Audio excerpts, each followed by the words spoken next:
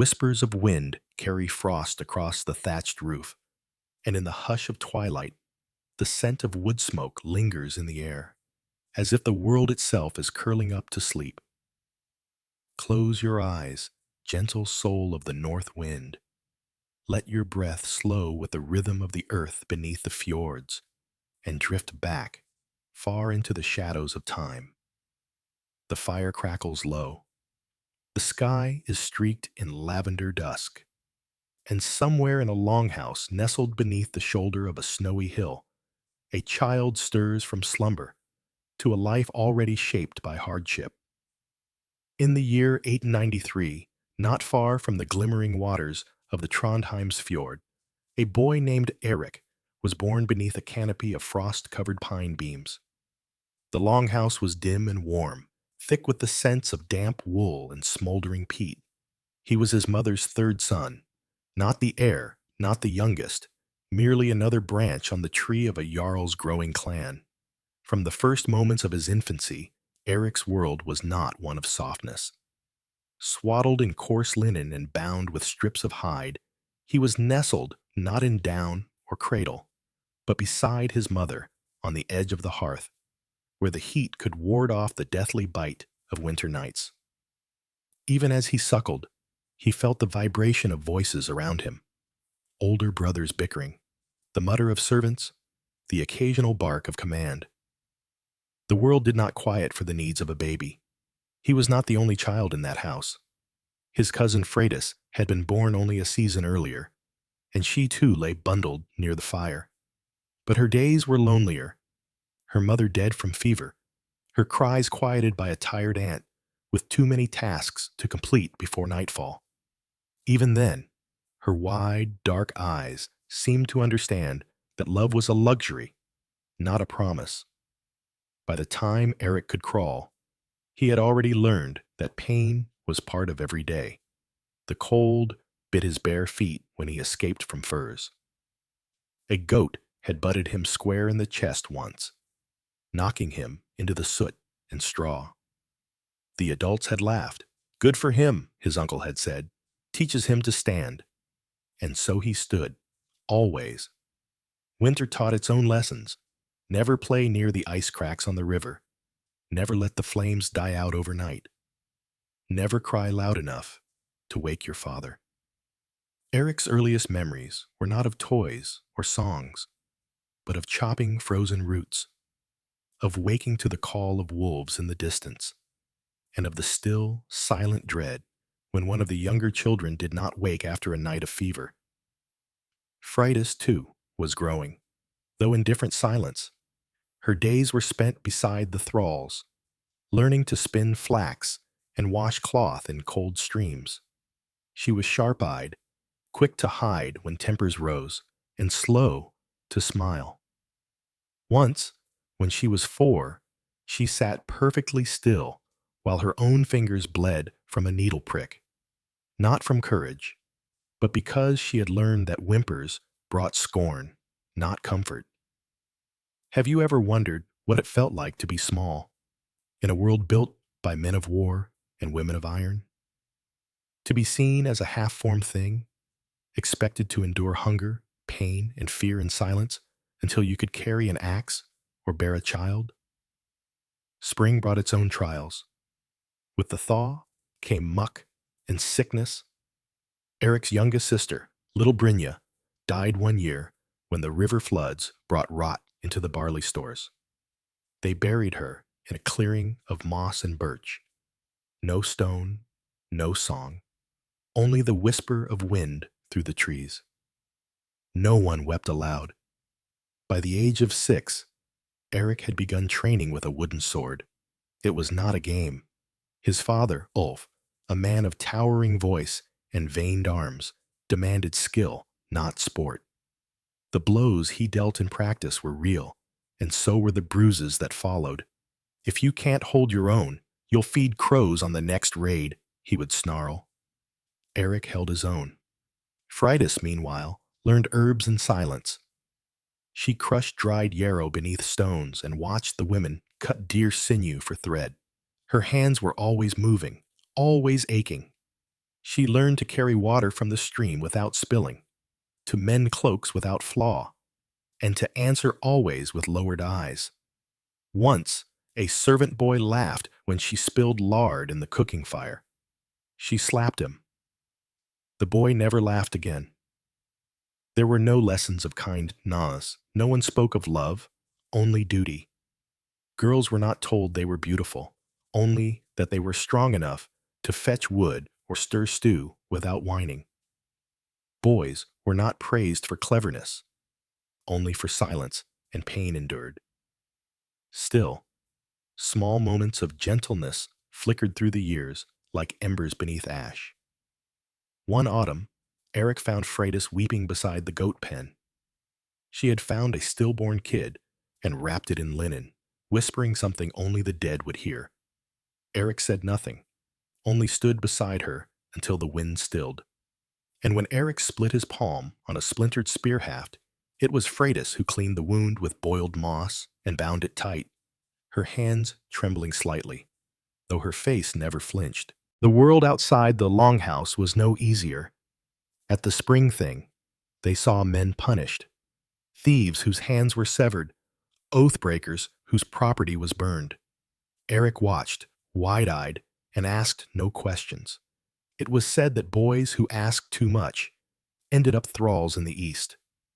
The gods offered no comfort, only order. Thor demanded strength. Odin asked for wisdom, paid in suffering. Freya saw beauty, but only as a passing mist. Freydis sometimes spoke to a carved goddess hidden beneath her bed, not a god of the Aesir, but some older spirit of wood and grain her grandmother had whispered about once when drunk on honeymead. But she never told the others. And yet, in all of this, they grew. Eric's arms thickened. Freydis learned to brew salves from birch bark and nettle. At 9, she helped birth a goat, her hands coated in blood and afterbirth, her face calm. When they were 10, the sea took their cousin Ragnar. He had slipped while gathering mussels on the rocks and was pulled under by the tide. His body was never found. The adults spoke of it for a night, then moved on. Eric lay awake that night, staring at the rafters, wondering if the dead watched from the stars. In the Longhouse, the seasons turned like slow, grinding stones. Laughter came in small pockets. A joke whispered during chores, a stolen turnip, the comfort of furs shared beneath a leaking roof. But joy was always brief, like sunlight in winter, noticed only because it passed so quickly. One night, as the snow fell thick and the fire burned low, Eric whispered to Freydis, "Do you ever think of leaving?" She stared at the smoke curling from the hearth, her voice a hush. "Sometimes, when the wind sounds like waves." Neither of them spoke of that again, but in that moment, they were still children, harshly raised, weathered as driftwood, but not yet broken. Beneath the weight of falling snow, the air is thick with silence, a stillness that settles softly upon rooftops and the branches of pine trees, muffling the world like a heavy woolen cloak. Take another breath, tired heart. Let the hush of winter wrap around you as we return to the dim glow of firelight, where the scent of pine smoke and roasting marrow bones lingers in the rafters, and childhood, in all its unspoken sorrows and quiet strength, carries on beneath the roof of a Viking longhouse. The snow would fall for weeks at a time, sometimes covering the pathways, until all the world beyond the threshold of home seemed vanished into white. Inside the house, the children learned to be still. Eric, now entering his 12th winter, was tall for his age, though his bones still ached in the cold like an old man's. His tasks had grown heavier, fetching logs from the forest, splitting ice at the well, learning to tether animals whose breaths steamed in the bitter air. The men, too, grew more watchful of him. Ulf, his father, had begun testing his grip, handing him a real axe with a nod, without a word of instruction. It was not a gift. It was a measure. The blade was heavy, the handle worn smooth. Eric took it without flinching. There were no days off from becoming a man. Fridas had long since stopped playing. Her chores now began before the sky turned pale and did not end until the goats were settled and the ashes spread. But she had a different kind of fierceness in her, not one made of blows and shouts, but of quiet knowing. She could read the weather in the winds and the mood of her elders in the angle of their shoulders. And when others grew angry or sick, she vanished like a ghost, always returning after the storm with water, herbs, and the same quiet face. By now, she was nearing her 12th year too, old enough to be looked at by the village elders not as a child, but as a future wife, a womb to carry heirs, a dowry to exchange for land or favor. She did not speak of it, but she had started binding her hair tighter and keeping to the edges of gatherings, as if shrinking herself might keep time from noticing her. One evening, in the depths of winter, the Longhouse was filled with the scent of blood. A deer had been brought down by the men, and they skinned it beside the door, steam rising from the flesh in ghostly spirals. Eric was handed the heart and told to clean it. His hands were red for an hour, and the snow where he washed them turned a muddy pink. Inside, Freda scraped the hide with a curved blade, her arms aching, her fingers raw. She never looked up, even when the men spoke of raids to come, of ships being readied once the ice broke. Her eyes remained fixed on the work. Have you ever wondered what it feels like to grow up in a world where your future is already written for you? Before you have even tasted the salt wind for yourself? Spring came late that year, and with it, a restlessness. One morning, Fridas was told to accompany the older women to a neighboring farmstead to help with lambing and brewing. It was only a day's walk, but it was the farthest she had ever traveled alone. Eric stood by the door as she wrapped her cloak around her shoulders. "Don't forget to look at the sky," he said, softly. She smiled, just slightly. "I never forget." And then she was gone, walking into the misty morning with a sack of herbs, a dull knife, and the knowledge that the world was larger than the smoke-stained beams of their house. That night, Eric sat by the fire and carved a bird into a piece of driftwood, his fingers working slowly, tracing lines again and again. He did not say why. When Fridas returned, 3 days later, delayed by swollen streams and a twisted ankle, she looked older somehow. Not just tired, but changed. She said little, but Eric noticed the way she glanced toward the sea more often now, as though measuring something invisible. That summer, Eric was taken to the training field more often. The other boys, some already bearing scars across their cheeks and collarbones, mocked him at first. He was quiet, lean, not yet broad-shouldered. But he learned quickly. He knew how to dodge. He had learned it from years of avoiding the heavy hands of angry men. And he knew how to wait for the right moment to strike, a lesson taught by the long hours spent stalking rabbits with a snare.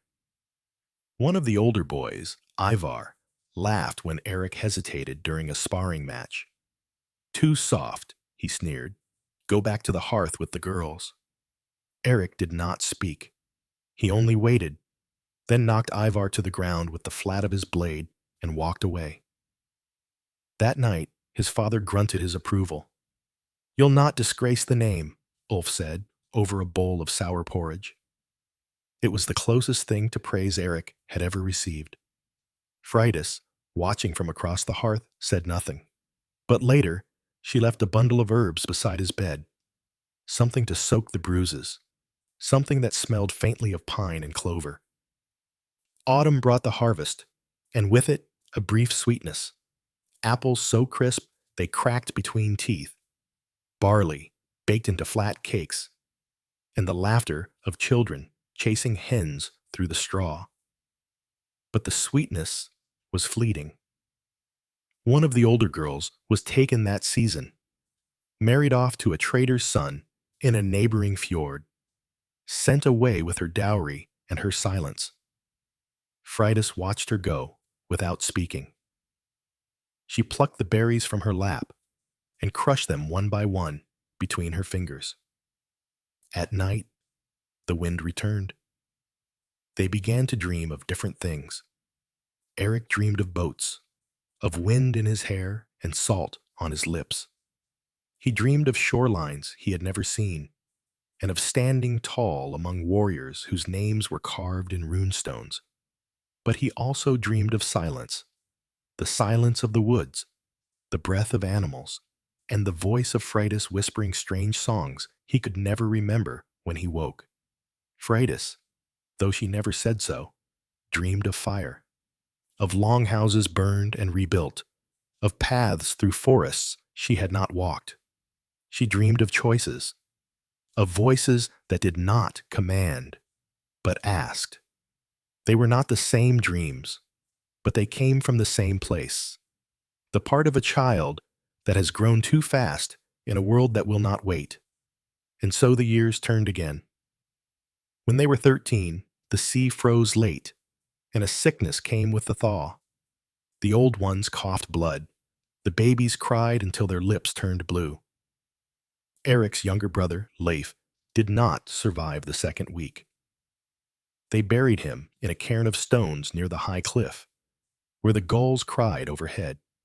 His mother wept once, then lit the cooking fire and said no more of it. Fridas brought moss and bark to the dying. She sang to one of them, a cousin who could no longer open his eyes. No one asked her to. She just did. And though the sickness passed, something remained in the air, a heaviness, a hollow where innocence had once lived. That spring, Eric turned 14. His voice deepened. He was given a real blade. His father placed it in his hands, looked him in the eye, and said, "When the next raid comes, you will go." He nodded. That night, Fridas sat beside him as he sharpened the blade. "You'll come back?" she asked, her voice barely above the wind. He looked at her, this girl who had stood beside him through every storm, who had never wept, never asked for anything.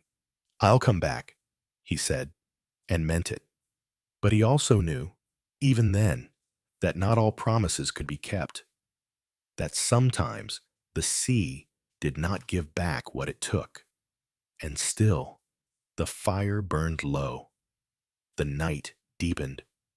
And somewhere in the darkness, two children, no longer quite children, waited to step into the world their ancestors had carved with blade and bone. The morning air tastes of iron and dew, and the low hum of distant waves echoes like a lullaby beneath the soil. A single raven calls from the pine wood's edge, its cry hollow in the hush of early light. Rest easy now, wayfarer of forgotten times. Let the cold breath of the fjords drift past your ears. The fire is still glowing, the smoke winding upward like a quiet thought, and the story continues, slowly, like the turning of a great wooden wheel over ancient earth. The spring of Eric's 14th year carried with it the weight of something unspoken. Not quite grief, not yet farewell, but the slow, creeping sense that life was shifting. The wind smelled different. The elders gathered more often, and the blacksmith's forge rarely cooled. The Longhouse hummed with quiet preparation. Wooden shields were repaired, boats retarred, salted meat packed in heavy cloth. No one said it aloud, but all knew. Soon, the men would leave. And Eric, now counted among them, would go with the oars, with the sails, with the killing steel. He did not speak of it. He only listened, sharpened, practiced. In the gray light before dawn, he trained alone by the edge of the trees, slicing at the air with quiet fury. Each movement honed not for sport, but for survival. The blade was no longer something to learn. It was an extension of his arm, as necessary as breath. Fridas watched him once from behind the smokehouse, unseen. She did not call out. She only held a coil of nettle in her hands and twisted it between her fingers until her knuckles turned pale. In the evenings, she continued her work in silence. Her place was not on the ship, but she too was preparing. Fridas had begun to gather herbs that eased fever, bark that slowed bleeding, lichen that drew poison from wounds. She boiled it, crushed it, stored it in linen wraps. If Eric returned broken, she would mend him. If he didn't return, she did not finish that thought. Have you ever wondered what it means to prepare for the worst, when no one has taught you what hope feels like? In those days, they did not speak of dreams. They did not speak of fear. Words were rationed like grain in a poor harvest, spent only when necessary, never wasted on softness. But one night, after the goats were fed and the doors barred against the still chilly spring wind, Fridas sat beside Eric in the gloom of the Longhouse and whispered, "Do you think the gods will protect you?"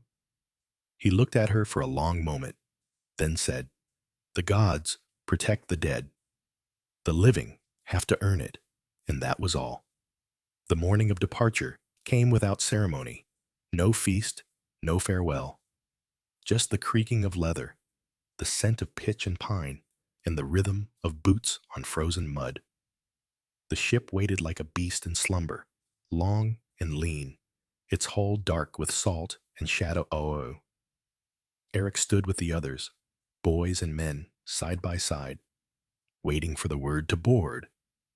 Fridas stood at the edge of the field, her arms wrapped in her shawl, her face unreadable. He did not walk to her. They had said their goodbyes without saying them, in the silence of shared glances, in the dried herbs she'd tucked into his satchel, in the way she had bound his hair that morning without a word. She nodded once, and he nodded back. Then he turned to the sea. The voyage was not swift. The wind turned against them more than once, and rain battered the sail for 2 nights in a row. Men bailed water with their hands, and younger ones grew sick over the sides. Eric did not. He kept his eyes on the horizon, on the way the sky split from the sea. He watched the older men, how they slept with blades across their chests, how they never turned their backs to one another. On the 3rd day, they made landfall. It was not a glorious raid. No saga would be written of it. A coastal village, half empty, abandoned by its young men who had gone inland for war. The resistance was brief. One man raised a spear and was cut down. A woman screamed and was ignored. They took grain, cloth, a few goats. One of the younger boys took a necklace from the neck of a corpse. He would wear it for years. Eric saw his first death that day, not one he caused, but one he watched. A boy not older than himself, curled beneath a fishing boat, slain by one of their crew who laughed as he wiped the blade. Eric did not laugh. He stared at the boy's hand, curled, reaching toward nothing. That night he did not sleep, but he did not cry. They returned with little but enough. Enough to say they had gone. Enough to say they had returned. The village welcomed them without smiles, but with relief. Not because they cared who lived or died, but because now they knew the boy had become a man. Fridas met him beside the goat pen, said nothing, looked at the bloodstains on his cloak. Then she took it from him, walked to the stream, and began to scrub. Eric stood there, still. That summer, They barely spoke. Something had shifted between them, not broken, not damaged, but changed.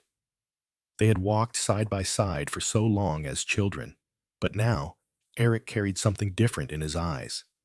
And Freydis, too, had begun to pull inward. Her time was coming. Soon, she would no longer be allowed to live under her uncle's roof as a girl. She would be promised, bartered, sent. And so, as the sun hung low in the sky, they spoke less. But their silence was not empty. They shared a knowledge now, the knowledge of how the world consumed its children and called it growth. In the late days of summer, Freydis was summoned. An arrangement had been made. A smith from a fjord farther south. A man with one wife dead in childbirth and no sons. He wanted a strong girl, one who could spin, brew, endure. She said nothing when they told her. Only Eric saw the flicker in her eyes, not of fear, but of rage. Cold, quiet rage. The night before she was to leave, Freydis slipped from the house after dark and walked alone into the woods. Eric followed her at a distance, careful not to be seen. She walked with purpose, not fast, not slow, only sure. Into the trees, past the stream, to a hollow where old stones marked a forgotten burial mound. She knelt there, and though Eric could not hear her words, he saw her mouth move. She was praying, not to Odin or Thor, but to something older, the kind of God that lives in roots and ash, in the bones of the earth, in the places no man dares name. When she turned, she saw him. For a long moment, they only looked at each other. Then she walked past him, back toward the house, her face unreadable. That morning, she left. She did not look back. Eric stood by the door as the cart rumbled away. His hands were empty.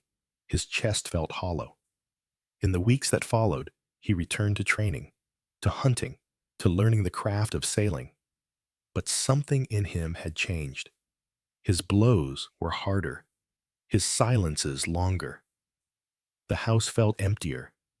One evening, he found the carving he had made as a boy, the bird of driftwood, smoothed by time.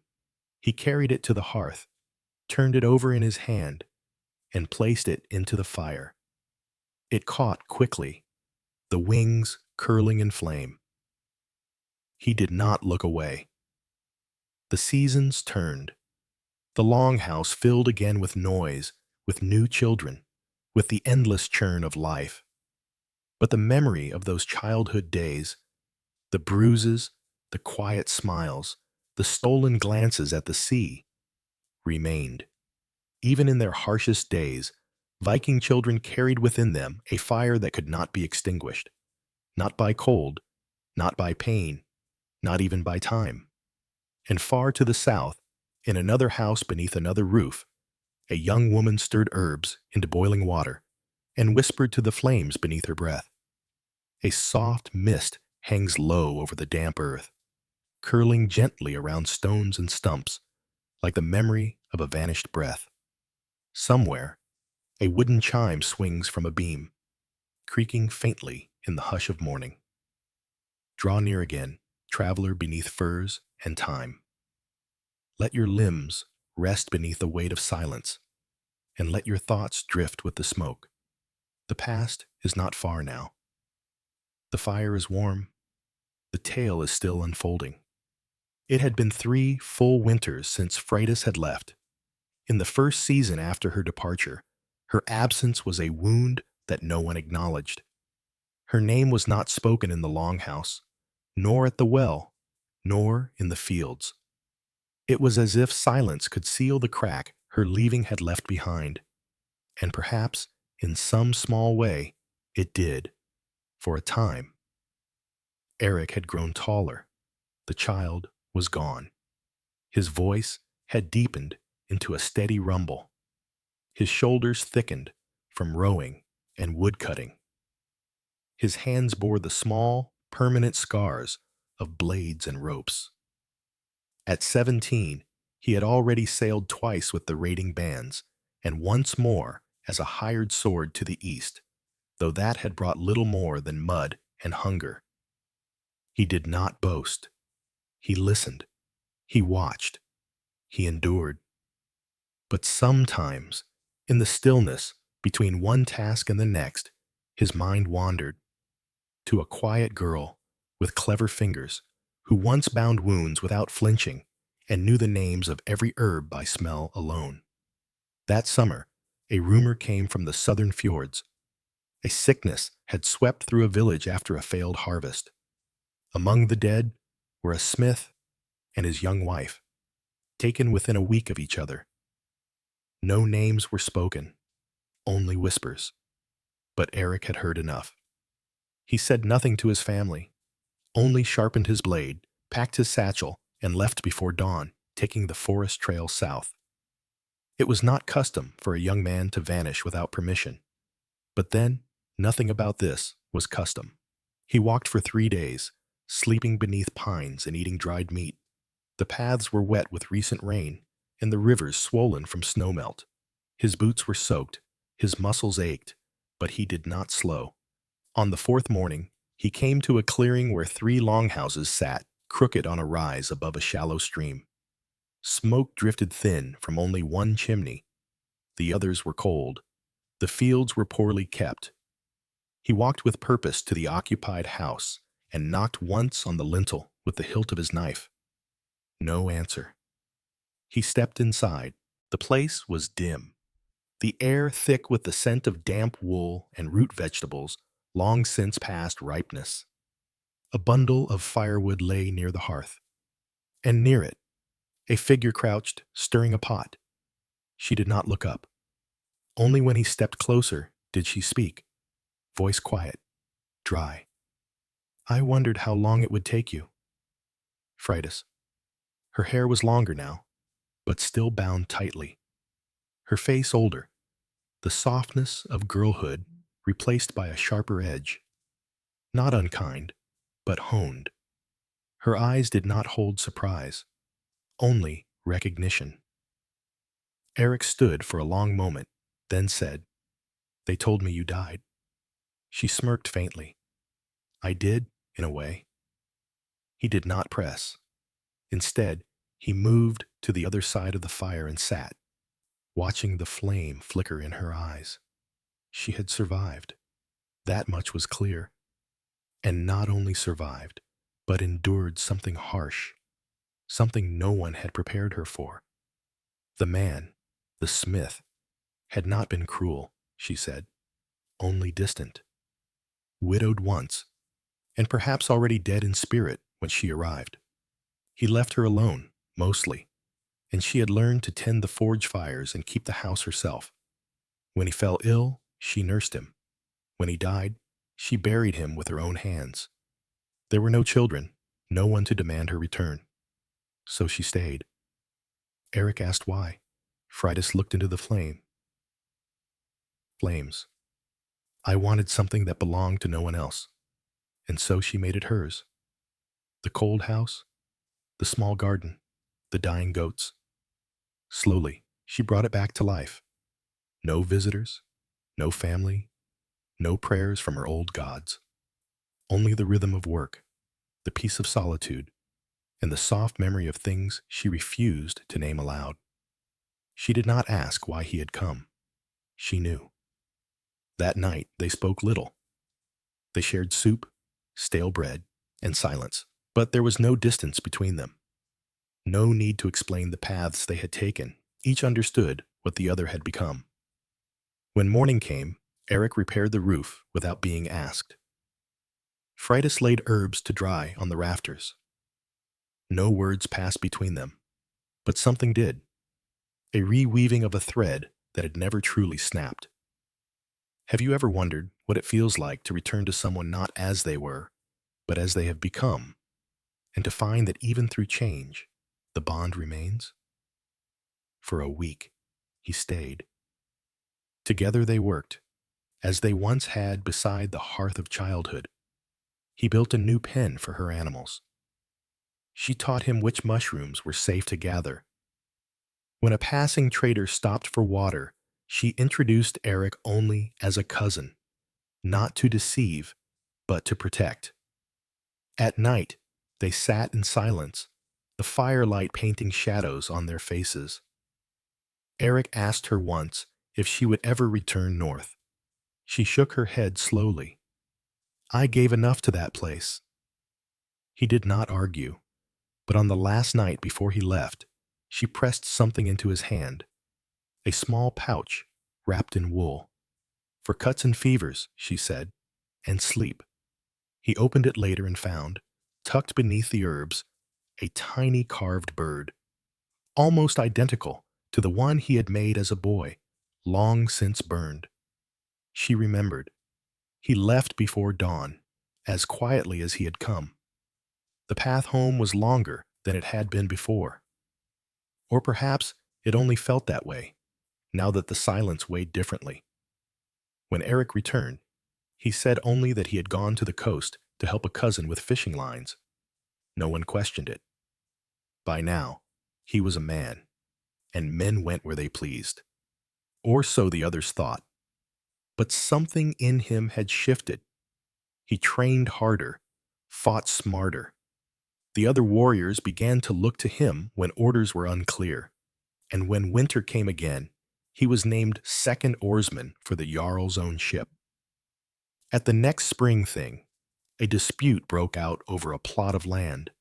Swords were drawn. Eric stepped between them, not with threat, but with calm. His words held weight. The men listened. He was no longer a boy.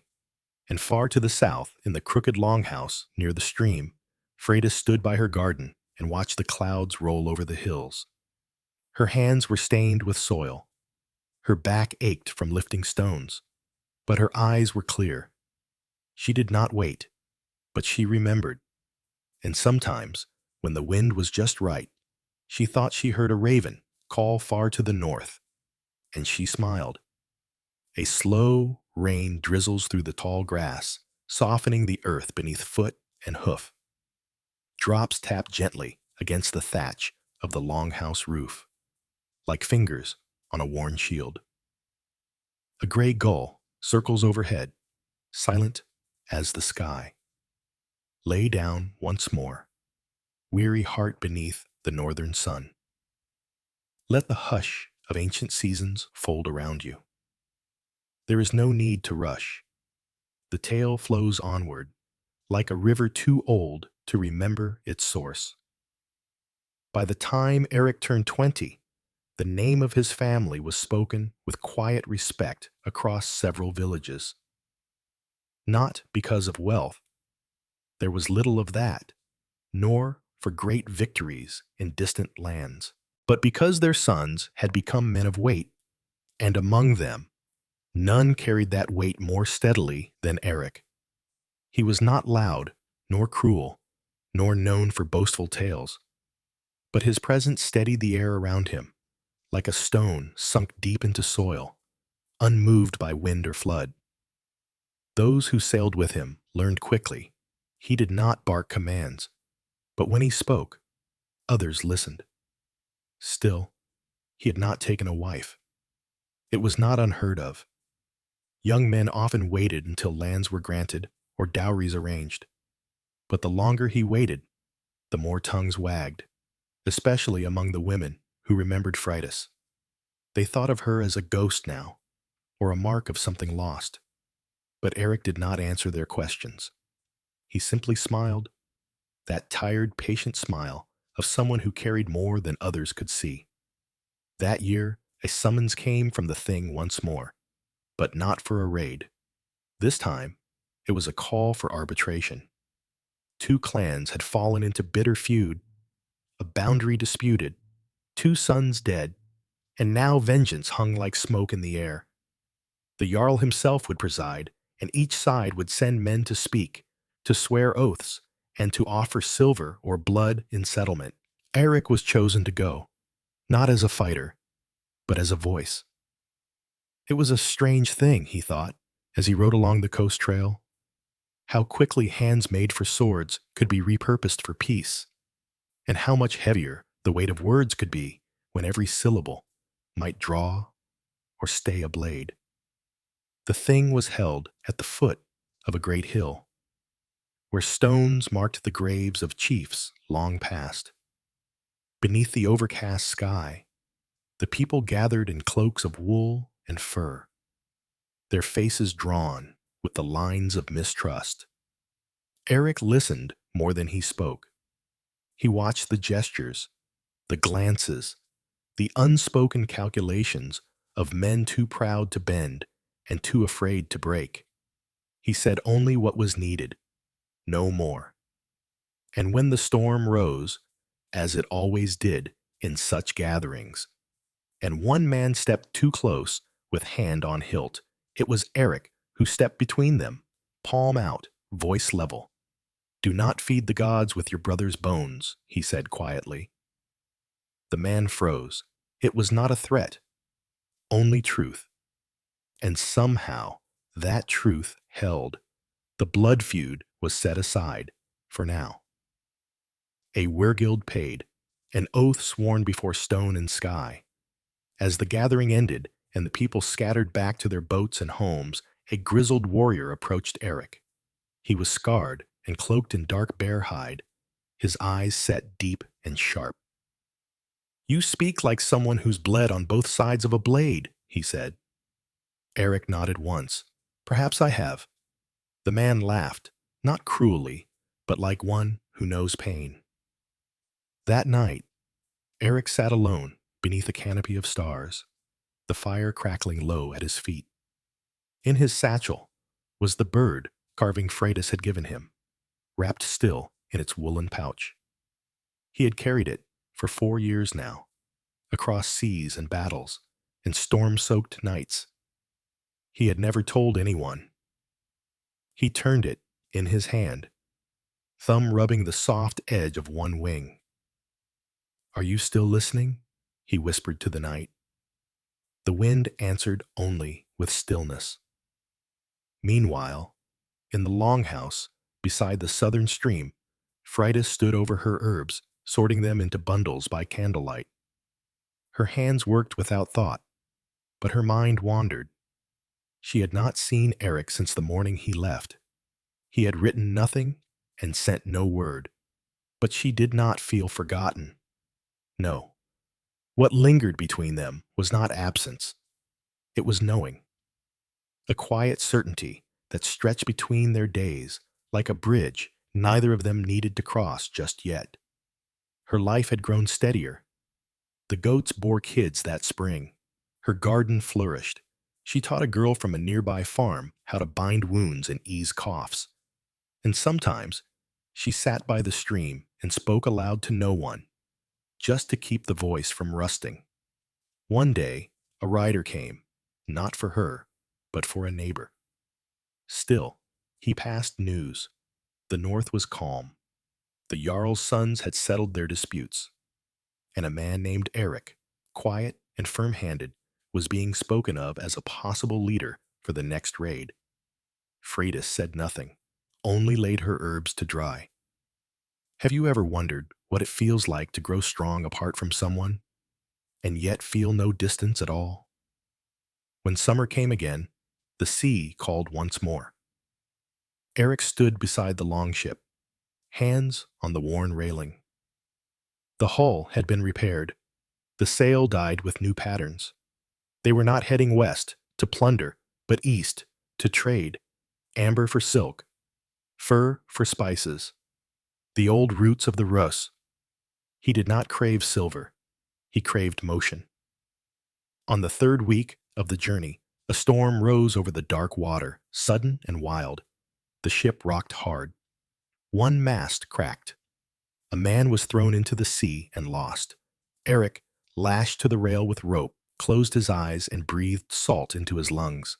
When the storm passed, and the sea lay flat and broken beneath a pale sun, he sat alone by the wrecked sail, soaked and shivering, and pulled the bird carving from his pouch. He held it to his lips. Not a prayer, just a breath. And then he stood. They made land 2 days later, bruised but alive. The market at the port was loud and pungent, a mess of languages and colors. But Eric traded calmly, measuredly. He returned not with gold, but with a set of fine tools, a whetstone of rare grit, a belt knife curved like a crescent moon. One of them he would send. He found a merchant headed west and gave him a wrapped bundle. No name, no note, just the knife, and a pouch of herbs tied in familiar fashion. A message without words. Back in the southern Longhouse, Fridas received it weeks later. The trader gave no explanation, only said, "From a quiet man with eyes like winter."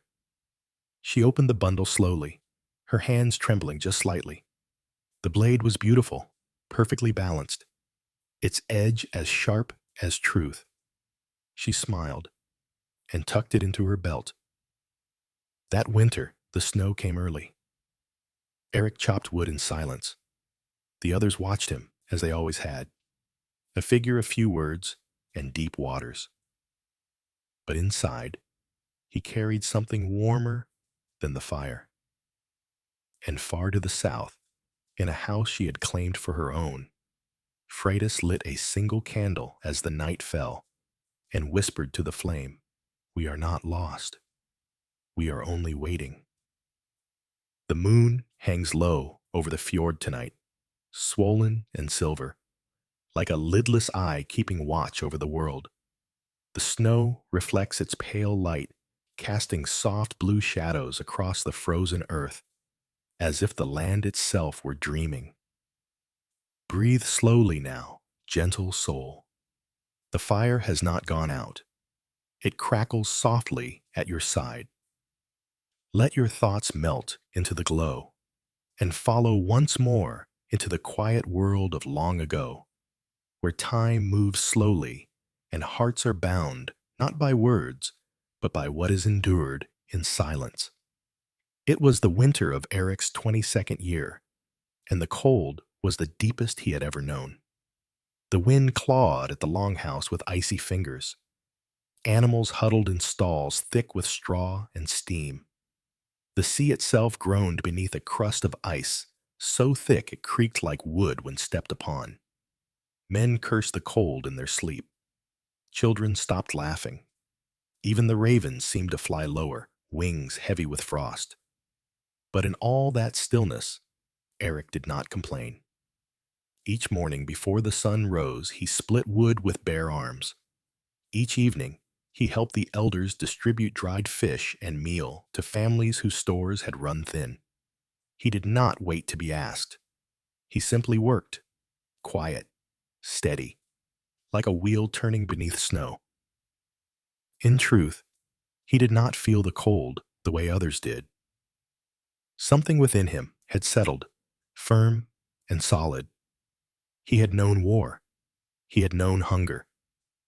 He had known the ache of missing someone for so long that the pain dulled into something like peace. And he had known that somewhere, in a valley southward, beyond the rivers and the hills, there was a woman who still remembered the shape of his voice, even if years had worn its edges smooth.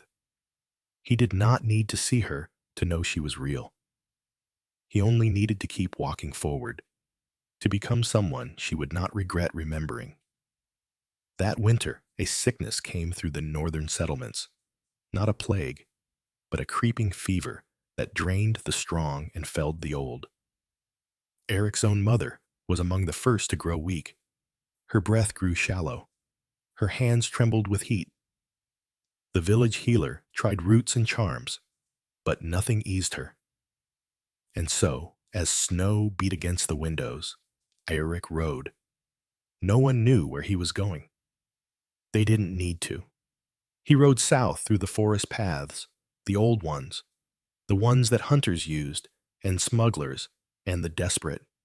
His horse slipped more than once on the ice, but Eric held firm. He did not stop, not when the snow stung his eyes, not when his fingers went numb, Not when he crossed the narrow bridge of ice over the river that cracked with every step. 2 days later, he reached the Longhouse by the stream. She opened the door before he knocked. "You're freezing," Freydis said, and stepped aside. He entered without a word, sat by the fire, unwrapped his hands, and at last, after all that time, looked up at her. "I need your help," he said. She was already gathering her things. No questions, no hesitation, just motion.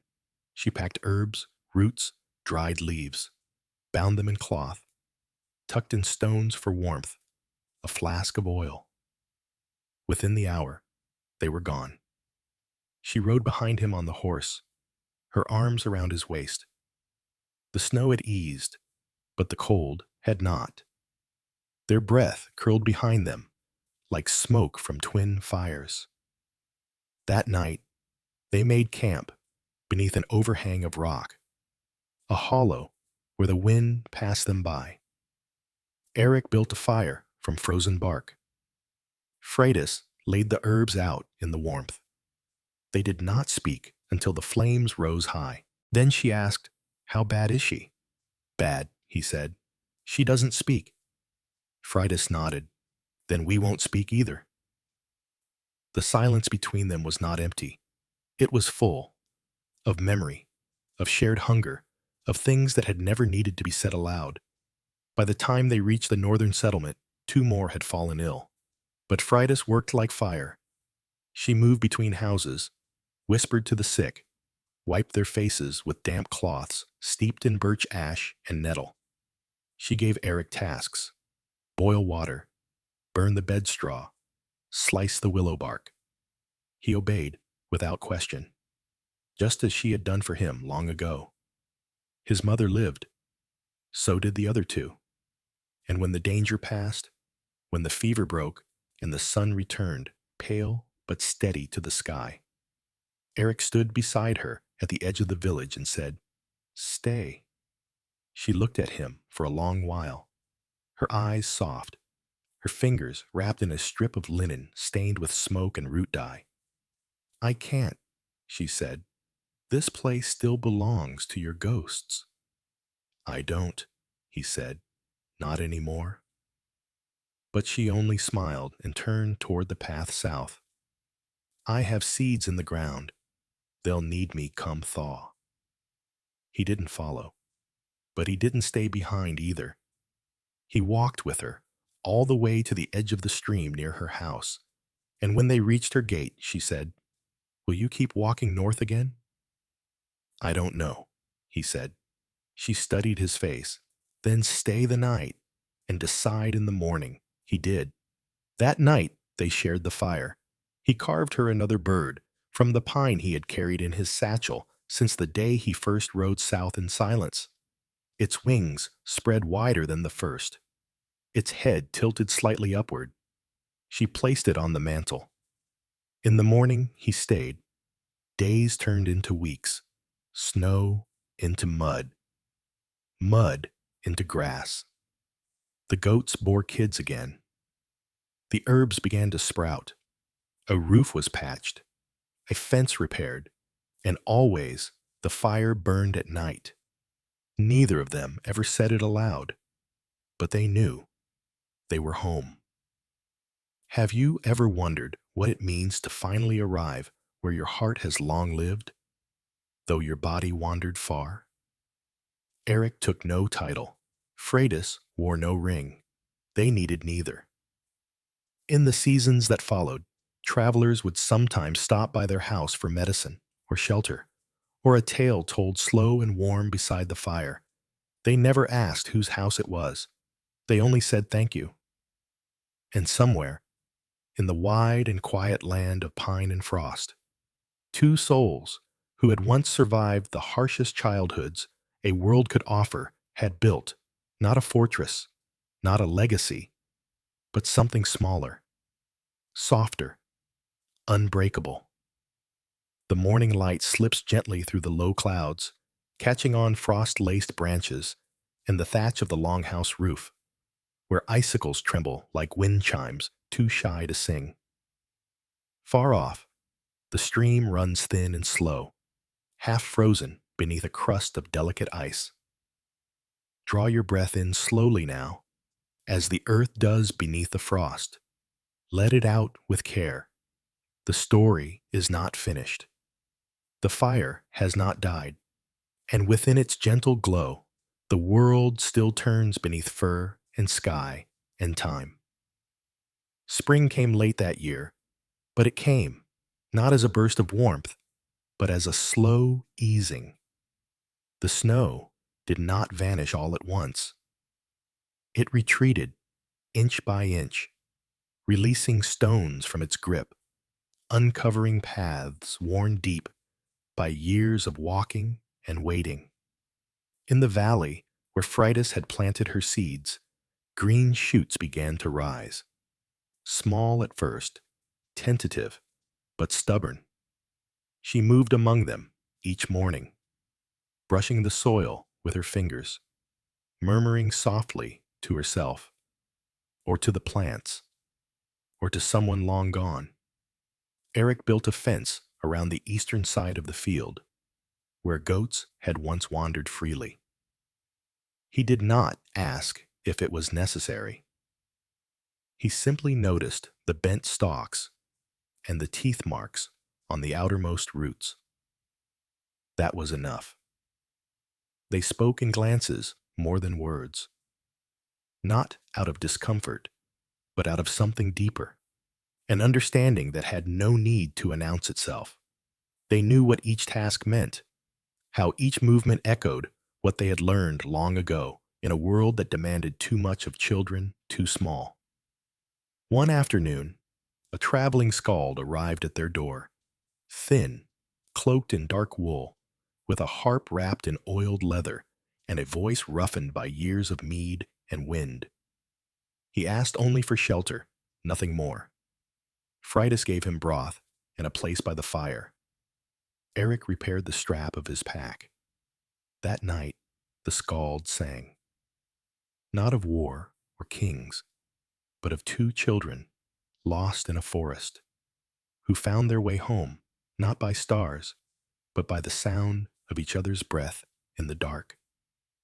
His fingers plucked gently at the strings, and the melody crept into the corners of the Longhouse like the scent of warm bread. Eric listened, with his eyes on the fire. Fridas did not move, though her hands had gone still over the cloth she had been mending. When the song ended, the skald said, "That tale is from the east, but you wear it like a memory." Neither of them answered, but he did not press. He left at dawn, with a new strap on his pack and a fresh loaf in his satchel. The house was quiet after that, but not empty. Have you ever noticed how quiet can be full when it belongs to those who understand it? That summer, a child from a neighboring village came with a twisted ankle and a fever. Her name was Sigrid. She had walked 3 miles barefoot, with her younger brother dragging a basket of roots behind her. Fridas opened the door and led her inside. Eric took the boy to feed the goats. Sigrid stayed a week. By the time she left, her fever had broken, and the swelling had eased. She had also learned the names of 5 plants, how to bind a wound with moss, and how to mend a tear in wool without leaving a lump. She had also learned, quietly, that not every house was one where shouting echoed from the rafters. When she left, she hugged Fridas without asking, and gave Eric a small clay bead she had worn on a string. "For luck," she said. Eric nodded. "You'll make your own." More children came after that, some with coughs, some with bruises, some with no words at all. None stayed long. But the house began to be known, not as a place of miracles, but as a place of calm, where hands were steady and voices never raised, and where even those hardened by sorrow might sleep through the night without dreams. They never called it a school, or a hall, or a home for the lost, but it became all those things. Fridas never bore children of her own. Whether by fate or choice, no one knew. Eric never asked. It did not matter. They had no shortage of young lives passing through their door, some for a night, others for a season. None forgotten. Eric taught them how to sharpen a knife without nicking the edge, how to make a fire from wet pine, how to sit still long enough to hear a bird's call change before the rain. Freydis taught them how to listen to a cough and know whether it was deep or hollow, how to dry herbs so they held their bite, how to hold a frightened child without making it feel smaller. They taught gently, quietly, without ceremony. No one ever called them mother or father, but in later years, when some of those children had grown and returned, they brought gifts, not gold, not tribute, but the kind that spoke in the old language of kinship. A carved bowl, a small woven basket, a goatskin stretched smooth and painted with a bird in flight. Each one hung in the house, placed with care. Not trophies, but reminders that not all things which grow must be planted in blood. Years passed, and their hair grew silver. Not all at once, but steadily, like frost, creeping across the edge of a window. Eric's shoulders stooped a little. Freydis's hands trembled sometimes when she poured water, but their eyes never dimmed. They did not speak of age, or death, or endings. They only spoke of what needed doing, what needed mending, what needed watching.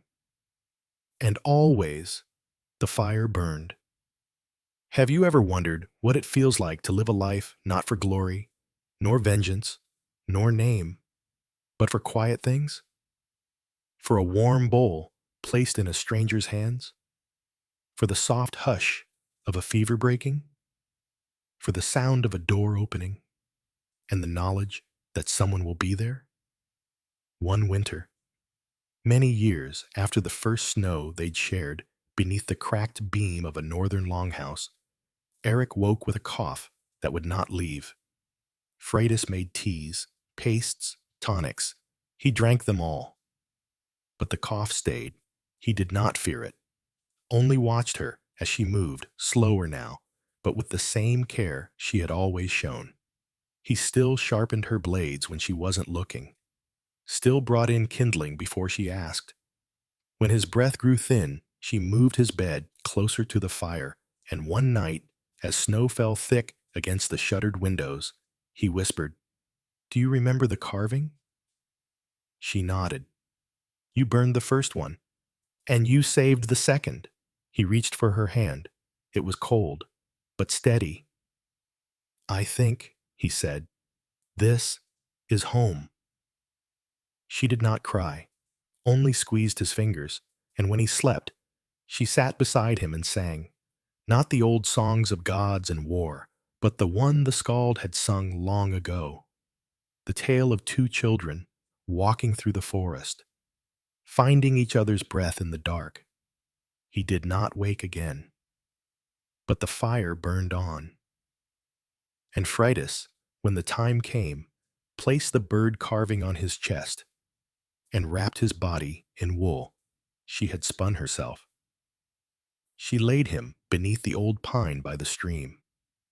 No stone, no name, only a fire pit nearby where others could gather. The house did not grow quiet. It grew full. And when Freydis, years later, felt her own time near, she did not fear it. She lit the hearth one last time, poured a cup of hot tea, and sat by the fire, listening to the wind as it rustled through the pines. She held the third bird carving in her lap, one she had made herself. When the children returned to find her, they did not weep. They sang a slow, soft song of moss and marrow and memory, of two children who had endured and built something that even death could not unmake. In the hush that follows the passing of old souls, the world holds its breath. A woodpecker taps distantly on hollow bark. The stream, never once still in all its years, trickles beneath a dusting of snow, as though whispering stories to the stones beneath. Lean closer now. The fire is low, but its warmth remains. The embers pulse like a heartbeat buried in ash. The tale, though quiet, has not ended. In the soft stillness after farewell, life continues, as it always has, beneath skies too ancient to mourn aloud. The Longhouse by the southern stream stood empty for a while, not abandoned, not forgotten, simply still. Freydis was laid to rest beside Eric, beneath the old pine that bent slightly toward the water. The two graves faced east, toward the sun, toward the place where the morning always began. There were no carved stones, only the weather-worn bird Freydis had once carved, its wings spread, its body curled gently against the soil, placed between them as a marker for those who knew what to look for.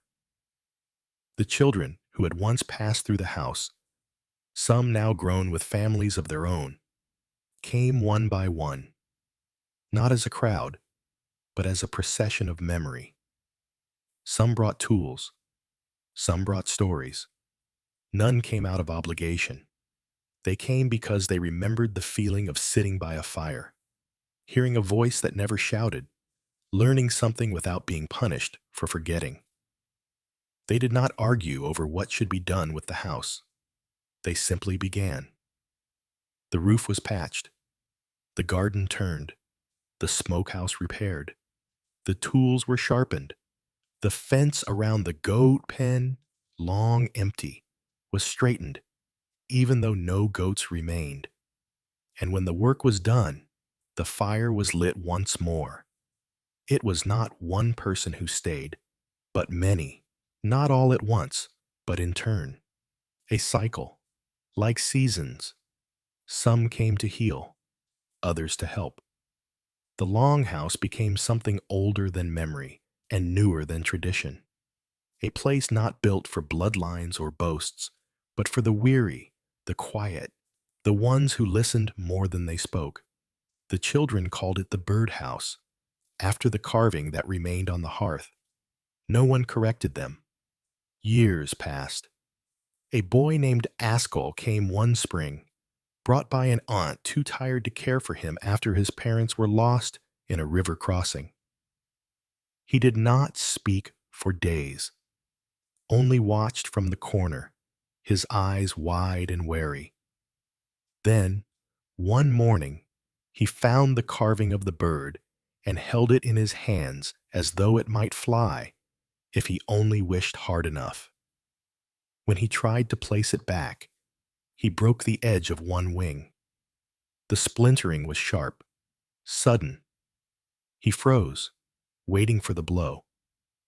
But none came. A woman in the house, an old healer named Halfred, who had once studied under Freydis, only walked to the shelf, pulled down a strip of softened leather and a small pot of glue, and said, "Let's fix it together." It was the first time Askell cried, not from pain, but from the absence of punishment. He stayed for many seasons, and when he grew tall and strong, he took up the role of tending the herb garden. He learned how to wrap wounds, how to split wood, how to tell when the goats were ready to birth. He sang to the chickens in a voice too soft for performance, but perfect for peace. He never asked where the old man and woman had gone. He knew. One autumn, when the leaves had fallen and the sky was full of wind, a stranger came up the path. She wore a cloak too thin for the cold and carried a bundle wrapped in rough cloth, a child, silent and fevered. She had walked for 2 days. She said only, "They told me this place would help." Halfred nodded and let her in. The others moved quietly around the longhouse, laying out herbs, preparing the wash basin, stoking the fire. No questions were asked. That night, the child slept, wrapped in wool, the fever broken by morning.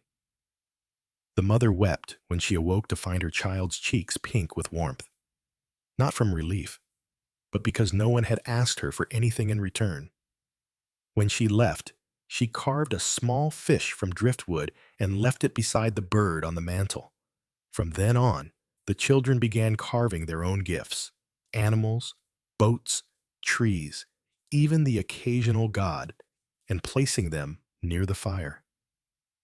It became a forest of memory, a quiet shrine to those who had come and gone, each one marked not by name or blood, but by care.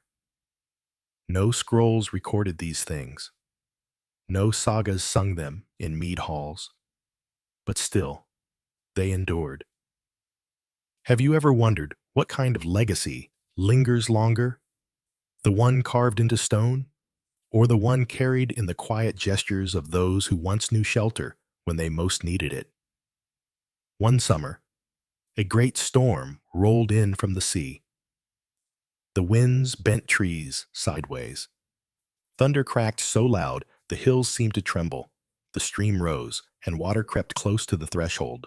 But the house stood. Eric had once reinforced the beams with pine from the northern woods. Freydis had once taught the children how to seal the windows with cloth soaked in beeswax. The walls groaned, but held. After the storm passed, Askell found a bird's nest blown into the goat pen. 2 hatchlings inside, damp and cold.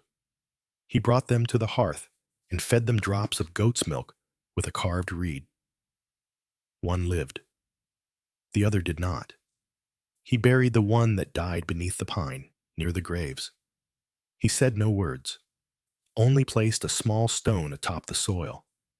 In time, that grave too was joined by others, not of Eric and Freydis's blood, but of those who had stayed, who had helped, who had made the fire their home.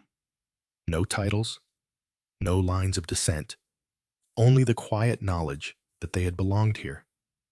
When the elders passed, others stepped in. No one had to be chosen.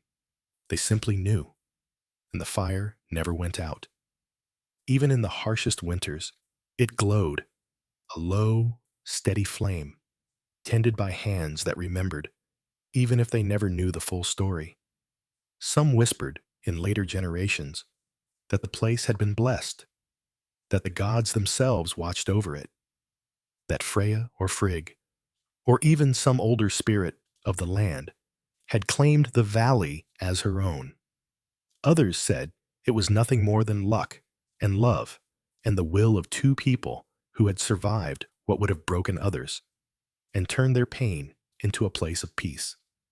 No one ever agreed. But none argued.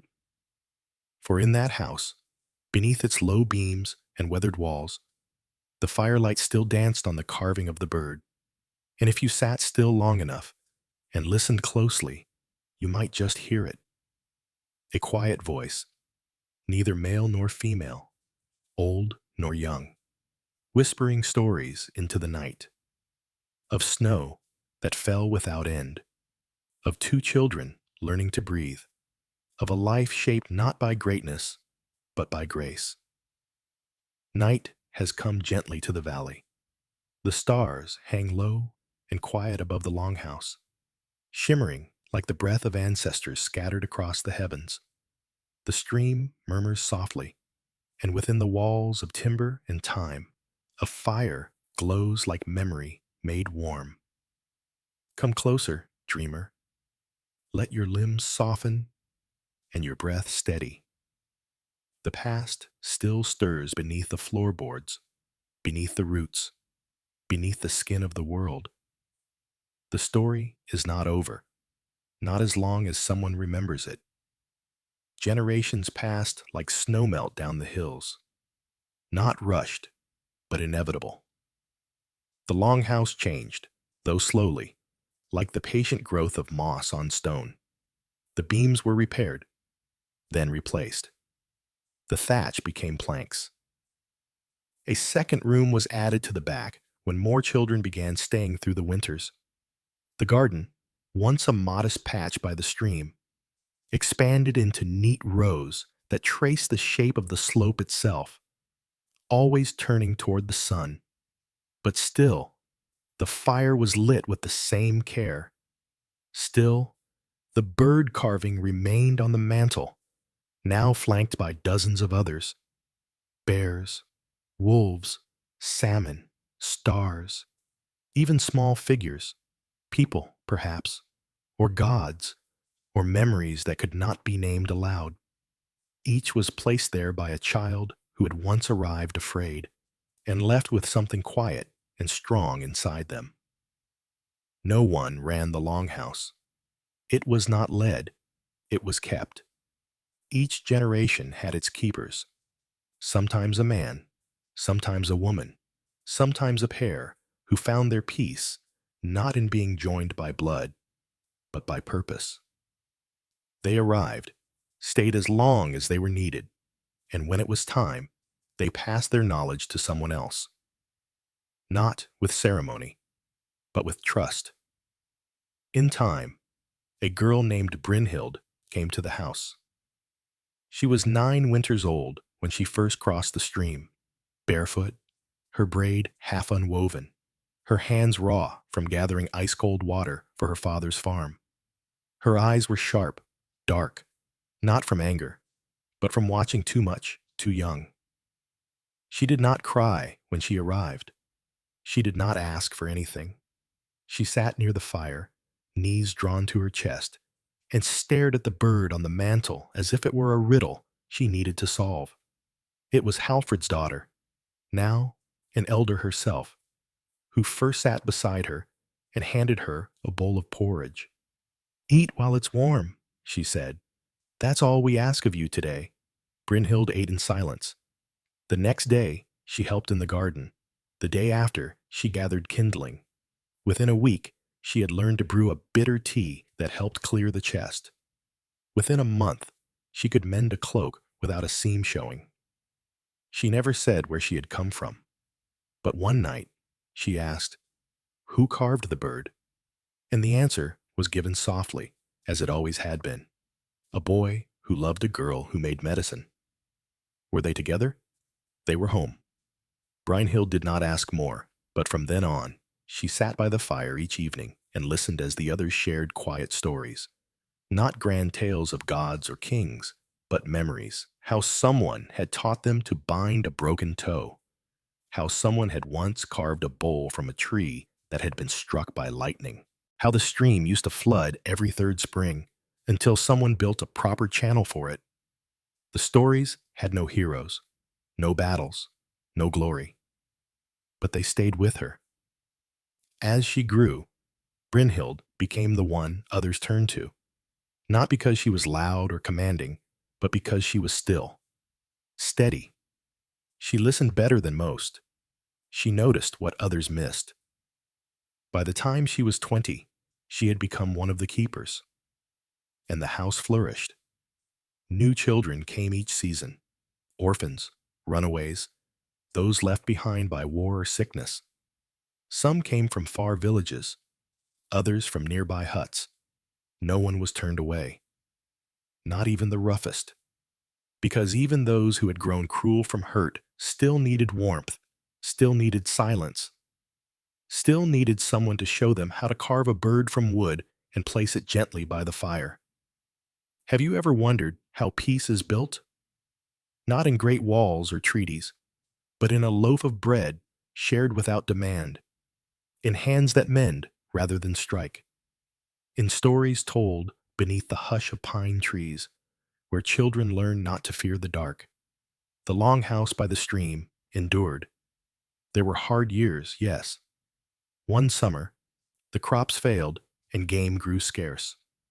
Another year, a fire spread from a dry field nearby and scorched the outer fence.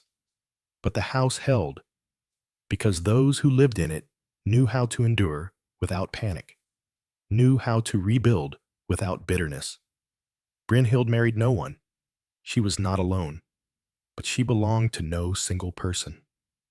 Some nights, she stood at the graves beneath a pine, now 3 mounds, though no stones, and whispered stories to the wind, not of herself, but of others. The boy who once learned to fight and chose instead to tend the fire. The girl who once learned to suffer in silence and instead taught the world to heal. Their names were not carved anywhere. They didn't need to be. For one night, in the middle of a fierce storm, a young boy, no more than 6, stood shivering at the door, soaked through, eyes wide. He said only, "My mother told me this is where kind people live," and they let him in. That boy grew.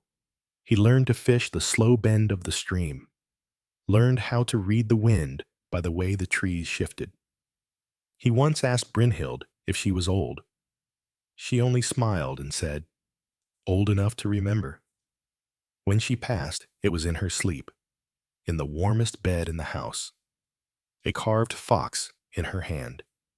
They buried her beside the others, not because she asked, but because it was right.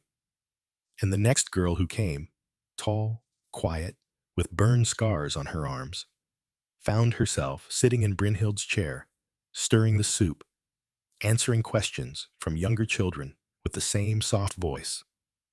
No one told her to stay. She just didn't leave. The house was older now, but stronger. Some called it the House of Birds. Others still whispered it was blessed, but most called it what it was.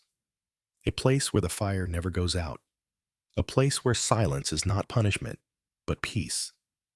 A place where, when the snow falls too thick, and the wolves come too close, and the cold claws at the bones, a door will open, and someone, without raising their voice, will say, "Come in, eat while it's warm.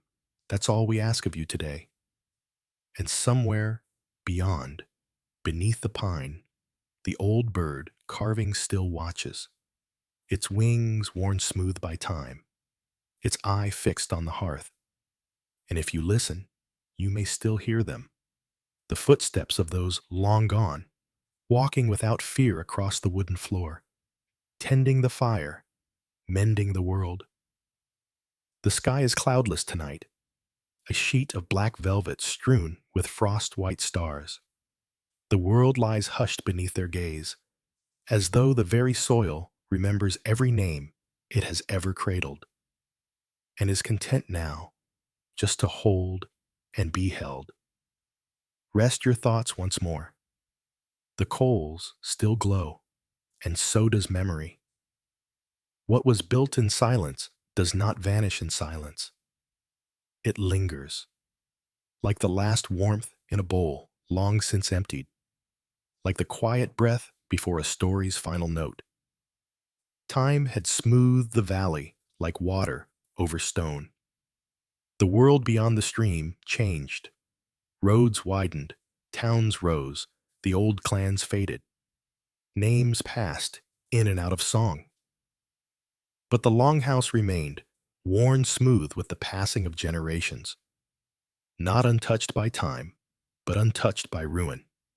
Because it was never built for display. It was built to endure. By now, no one alive remembered the names Eric or Freydis with any certainty. They were not in any saga, nor painted on any shield, but their presence remained in every board of the floor, every warm cup passed to trembling hands, every carved figure standing silent near the fire. And the house did not grow quiet. It grew deep. The girl with the burn scars, her name was Solveig, had taken to mending shoes, not just for the children who passed through the house, but for the traders who came through the valley trail in late summer. Her hands were steady, precise.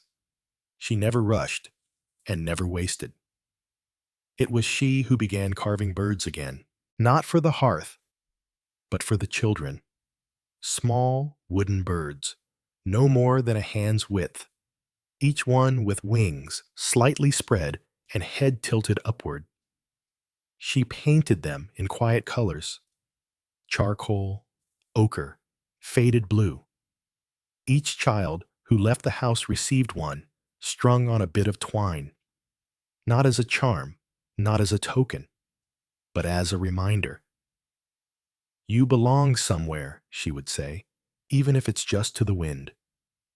The children rarely answered, but they always clutched the bird tight as they walked away down the stream trail. One boy, named Leifer, returned 3 years later, taller, hardened by travel, but with the same bird tied to his belt. He sat by the fire and said nothing for hours, then finally spoke. Do you remember the winter the bridge collapsed?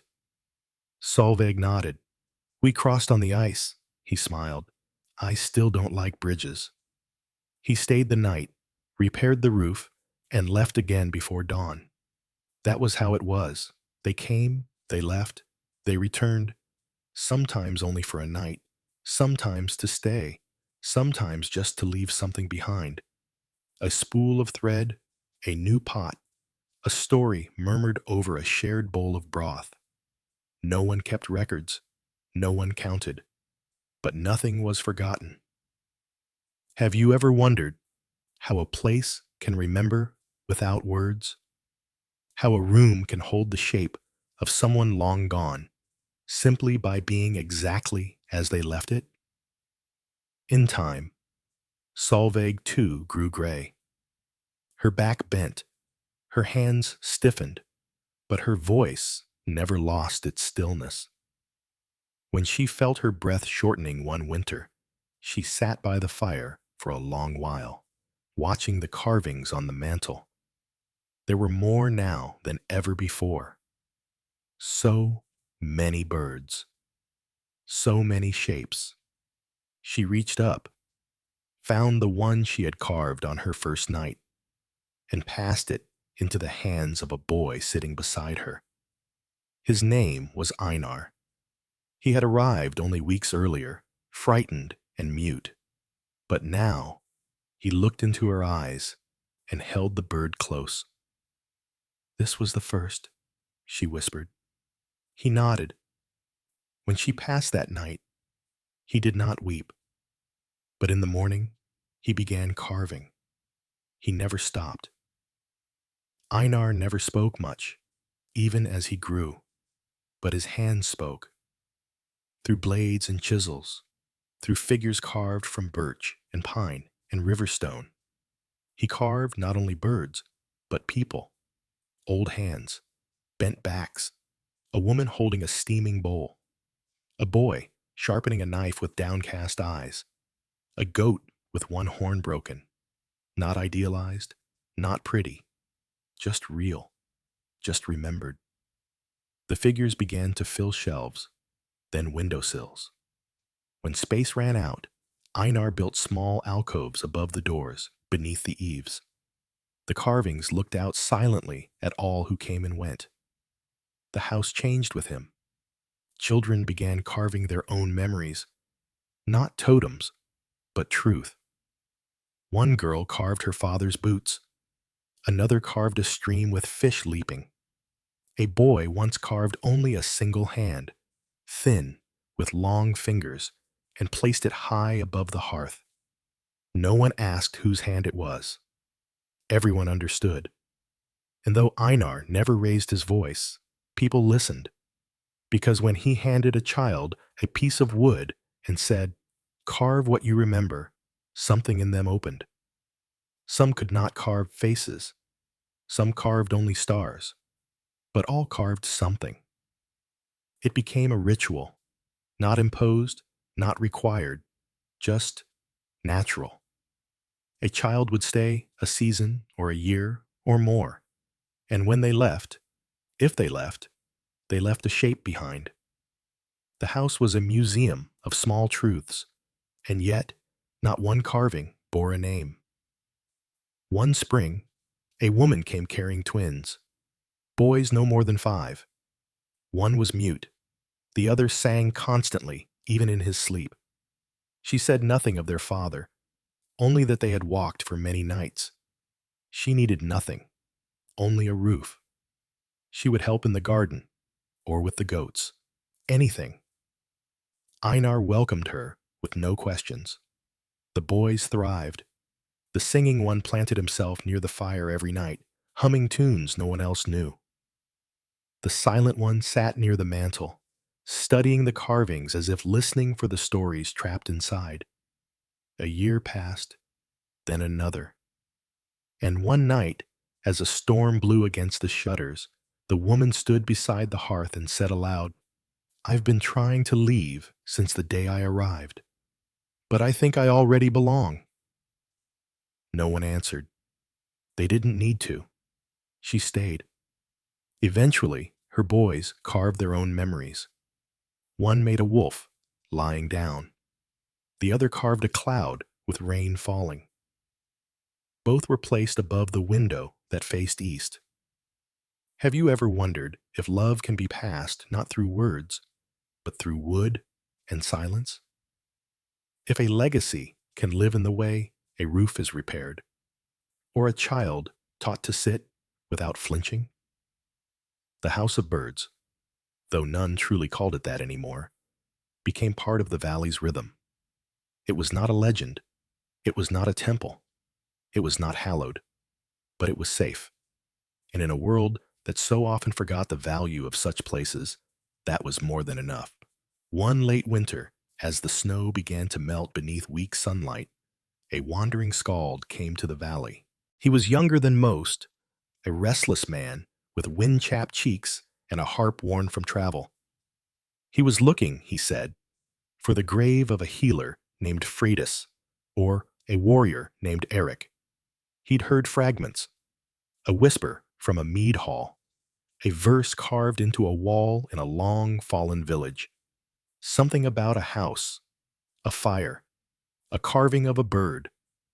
The woman tending the house that year, tall, stooped, and sharp-eyed, simply gestured toward the pine by the stream.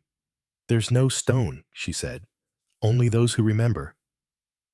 He stood there a long time. When he returned to the hearth, he played a single tune, soft, low, the story of two children in winter, walking without being seen, learning to breathe, becoming home. No one clapped, no one spoke, but every child in the room leaned forward, and in the years to follow, when they remembered that night, they did not remember his face, only the warmth, only the song, only the firelight dancing across a mantle full of birds. The stream is wide now, in the glow of early spring. Its waters full of snowmelt, bright and cold, tumbling over stones that have heard 10,000 seasons pass. The birch trees near the house stretch their limbs, their buds swelling, not rushing, but certain. Lie still a little longer. The house is warm. The story lives still, unfolding gently like new leaves. Not every tale must end in thunder. Some echo softly across generations, like lullabies woven into the grain of a wooden floor. Many seasons had passed since the first bird was carved, and though time had smoothed the names and worn down the stories, the spirit that once lit a hearth in the middle of a northern winter continued to flicker in quiet places, not through glory, but through simple, stubborn care. The Longhouse had no master, no fixed lineage, but in each generation there was someone who kept it, not by command, but by doing what needed to be done, tending the fire, rebuilding what wore down, listening when someone sat beside them with heavy eyes and heavier silence. That spring, the keeper was a woman named Alfrin.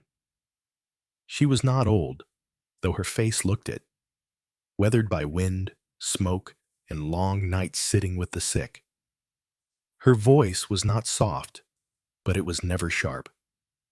She had been in the house since she was a girl, one of many brought after a fire had taken everything but the scarf around her neck.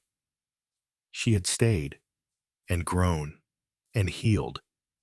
Her hands were large and cracked, shaped for lifting, for splitting, for stitching wounds without flinching. Some children feared her at first. She did not smile often, but none stayed afraid for long.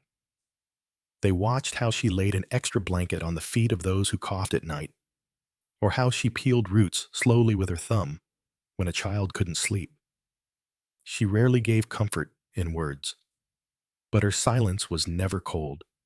And when a boy broke a bowl and wept not for punishment, but from shame, she sat beside him, handed him glue and linen, and said only, "Things break. That's how they learn to hold again." The boy never forgot it. In those years, the valley had changed again. The old trail had widened into a road, and sometimes carts passed, traders with salted fish or cloth from far coasts.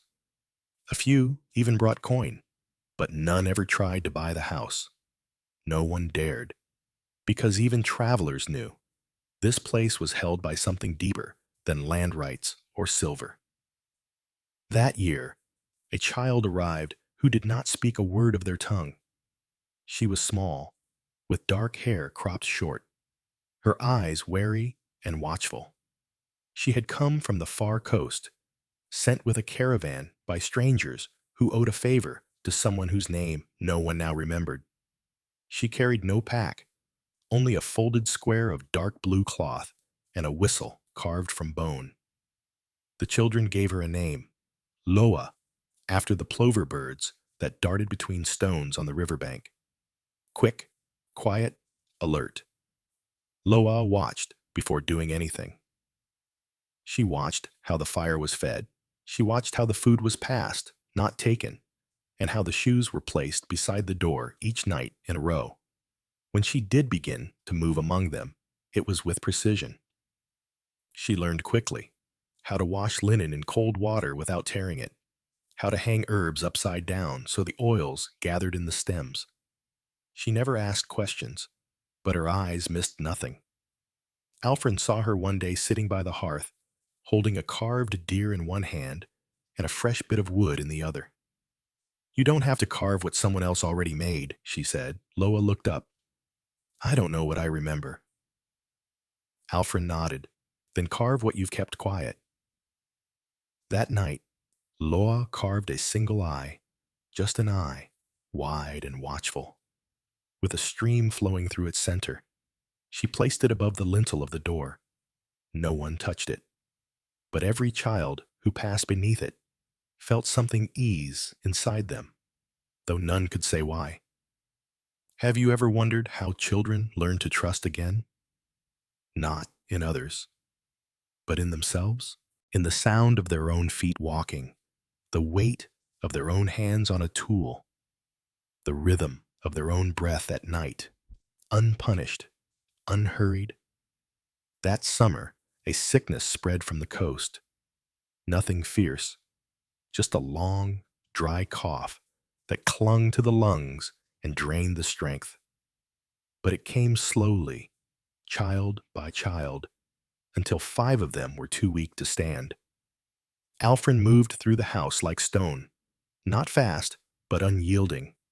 She boiled pine pitch, laid moss compresses, fed the sick broth spoon by spoon. Loa stayed by her side, never needing to be asked. She brewed tea from dried elder leaves, fetched snow for compresses, cleaned the wash basins. The fire never died.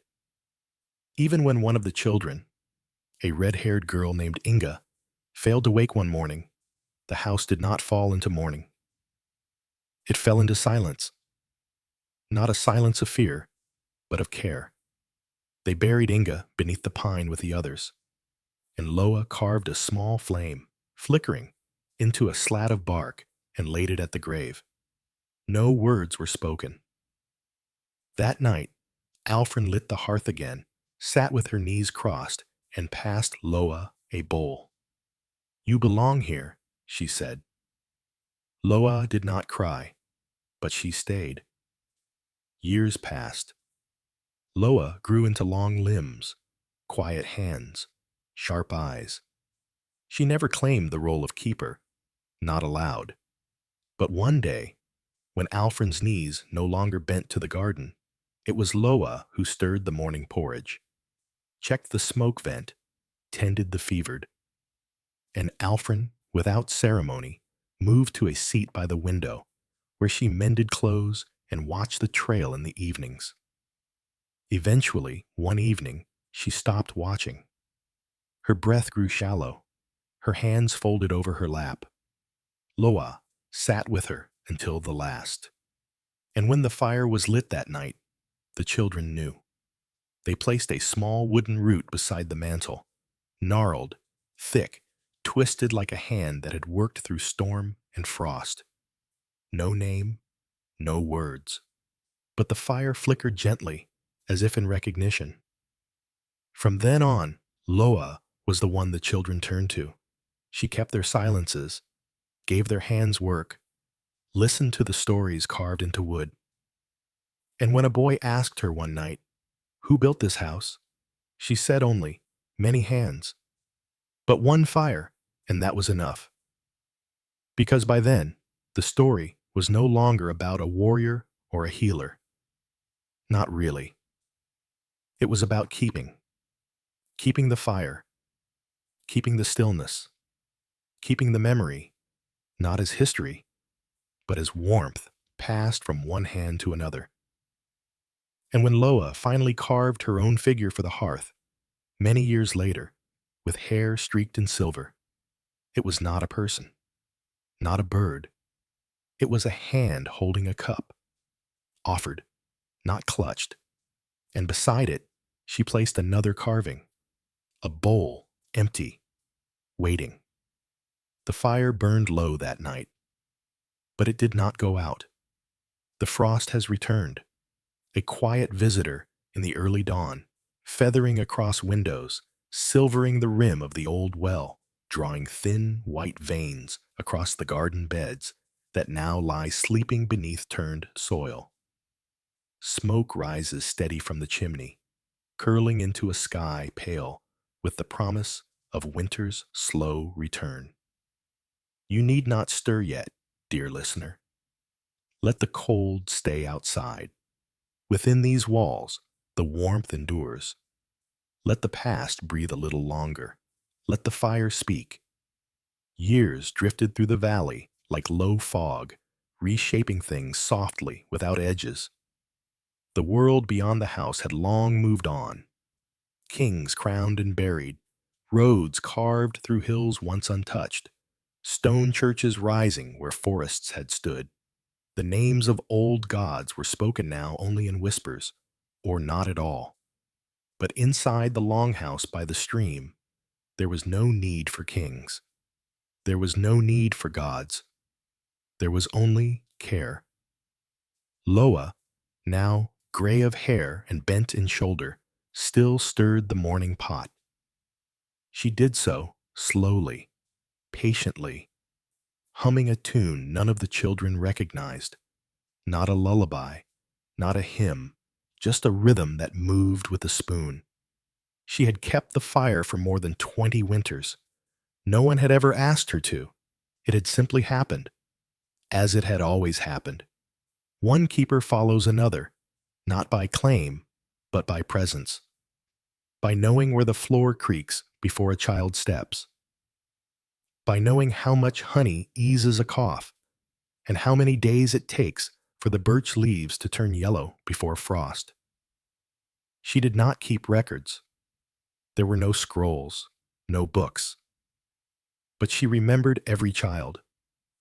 She remembered Solveig, with the burn-scarred arms and soft voice. Einar, who carved shapes that spoke louder than words. Brynhild, who had once mended shoes as if they were promises. And far back, deep in the hearth of her own memory, she recalled the carved bird that had once sat alone on the mantel, wings slightly spread, watching. That bird was now almost hidden among the carvings. The mantel had filled to the brim, shelves added, corners lined, every ledge cradling memory. A silent choir of wood and stone and clay, shaped by many hands over lifetimes. A world within a wall. Loa often sat before it in the quiet hours. She did not pray. She did not speak.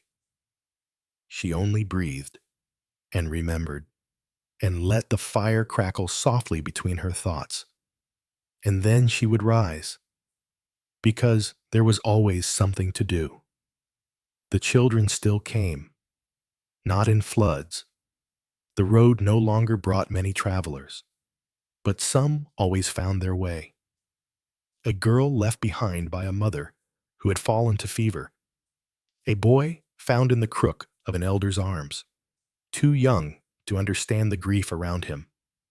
A pair of siblings who had crossed the marshes alone after their home had been burned in a raid, their hands tightly clasped even in sleep. None of them knew the names Eric or Fridas, but they knew the warmth of a fire built before dawn. They knew the weight of a blanket tucked at their feet. They knew the silence that wasn't empty, but full of listening. They knew they were safe.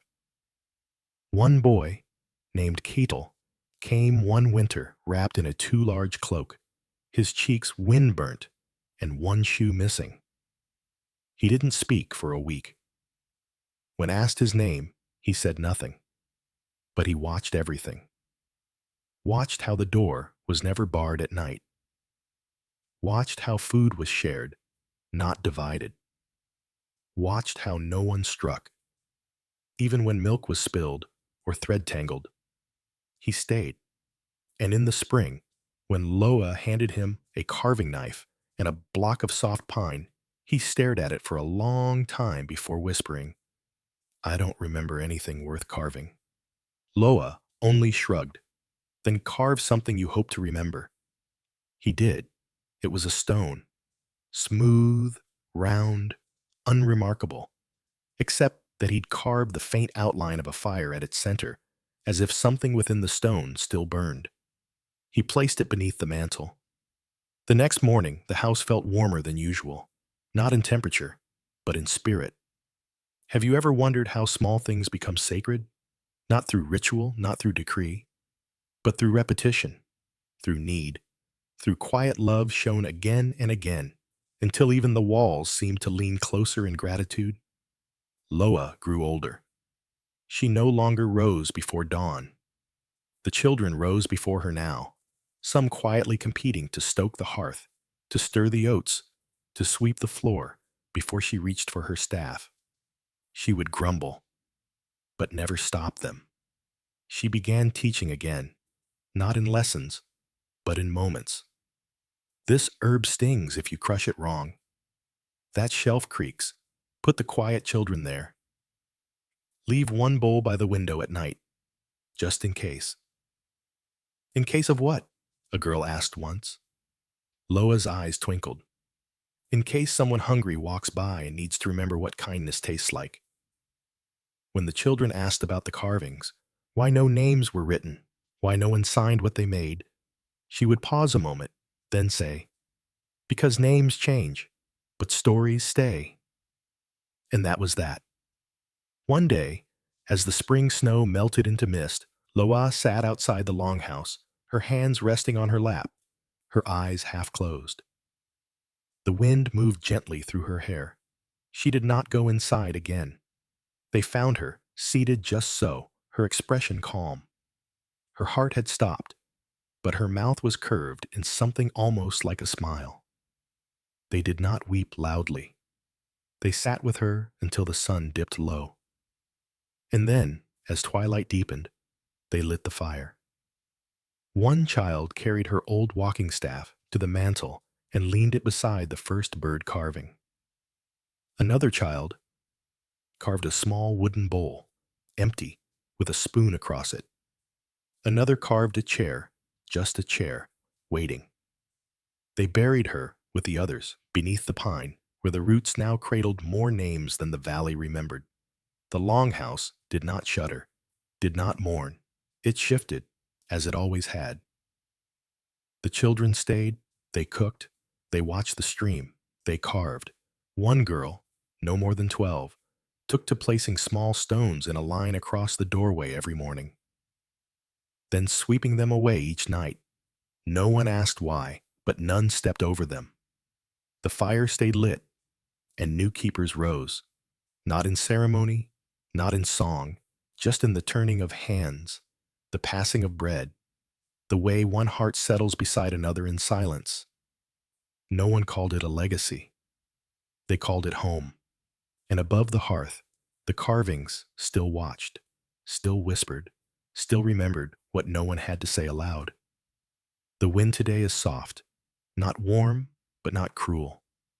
It carries the scent of damp earth and distant pine, stirring the smoke as it rises from the Longhouse chimney. Somewhere, a raven calls once, then falls silent. The world holds its breath, just for a moment. Stay close, gentle heart. The coals are still glowing. The story has not left us yet. What began long ago, in frost and fire, has settled into something quieter now. Not an ending, but a rhythm. One that pulses gently through every hand that lights the hearth. By the time the oldest child in the house had grown into a new keeper, no one could count the years the Longhouse had stood.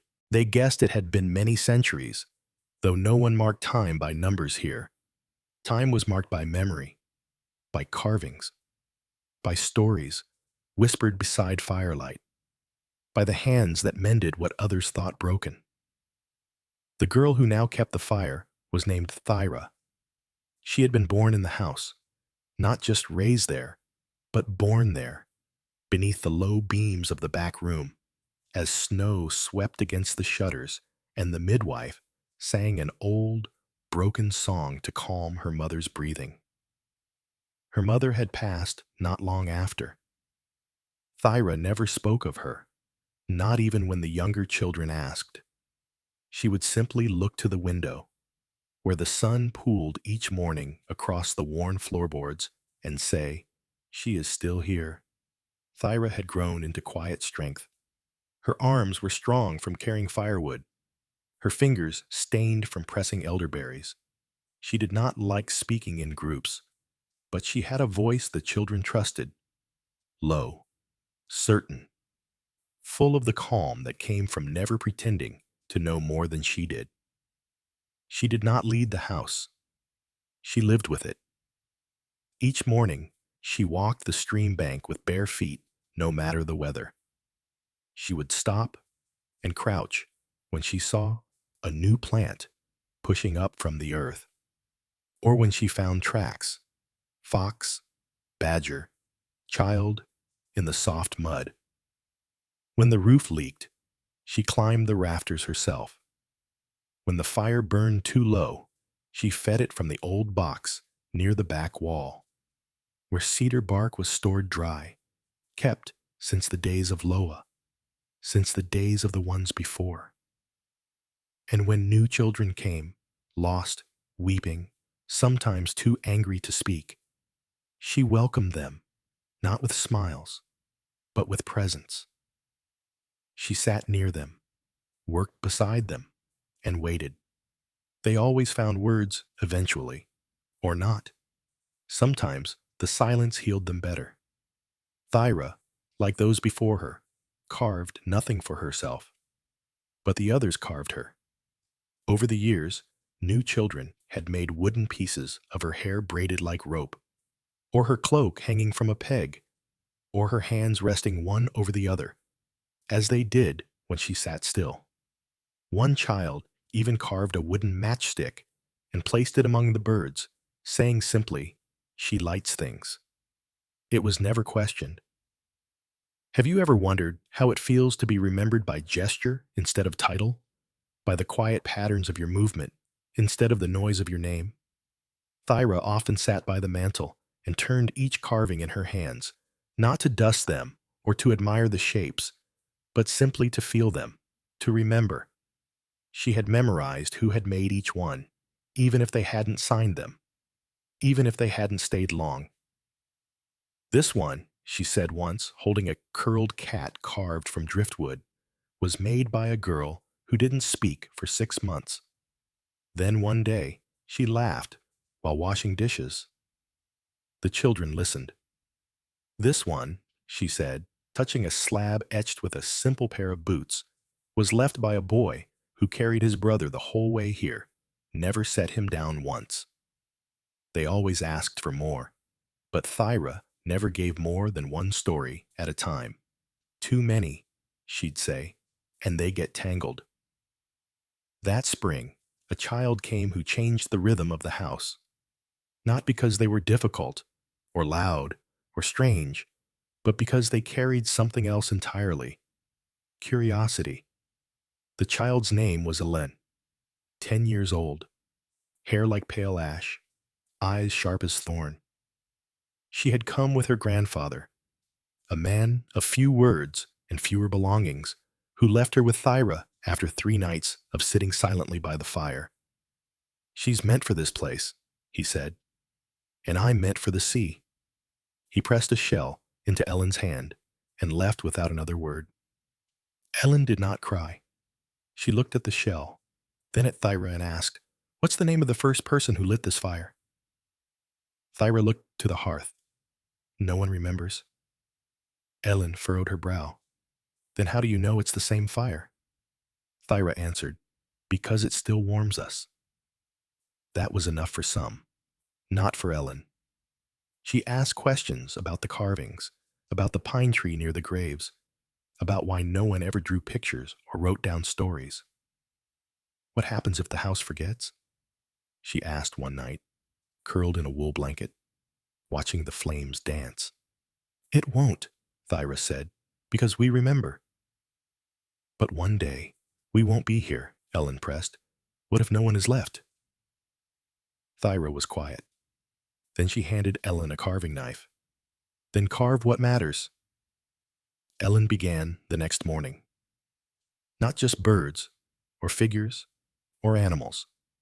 She carved windows, the shape of the smoke vent, a corner of the pantry, a small, perfect likeness of the stream's bend.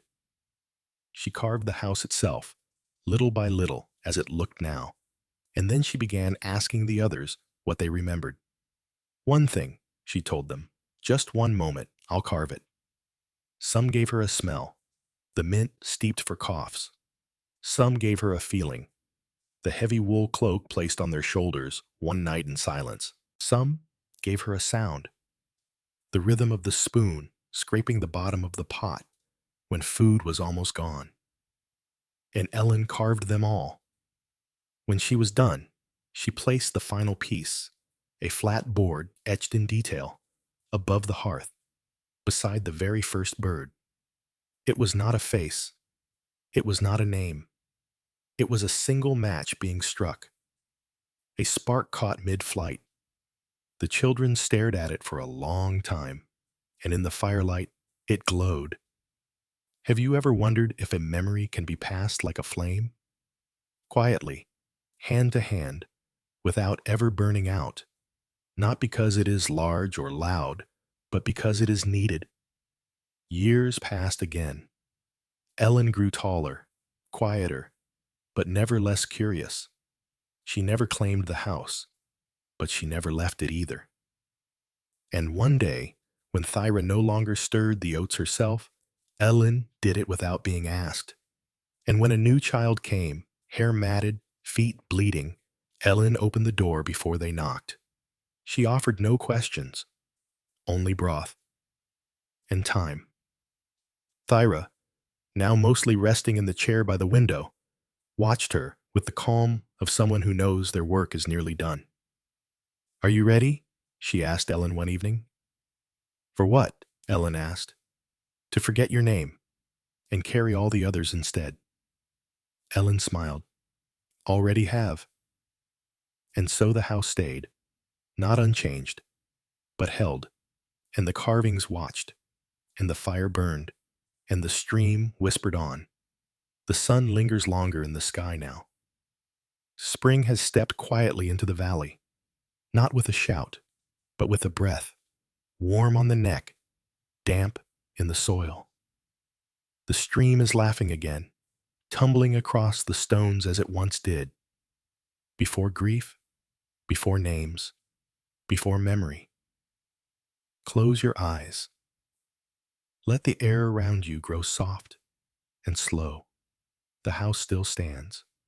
The fire is lit. The story is still breathing. Steady, like the heart of something very old that has no need to hurry. Ellen rose early these days, earlier than the others, earlier than the birds even. The house, still heavy with sleep, would echo faintly with the sound of her bare feet brushing against wood. She did not light the fire first, as the keepers before her had. She sat by it first, sat and watched the coals, and waited for them to speak. It was said, though no one knew by who, that if you listened close enough, the coals would tell you what kind of day the house needed. A quiet day, a busy one, a day for weeding, a day for mending broken hearts. Some days, the coals spoke clearly. Other days, silence was answer enough. Ellen had not meant to become a keeper. She had not even known, in her earliest years, that there was a name for what she was doing. She had simply kept doing it, stirring the pot, carving the moments, opening the door to strangers and not asking why they'd come. And now, they looked to her. The children, the elders who sometimes passed through, the strange and weary ones who came for a night and left changed. Even the goats, it seemed, stood straighter when she walked into the yard. The fire trusted her. That was enough. One morning, as the frost finally surrendered to the sun and the snow melted off the slope behind the house, a boy arrived from the east. 12 winters, maybe, slender as a reed, with a face too thin for his age and hands wrapped in cloth that smelled of seaweed and ash. He didn't speak, not for days. He simply sat near the window, eyes darting to every corner of the house, as if waiting for something to fall apart. No one pushed him. They had learned long ago, a broken thing cannot be rushed into mending. Ellen set him small tasks, shelling peas, folding cloth, feeding the goats. He did them without complaint. But one night, he stood in front of the mantel and stared at the carvings, the hundreds of them now, all shapes, all sizes, gathered across time like a forest of stillness.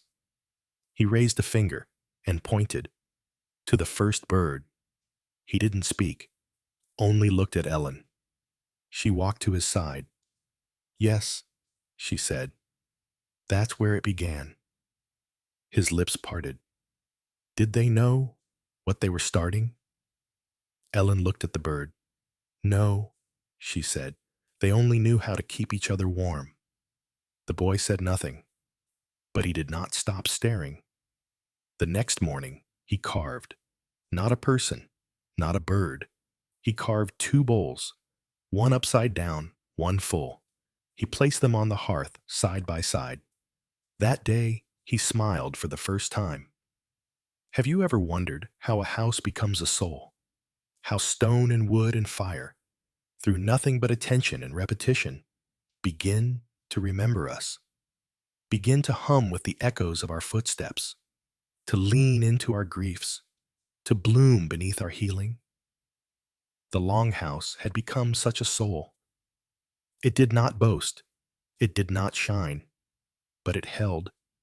It held those who came with pain they could not name, those who had run too far to remember where they started, those who had never been told they mattered, and the children kept coming. Not in numbers great enough to ever call it a crowd, just enough to keep the house from falling asleep. Each one left something behind: a bit of carved stone, a strip of cloth with an old song embroidered in runes, a tiny hammer carved from pine left beneath the bench where the boots were kept. One child, a girl named Carrie, who had not spoken for her first 3 months in the house, carved a series of 5 small mice, each one holding a different item: a thimble, a spoon, a candle, a seed, and a heart. No one asked what they meant, but Ellen dusted them every week. Carrie grew tall and strong. She spoke, eventually, in a voice like polished stone, not loud, but full. She stayed longer than most, and when she left, it was to join a healer's house on the coast. Before she left, she returned to the mantle, not to place a new carving, to kiss the first bird, and to whisper, "Thank you for waiting." That year, for the first time, Ellen felt old, not tired, not weak, just heavy with years. She began waking later. The children now stirred the fire before she opened her eyes. They washed the bowls before she could reach the basin. They mended the door hinges without being told. They carved without waiting for permission. One carved a tree, but not a real one. A tree made of all the others. Its trunk shaped like a sleeping figure. Its roots like firewood. Its leaves shaped like tiny spoons and hands and eyes. It was placed behind the hearth, high, where it could not be touched. That night, Ellen sat before the fire and said nothing, and the children sat with her. No one told a story. No one stirred the pot. They simply let the silence speak. In that stillness, something passed between them. Not a mantle, not a crown, just knowing that the keeping would continue. And when Ellen's time came, many seasons later, it was as gentle as her voice had always been. She passed in sleep, her hand resting on a bit of driftwood she'd been carving into the shape of a flame. The carving was placed in the center of the hearth. And the children, now grown, some returning just in time, some there all along, cleaned the house. Not because it was dusty, but because it was sacred. They washed the floors, repaired the roof, planted new herbs in the garden, scrubbed every stone in the stream path. Then they lit the fire again and told her story, not once, but many times, differently with each telling. Until even the youngest child, who had never known her, said, "She taught me to listen." And the fire crackled in agreement. A fog settles over the stream at dawn, curling around stones like the fingers of something ancient and kind.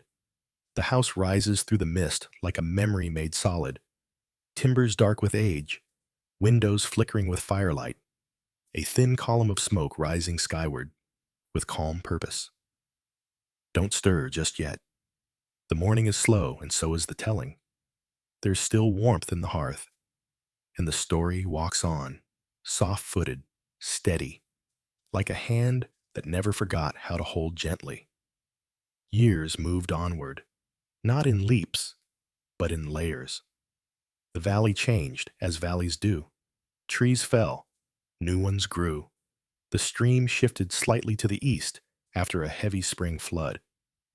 But the house remained, not because it defied the world, but because it moved with it.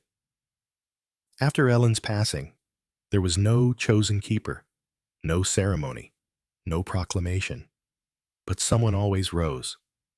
This time, it was three. Not one voice, but a braid of voices. A girl named Ilsa, who had a laugh like melted snow. A boy named Brant, whose hands were always dirty with soil and ink. And an elder named Torun, who had been part of the house since long before anyone remembered arriving. Together they tended. Each of them kept different parts of the fire. Ilsa cooked, her stews rich, her bread always slightly burnt at the edges, but warm to the middle.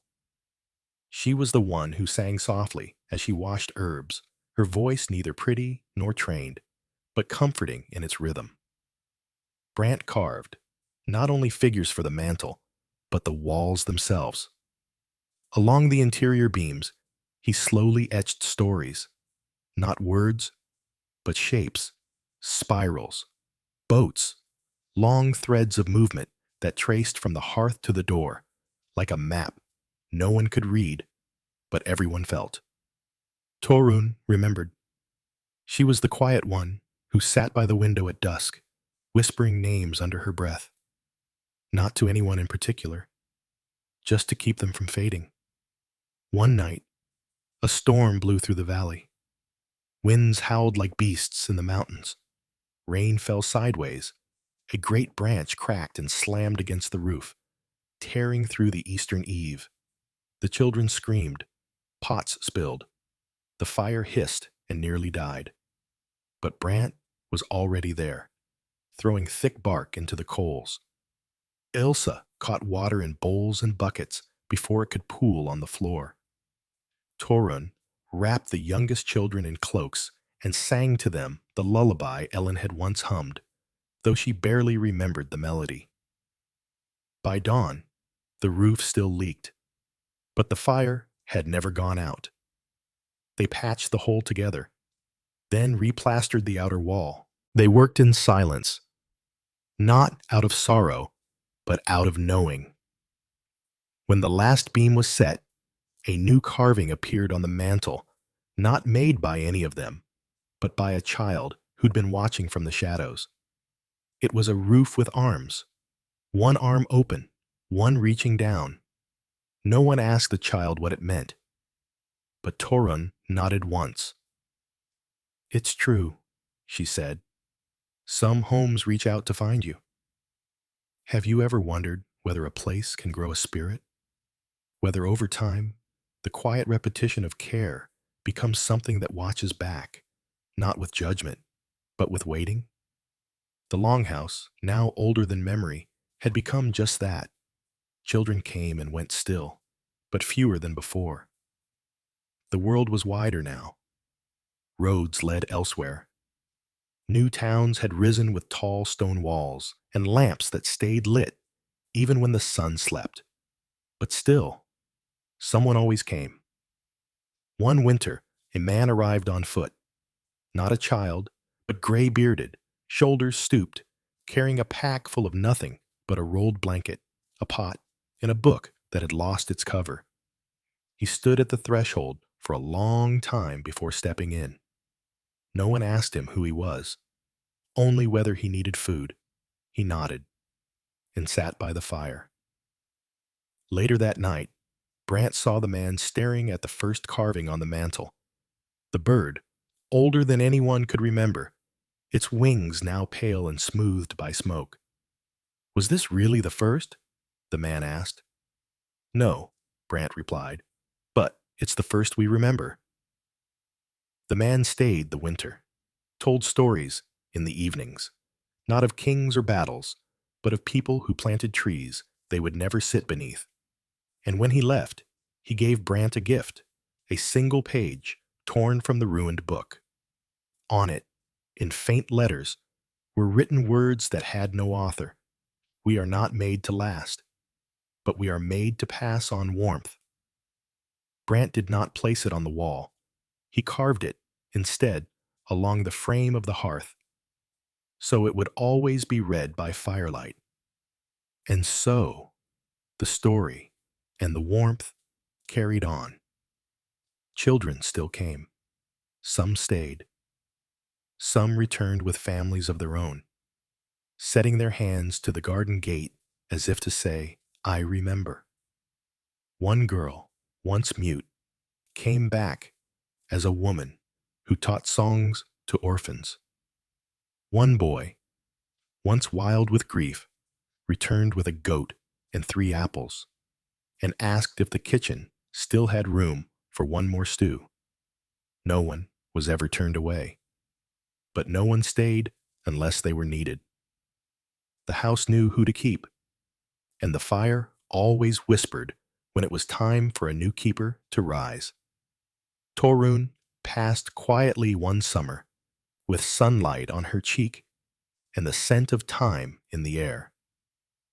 Ilsa wept, but did not stop stirring the morning pot. Brant carved a single feather and placed it beneath the window. And a young boy who had never known Torun at all sat beside her empty chair and said, "I think I'll listen here today." The line of keeping never broke, not because it was forced, but because it had become a current, something that flowed through time. through hands, through hearts. The house no longer asked for names, only presence, only warmth, only the willingness to keep the fire alive for just one more night, for just one more soul. And when one child, the last to arrive before another winter fell, asked, "What happens if someday the fire really does go out?" Ilse smiled, soft and certain. "It won't," she said, "because now you know how to light it." Snow falls again in the valley, not in fury, not in silence, but in that slow and deliberate way that makes time itself seem drowsy. Each flake turns the air into a whisper. The stream beneath its crust still sings, a muted murmur beneath the frost. Inside the longhouse, firelight flickers golden against the worn wood, as steady and soft as breath. Lie still. Let the hush settle. The world outside may freeze, but the warmth here will not fail. The story is not done, not for this place, and not for those who remember it without even knowing why. It had been more than 5 centuries now, though no one in the longhouse counted in years. Time passed in snowmelt and firewood, in the turn of herbs on the rafters, in the way boots wore paths into the floor, in the children's hands that reached for bowls before they reached for words. No one ruled the house. It was not governed, it grew. And now, in this generation, it was the turn of 2 keepers. Elsa, still smiling and broad-shouldered, her bread crusted dark and steaming sweet inside, and Brant, quiet, with a beard full of carved shavings and ink stains on his fingers. They were older now, but not slow. They moved with the rhythm of those who have done something 1,000 times and still love doing it, not because it is theirs, but because it was given and was never theirs to keep. That winter, a girl named Ragna came to the house. She was perhaps 13, though she didn't know for sure. Her cheeks were hollow, and she limped from an old break in her leg that had healed wrong. She carried a sack with only 2 things inside: a knife too dull to cut bread, and a square of leather too stiff to fold. She said nothing when she arrived, just stood at the threshold, snow melting on her boots, eyes wary, chin lifted like someone who knew the rules of the world and didn't trust its kindness. Ilse opened the door without words, handed her a wool blanket, then turned back to the pot. That was the way of things. On her first day, Ragna sat by the wall and watched. The second day, she followed Brant as he repaired the shelves in the pantry, asking only one question: why no names? Because names come and go, Brant said, but care doesn't. By the end of the week, she was feeding the goats. By the end of the month, she was laughing. Softly, but not shyly. She took to carving with a kind of fierce patience. Her first attempt, a spoon with one side flat, she threw into the kindling pile. The second, a bird with no head, she buried in the snow outside. The third, a small bowl shaped like a curled hand, she placed near the hearth. No one moved it.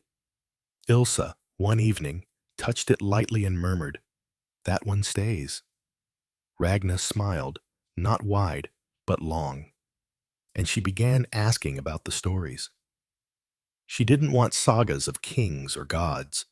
She wanted this house's stories, the ones hidden in the beams, the ones murmured in the middle of the night when the wind wailed and the fire cracked like bones.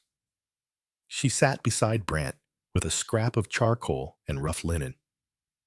What was the first winter like? Who planted the first herb bed? Did anyone ever try to leave and come back? Brant didn't always answer, but he never stopped her questions. And slowly, he began carving something new.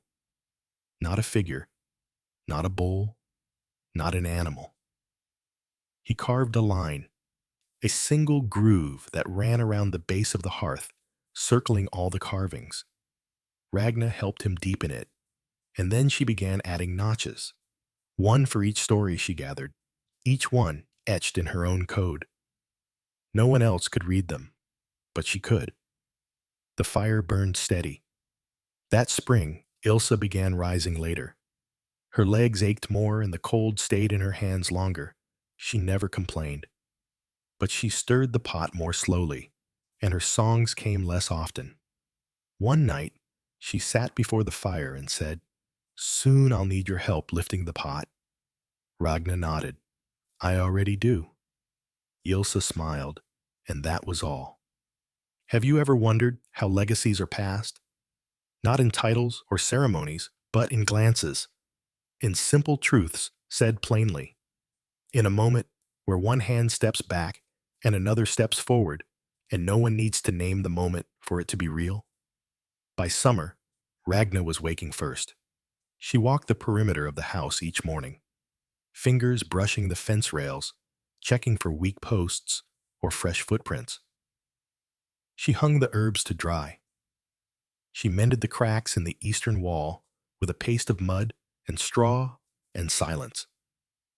When a young boy arrived with hands like claws and a scream like a bird's cry, she said nothing, just placed him beside the fire and carved a small flame into a piece of bark.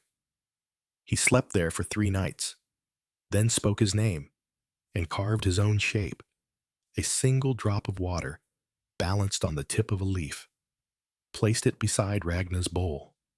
One morning, Ilsa did not rise. Brant found her with her hands folded, breath stilled, smile faint. They placed her in the garden, beneath the elder tree she had planted long ago from a seed carried in her pocket. It now bore wide branches and pale berries that rattled in the wind. Ragna did not weep. She swept the floor. Then she lit the fire with new pine and stirred the pot. And the children came, one by one, to lay carvings at the hearth. A knot of rope, a loaf of bread, a cracked spoon, all shaped with care, all placed with thanks. The seasons moved again. The house stayed, a little older, a little softer. There was moss between the floorboards now, and one shutter had begun to stick in the rain. But the fire burned, and the bowls were always full. One day, Ragna stood at the threshold and looked out at the stream. "Do you think it ever forgets where it began?" she asked Brant. He shook his head. "It just keeps flowing, even if the ones who shaped it are gone." He looked at her, especially then. She nodded, and that evening, she carved a new figure, a hand reaching down, not open, but curved, as if carrying water. She placed it beside the old bird, and for a moment, the fire flared brighter. Just for a moment, but long enough. Dusk gathers gently over the valley, like wool laid over tired shoulders. A hush falls between trees still bare from winter, and the stream, quieter now, flows in its usual curve, its voice no longer young, but not yet old. Smoke rises from the chimney of the Longhouse, as it has for centuries, curling skyward in the same slow spiral. Inside, the fire holds steady, crackling like it remembers. Stay close a while longer.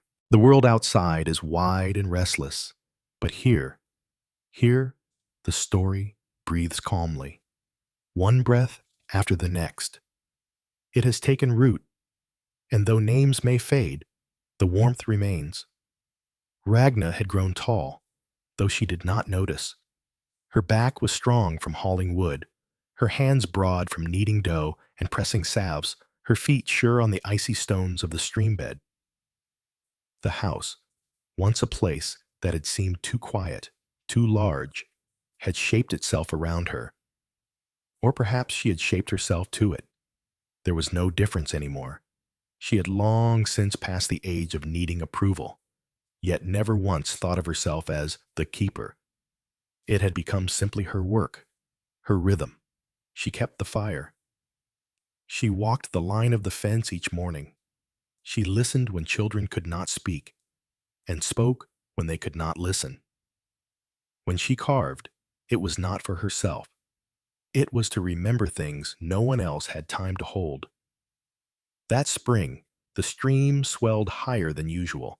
Snowmelt from the far hills ran fast and wild, pushing stones downstream, swallowing the lower garden path. Ragna stood at the water's edge with her arms crossed, watching as one of the old stepping stones slipped free and vanished. A boy stood beside her, about 9 winters old, cheeks still round with youth, but eyes older than they should be. "Will it come back?" he asked. "The stone?" Ragna replied. He nodded. "No," she said, "but something else will come. The stream always leaves space for new things." He stared at the water. "Was it your favorite?" Ragna tilted her head. "I don't have favorites." "But you noticed it." "Yes," she said, "and I'll notice what comes next, too." The boy didn't say anything more, but that night he carved a stone from oak, smooth and round, and placed it on the windowsill. A week later, the water dropped back to its old line, and the valley continued. Children still came, though fewer now. The outside world had changed. There were stories of ships with sails that moved without wind, and books that glowed in the dark, and cities where night never truly fell. But still, once in a while, a child with quiet in their bones would arrive at the threshold of the house, blinking against the wind, drawn by something they could not name. Ragna never asked where they came from, only whether they were hungry. If they nodded, she gave them soup. If they shook their head, she gave them tea. If they said nothing, she let them sit by the fire until they remembered how to speak. One girl, who had come barefoot through sleet with her arm wrapped in cloth, stayed for 2 full winters. She was shy at first, hiding behind shelves and sleeping in corners, speaking only in murmurs. But she was watchful. She learned fast. Her name was Ildrun. By her 3rd season, she had begun brewing salves, wrapping sprained ankles, whispering songs to the herbs as they dried. No one asked her to. She just did. One evening, Ragna found her repairing the garden gate with a smooth, practiced rhythm. "You could leave now," Ragna said, quiet. "You'd do fine." Ildrun didn't look up. "I don't want to," Ragna nodded. "Then stay." And so, there were 2. Not master and apprentice. Not mother and daughter. Just 2 hands keeping the same warmth. Ragna taught Ildrun not by instruction, but by presence. This leaf burns if steeped too long. This bruise will bloom green before it fades. This child's silence sounds different than fear. And Ildrun listened and remembered. And one day, when a child arrived sobbing with no shoes and a heart full of blame, it was Ildrun who opened the door first. She did not speak. She simply unwrapped her own scarf and placed it around the child's shoulders. And that child slept through the night. Have you ever wondered what changes us more? The storms we survive, or the way someone waits quietly through them with us? That year, Brant, older now than anyone had imagined he would be, began sleeping more. His hands still carved, but slower. His vision had clouded, and sometimes he carved by feel alone. He no longer walked far, but he sat each day beside the fire, fingers tracing the first bird on the mantel again and again. "I still remember them," he told Ragna once. "Ellen?" He nodded. "And Ilsa, and Loa, and the girl who carved the spoon too wide, and the boy who gave me an apple because he thought I looked hungry." Ragna smiled. You did look hungry. Brant laughed, hoarse and thin. Always. One morning, he didn't wake. Ildrun found him, eyes closed, hands resting on a piece of driftwood that had not yet been shaped. They buried him beneath the pine, as they always had, beside those who had kept the fire before him. And Ildrun, without asking, placed the driftwood on the mantle as it was, unfinished, soft, waiting. It doesn't need to be done, she said, just held, and Ragna agreed. That summer, something changed. Not in the house, not in the land, but in the air. More people began passing through, not only children, adults, elders, travelers who remembered the stories their grandparents had told. Some came just to stand in the doorway. Some asked for bread. Some asked to leave something behind. A carving, a drawing, a stone wrapped in cloth. One man left a painting of the house itself, nestled against the stream, lit from within. It was hung near the back wall. No name, no title. One woman left a needle, too fine to sew wool, tucked into the corner of the mantle. When asked why, she only said, "For mending what cannot be seen," and still the fire burned. One evening, as twilight settled and the stars began to press gently against the sky, Ildrun sat beside Ragna and asked, "Do you think it will last forever?" "The house?" Ragna asked. She nodded. Ragna thought a long time. "No," she said finally, "but the warmth might." "How?" "Because we carry it.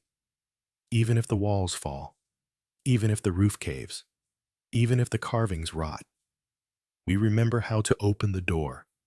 We remember how to listen. We remember how to light the fire and wait." Ildrun said nothing. Then she reached into her pocket and pulled out a small carving. It was of a hand holding a spark. She placed it on the shelf. "Then let's keep remembering." And Ragna smiled. Not with triumph, not with sadness, but with peace. Outside, the trees creaked gently in the wind. The stream hummed. The fire flickered. And inside the longhouse, shaped by centuries of care, one more breath passed softly into the night. The first snow of winter returns on a breath of wind so quiet, even the trees seem to bow in stillness. Flakes land soundlessly on the roof of the longhouse, on the windowsills, worn smooth by generations of touch, and on the stone path where countless footsteps have come and gone. Inside, the fire glows steady, the air scented faintly with wood smoke, pine resin, and something softer. Memory, perhaps. Stay here, wrapped in warmth. The world can wait. The house is not in a hurry. Neither is the story.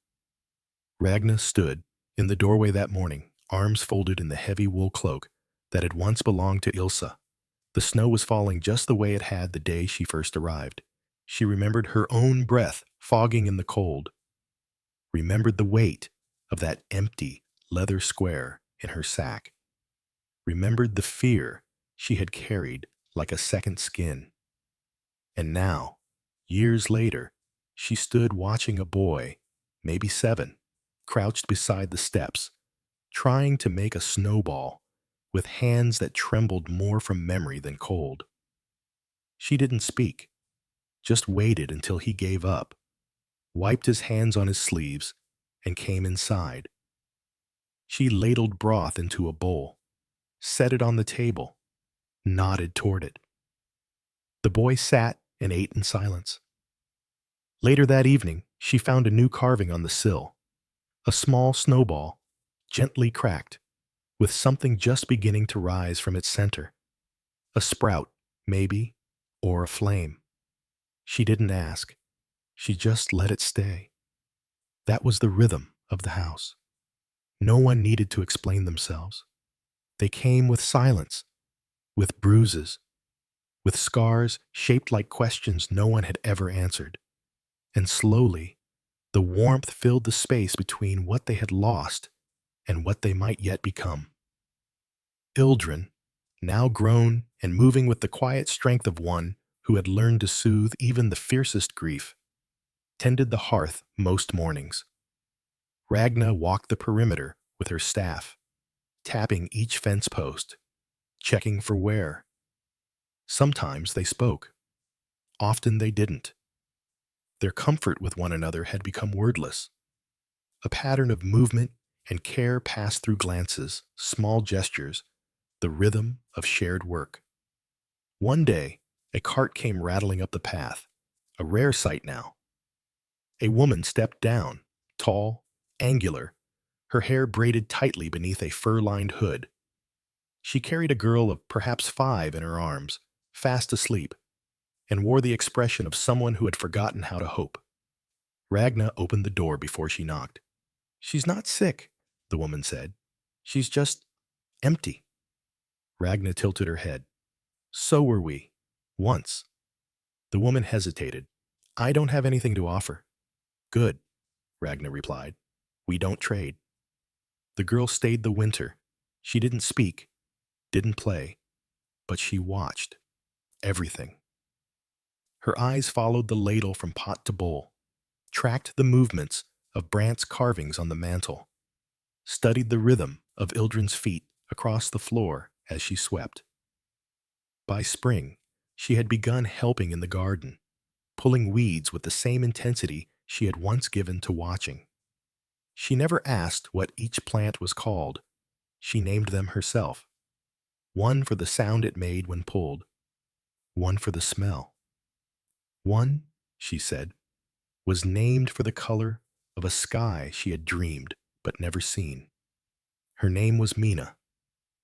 When she carved her first figure, it was not for the hearth.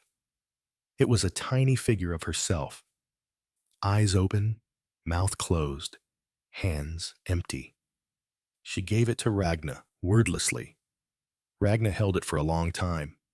"Do you want to keep it here?" she asked. Mina shook her head. "I want you to carry it," she whispered, "in case I forget." Ragna tucked it into the pocket of her cloak. She never removed it. Have you ever wondered what it means to be remembered by someone who has not yet found the words to remember themselves? In time, Mina became the one who listened best. She had known what silence was. Real silence. Not quiet, but emptiness. And so she noticed when someone's silence shifted, from guarded to safe, from wounded to waiting. She became the one children clung to at night. She sang rarely, but when she did, the house seemed to lean in, and the carvings kept growing. By now, the hearth was surrounded, not just the mantel, the walls, the beams, the outer sill. Children carved where there was space. Some carvings were rough, others delicate. Some were no larger than a thumb, others broad as a palm. A fish with tears for scales, a pair of boots, one missing a sole, a house with no roof, but a chimney still smoking, an egg with a crack down the middle and something glowing inside. There were more than 600 now, but no one ever counted. They weren't meant to be counted. They were meant to belong. And the house, impossibly, still had room. That summer, a storm nearly pulled the stream from its bank. For 2 nights, the wind howled like a beast with no name, and water rushed so hard against the stones that it shook the floorboards beneath their beds. They kept the children upstairs. Ragna and Ildrun stood together by the front door, shoulders wet with rain, arms braced against the frame. "We could lose the wall," Ildrun said. "We could," Ragna agreed. Neither moved. But Mina did. She brought every child down, one by one, into the center of the house, set them in a ring, lit 3 lanterns, then began telling the story of the first fire, not as it had been told before, not as history, but as a feeling, as a sound, as a bird with wings made of warmth and silence and knowing. And the children listened, not because they were afraid, though some were, but because they could feel the story had already kept them safe. By morning, the stream had returned to its banks. The garden was soaked, the path erased, but the wall had held, and the fire had not gone out. When they stepped outside, Ragna found a new carving placed at the door, not by a child, but by one of the older boys, who usually worked in silence, mending boots and avoiding questions. It was a wall, just a wall, with two hands holding it up, one old, one small. They placed it beside the window. It stayed. Later that year, Ragna began sleeping more. She still walked the fence, still stirred the stew, but her steps were slower, her thoughts quieter. She had not grown ill, only full. Full of all the years. Full of all the breath and waiting and soft, secret moments that a firekeeper holds until someone else is ready. She called Mina to her one evening. They sat beside the fire, said nothing for a long time.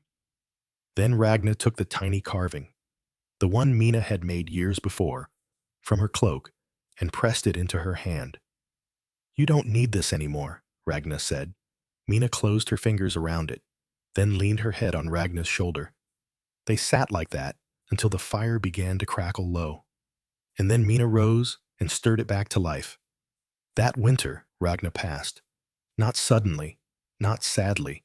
She was buried, as all the others, beneath the pine tree now taller than the house. The roots had wrapped gently around the old graves, as if cradling them. A girl, too young to have known Elen, or Brant, or Loa, carved Ragna's figure, but she didn't place it on the hearth. She placed it in the garden, not hidden, not high, just nestled in the earth, where new things would grow. And when spring came, new shoots rose around it. The house was still full of stories, of silence, of flame, and the children still came. Rain falls softly tonight, a slow, rhythmic patter against the mossy thatch. Each drop, a gentle knock on the roof of time. In the dark, the Longhouse glows like a dream cupped in two hands.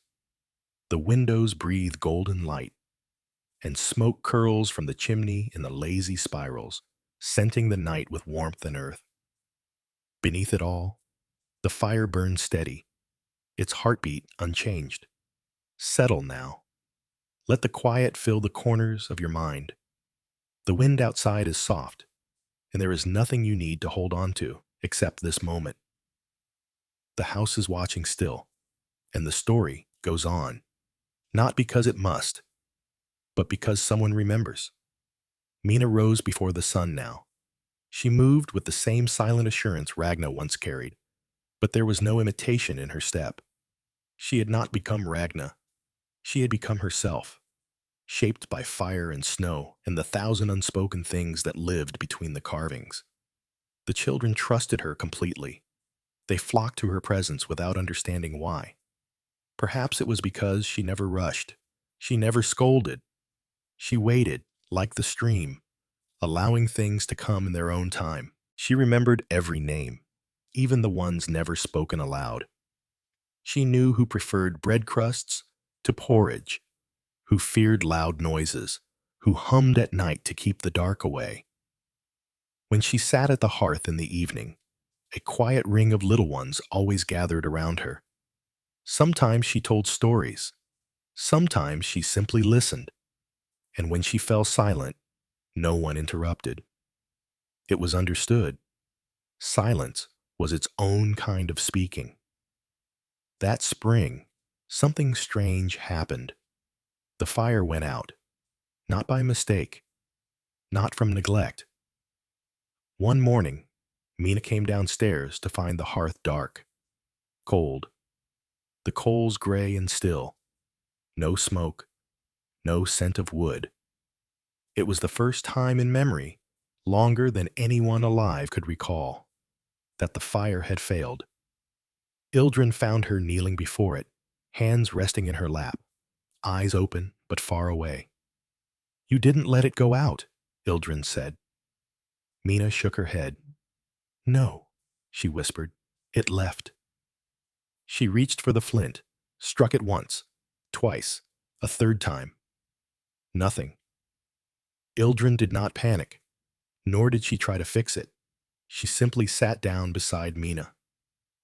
The children came one by one, curious at first, then uneasy. They gathered at the edge of the room, watching the two women seated before the empty hearth. The warmth of the Longhouse remained, but it was thinner somehow, as if a thread had slipped. Mina stood up. She did not speak. She walked outside, toward the stream, her feet bare on the damp soil. The children followed, in silence. She knelt by the water, dipped her hands into it, and whispered something no one could hear. Then she stood and returned to the house. Ildrun had prepared kindling, dry bark, old moss, splinters of pine. Mina arranged them, as she had 1,000 times before. Then she struck the flint, and this time, a spark, just one. It kissed the moss, it caught, and the fire came back. It did not roar, it sighed, soft, low, almost invisible, but real. The children didn't cheer. They didn't need to. They simply came closer and sat and watched, and the house exhaled. Later that night, when the fire danced tall again, Ildrun asked, "What did you say to the stream?" Mina smiled faintly. "I reminded it that we remember." Have you ever wondered if fire, like people, just wants to be noticed? After that, things changed. Not drastically, not all at once, but like light through shifting leaves. The carvings multiplied again. There were now too many to name, too many to fit on the hearth or sill. So, Mina began placing them elsewhere, beneath floorboards, behind cupboards, even tucked gently into the beams of the roof. The children called them hidden memories and sought them out in quiet games of discovery. If they found one, they never moved it. They simply whispered to it and left a second carving nearby, a companion for the first. One of the oldest boys, Have, strong and silent, began crafting a cabinet just for memory carvings. Not to store them, but to honor them. He called it the listening box. It had no doors, just open shelves, each with space for one shape. "I won't carve," he told Mina, "but I'll build what holds them." She nodded. "That matters just as much." And so, a new tradition began. When a child was ready to leave, because they had healed, because their people had returned, or because they had grown past the need for this place, they left a carving in the listening box. Not for themselves, but for the ones who would come after. Some carved houses, some carved hands. One girl carved a hollow shape, a bowl with no bottom, and wrote her name on the inside lip. "I'm still learning," she said. "This is my reminder." Mina placed it on the middle shelf. That summer, Mina began teaching others how to tend the fire, not just how to light it, but how to keep it. The difference was everything. To light it, she said, you strike and catch. But to keep it, you have to notice. You have to listen. A boy with shaking hands, too anxious even to hold a spoon, asked if he could try. She said yes. He failed the first time, and the second, but the third, with his lips tight and eyes full of tears, he held the spark long enough for the flame to catch. He said nothing, just stared at the fire, trembling, and Mina leaned down and said, "It trusts you now." That night, he slept without a blanket for the first time. Outside, the seasons moved with the patience of old things. The stream curved a little more each year, but never strayed far. The trees around the Longhouse grew taller, their branches sweeping wider, as if shielding the house from the sky. Travelers still came, though not many. Some just for a night. some only to say thank you, some to touch the walls with reverent hands, as if to say, I was here once, and it saved me. Mina never asked their names. She didn't need to. She remembered them all by their silence, their steps, their hands. One morning, a young man returned, tall, lean, with a scar above his brow and a small wooden figure around his neck. He stepped into the longhouse and sat beside the fire without a word. When Mina brought him tea, he looked at her and whispered, I kept it warm, just like you taught me. She touched the figure. It was the hollow bowl, the one carved by the girl who had left her name inside the lip. She was my sister, he said. I carry her carving with me, so I never forget where I was healed. He left the next morning, but the bowl remained in the listening box. The house had grown quiet again, not empty, not cold, just full. Full in the way an old tree is full, with rings of years, hidden and known, strong and silent. Mina sat at the hearth one evening, the fire low and humming. Ildrun sat beside her, hands clasped in her lap, and a small girl with a crown of twigs sat between them, pressing her fingers into a soft lump of clay. What are you making? Ildrun asked. A face, said the girl. Whose? I don't know yet, she said, but they'll need it. And Mina nodded. Yes, she said, someone always does. And the fire crackled, steady. Outside, the wind moved like an old song. Not loud, not forceful, but steady, with the rhythm of something that had always been. Trees swayed in time with it, their branches whispering against one another, while the stream gurgled below, curling around smooth stones like a hand tracing old scars. Inside the longhouse, shadows stretched long and gentle along the walls, and the fire glowed with the rich, slow pulse of deep embers. Close your eyes if you wish. Let your breath settle. There's no hurry now. The house remembers the past, so you don't have to, not all at once. It unfolds its story like cloth, softened by age and hands, each thread holding something once forgotten and now returned. Mina sat quietly at the far end of the longhouse, her hands resting on her lap, watching the fire without need to tend it. It knew her now, trusted her. There was a warmth between them that no longer needed constant attention, like an old friend who knows you'll return, even after silence. She was older now. The sharpness of youth had softened in her face. The strength she carried lived in her eyes, her calm, her silence. She had become what the house needed, without ever claiming to be anything at all. It had been many winters since Ildrun had handed the keeping of the hearth fully to her. And Ildrun, though slower in her step, still moved through the rooms like breath moves through lungs, always needed, rarely noticed. She had become the guardian of the garden, tending the earth with quiet devotion. Her hands, rough and scarred, had coaxed life from frost-hardened soil more times than anyone could count.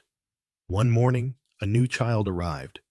He wasn't like the others, not young, not broken. He was perhaps 15 winters, with strong arms and a hard jaw, and eyes that didn't flinch. He didn't knock. He didn't speak. He stood just outside the door, his boots caked in road mud, a rough cloth tied around his chest like a forgotten wound. Mina opened the door and simply stood aside. He stepped in, sat down at the far end of the table, didn't ask for food, didn't offer his name. Only when a younger child tried to sit near him did he rise and leave, out into the trees, vanishing for hours. But he returned that night, and the next, and the next. He never slept in the house.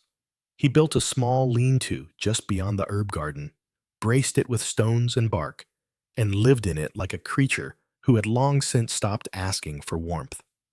Ildrun watched him once as he passed by. "There is a silence in him I don't know how to touch," she said. Mina replied, "Then don't touch it." She waited, not for days, but for weeks.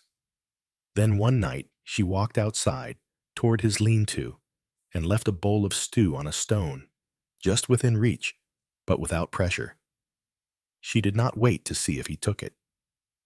The next morning, the bowl was gone. A week later, he carved something, a single plank, flat and wide, with nothing on it but a long horizontal line, smooth as water. He placed it in the listening box. No one asked what it meant, but everyone saw it. And Mina, that evening, touched it gently and said aloud, "Sometimes, a single breath is all a story needs." The boy stayed through the frost, and in time, he began to speak. Not often, not openly, but in small ways. He replaced broken fence rails, sharpened the carving tools, carried the firewood when no one asked him to. And one day, when the stream swelled again and the littlest ones were afraid, he sat beside the hearth and began shaping a new log with the carving knife, not carefully, not finely, but with intensity, shaping out his fear. It became a wall, not smooth, but battered, full of notches and chips. He called it the thing that stands. And from then on, that was his name among the children. They would whisper, "He is the thing that stands." And he did, especially when others could not. One spring, Ildrun fell ill. Not gravely, not suddenly, but in that slow, undeniable way the elders of the house had always passed. Her strength thinned. Her voice, though steady, held less air. And though she still moved through the garden, she began leaning more often on the cane carved from driftwood that Brant had once shaped. She refused the bed, of course. She simply asked Mina to begin walking the garden in her place each morning. "I need you to know the things I've buried," she said. "Not just the seeds, but the stories." So Mina walked with her each morning. And Ildrun would point. Here, this was where Ilsa's ashes were scattered, and here, Brant's carving stone, and there, the rosemary Loa cried over when it wouldn't bloom. Mina listened and remembered. One morning, Ildrun didn't rise. They buried her under the far apple tree, just beyond the edge of the garden. It was the same tree that had never borne fruit until the year Ragna passed, and now dropped golden apples so heavy they thudded like drums in the soil. The children placed carvings beneath the roots, a garden trowel, a string of dried thyme, a clay cup with a crack down one side. Mina placed nothing. She only pressed her hand to the trunk and whispered, "Thank you." Later that summer, the thing that stands came to Mina and said, "I don't want to leave." She looked at him. "Then don't." He looked surprised. "I thought I was only here until I could go back." "Back to what?" she asked gently. He was quiet a long time. "I don't know." "Then stay until you do." He did, and in time he became the one who taught the younger boys how to carry the firewood, how to shape kindling, how to sleep without bracing for noise. He never called himself a keeper, but he was. And so the house went on. Its walls aged, but held strong. The roof was patched with bark, moss, and cleverness. The beams creaked in storm, but never broke.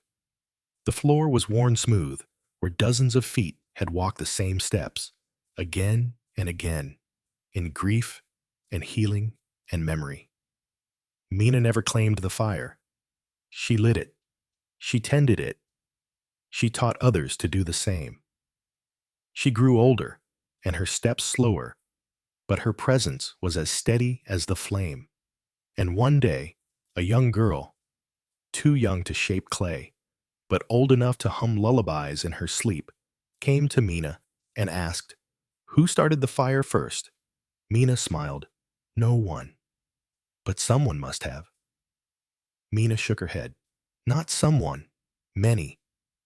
Then who's it for? It's not for anyone, she said softly. It's for everyone. That night, a new carving appeared beside the hearth. It was a circle. Nothing more. Smooth, round, without beginning or end. And on its edge, a single line of tiny notches, no larger than a fingernail, almost invisible.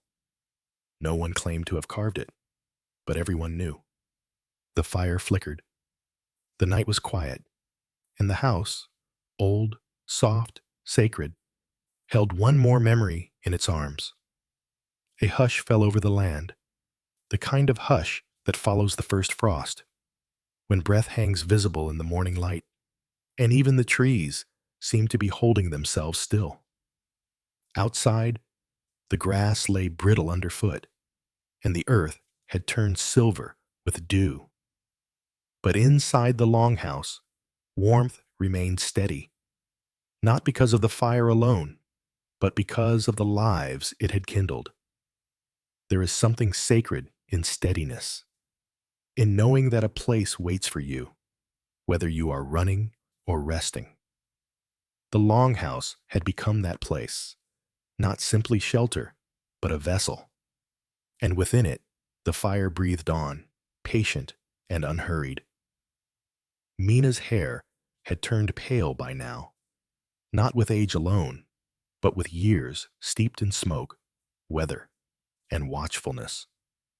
Her fingers had grown stiffer, though they still moved with precision when she carved or wrapped herbs or pressed warmth into the shoulders of a grieving child.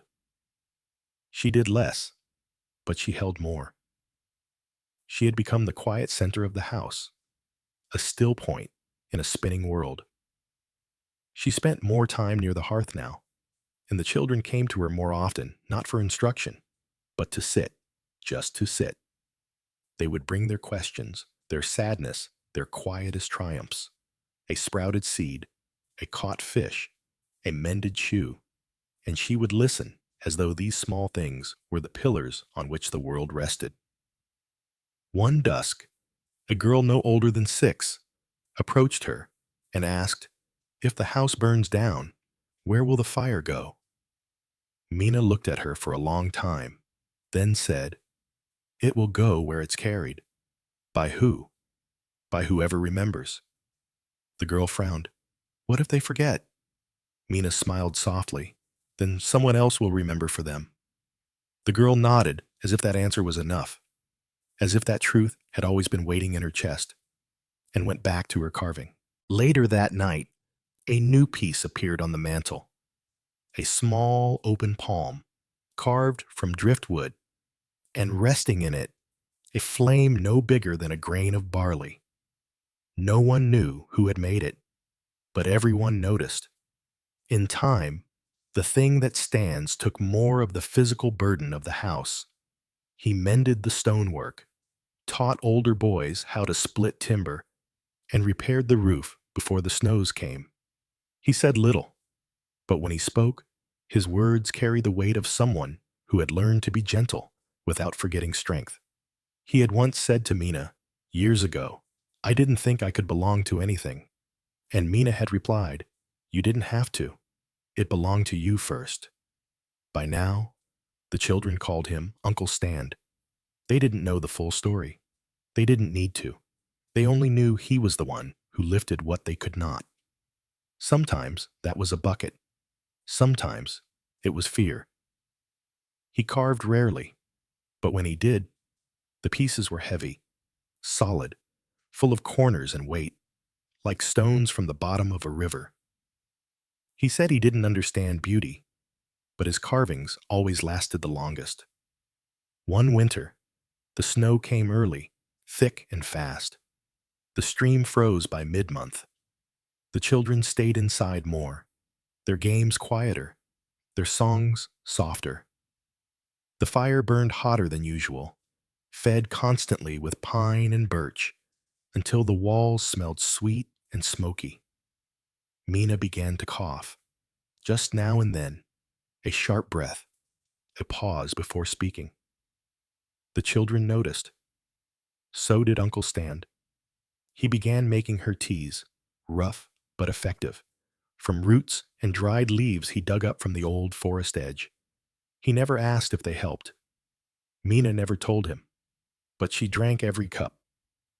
One evening, she sat before the fire, with 3 children curled like cats near her feet. Her voice was softer now, her sentences shorter.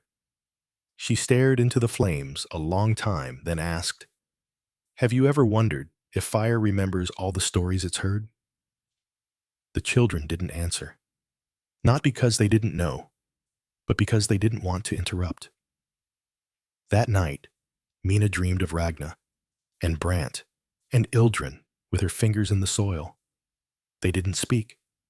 They just sat across the fire from her, calm, present. Mina woke before dawn. She walked outside without a cloak. The air was cold, but not cruel. She stood under the pine and placed her hand on its trunk. "I'm almost ready," she said quietly. 3 days later, she called Uncle Stan to her side. "I want you to keep it," she said, eyes steady. He shook his head, unsure. "I don't know how." "You already do," she said, "but I'm not like you." "No," Mina said. "You're like you. That's what the fire needs now."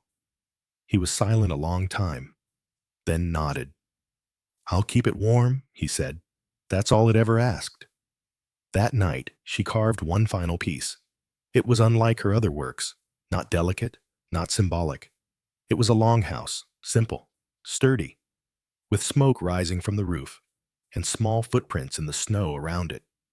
She handed it to one of the younger girls, the one who always noticed when someone cried, even behind a closed door. "Place it wherever it needs to go," she said. The girl nodded solemnly and held it close. Then Mina lay down beside the hearth and didn't rise again. They buried her beside Ildrun, beneath the apple tree, whose branches had grown wide enough now to shade half the garden. No words were spoken over her grave, only silence. And in that silence, dozens of children carved, some alone, some together. Some made spoons, some made birds, some made nothing at all, only resting their fingers on the soil and remembering. Uncle Stan took her place by the fire. He didn't try to speak like her, didn't smile as she did. He sat and waited and listened. And when a child asked, "Will it always hurt this much?" he said, "No, but you'll always remember." Years passed. The house did not shrink. It did not collapse. It breathed. It changed. Some of the beams were replaced. A new stone floor was laid near the kitchen. The hearth was cleaned and widened. A second chimney built. But the heart, the fire, remained the same. Children still came, some now with their children, some with only stories. And those who stayed learned the same quiet lessons: how to carry, how to listen, how to leave something behind, not to be remembered by others, but to remind yourself you were here. And the listening box grew full. Until one day, a child asked, "What happens when the fire finally goes out?" Uncle Stan paused, then said, "It doesn't. It just moves." And the fire cracked, and the wind blew, and the house, that quiet, watchful house, folded the memory into its walls. The first rains of spring returned with a softness so complete it felt as if the sky were lowering a blanket onto the world. Each drop fell with the patience of a lullaby, drumming lightly against the longhouse roof, tracing slow paths down the wooden walls, soaking into the mossy earth below. Inside, the fire whispered gently, steady, and warm, holding the stillness of something deeply known. This place had always lived in the quiet, not in silence, but in the space where words were no longer necessary. Here, voices were soft, but hearts were heard. And though many who built the house had passed into the soil, their warmth still clung to every beam and carving, to every breath of smoke, to the way the wind sighed gently through the doorframe. The children who came now did not know the names of the first keepers. They knew only stories, fragments of faces, glimpses of figures. But they carried the same fears, the same questions, the same fragile hopes hidden deep in their sleep. The Longhouse received them all, and Uncle Stan was still there. His beard had grown long, streaked with gray. His hands, though thick with callus, moved with unexpected care. He rarely spoke. He didn't need to. Children knew, somehow, that he saw them, not with pity or alarm, but with simple recognition. They gathered around him like birds to a branch. One girl, red-haired, missing 3 front teeth, said, "He doesn't have a real name." Another replied, "Yes, he does, but it's asleep." And the first nodded solemnly, as if this made perfect sense. Uncle Stan tended the fire with the reverence of ritual. Every morning he rose before the children stirred. He swept the ash into careful mounds, laid new logs like bones across the glowing coals, and watched until the flames stretched upward. He greeted the fire, not with words, but with breath, slow, deep, respectful, as though it were an old companion returned from sleep. One dawn, a boy came to the hearth, before the fire had fully woken. He was small, bony, with a cough that bent him double at times, but his eyes burned like coals. "I want to help," he said. Uncle Stan handed him the birch bark and stepped aside. The boy struck flint with trembling fingers. The first spark fizzled. The second caught. His lips parted in wonder. "It worked," he whispered. Uncle Stan nodded. "Because you waited." That boy, years later, would become the one who taught others how to light the fire without rushing.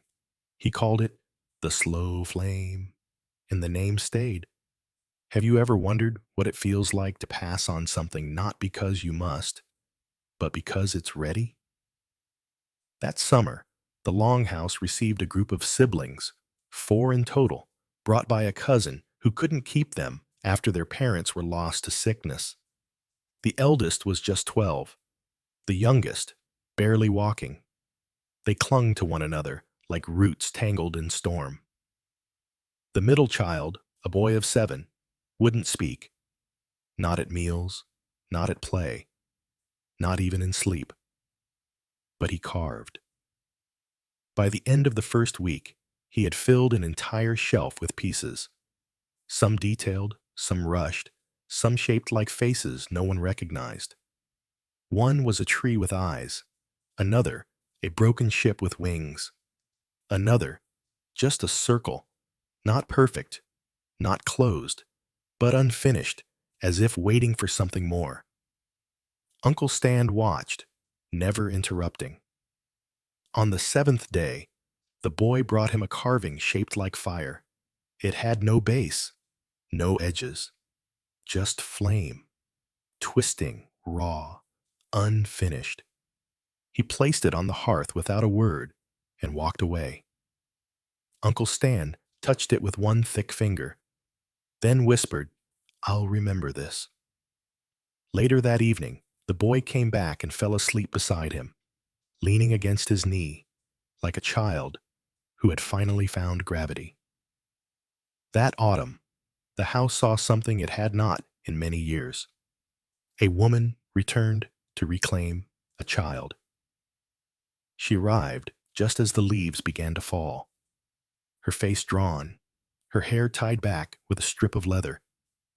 She asked for a girl, now 9, who had been left 3 winters before. The girl had grown quiet and steady in her time at the Longhouse. She still hummed in her sleep, still traced invisible patterns in the air with her fingers.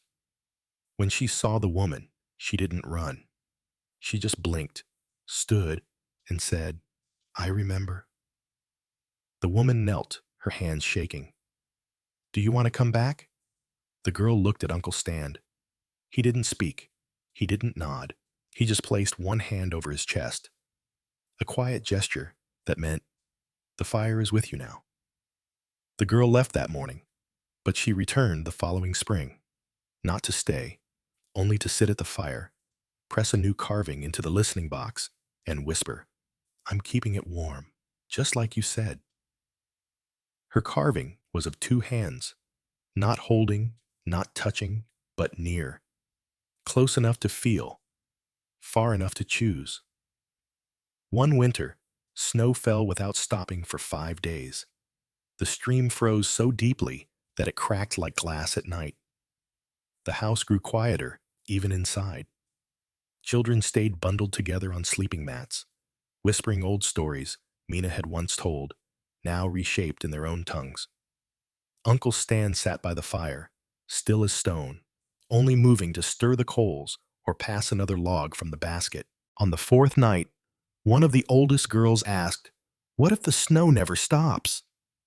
Uncle Stan looked at her, his face unreadable in the flicker of flame. "Then we burn brighter," he said, and the children slept, trusting that this would be so. That spring, the apple tree bloomed early. Its petals fell across the graves like soft confetti. Ragna, Ildrun, Mina, and the few others who had found their rest beneath its roots. The ground was covered in pink and white.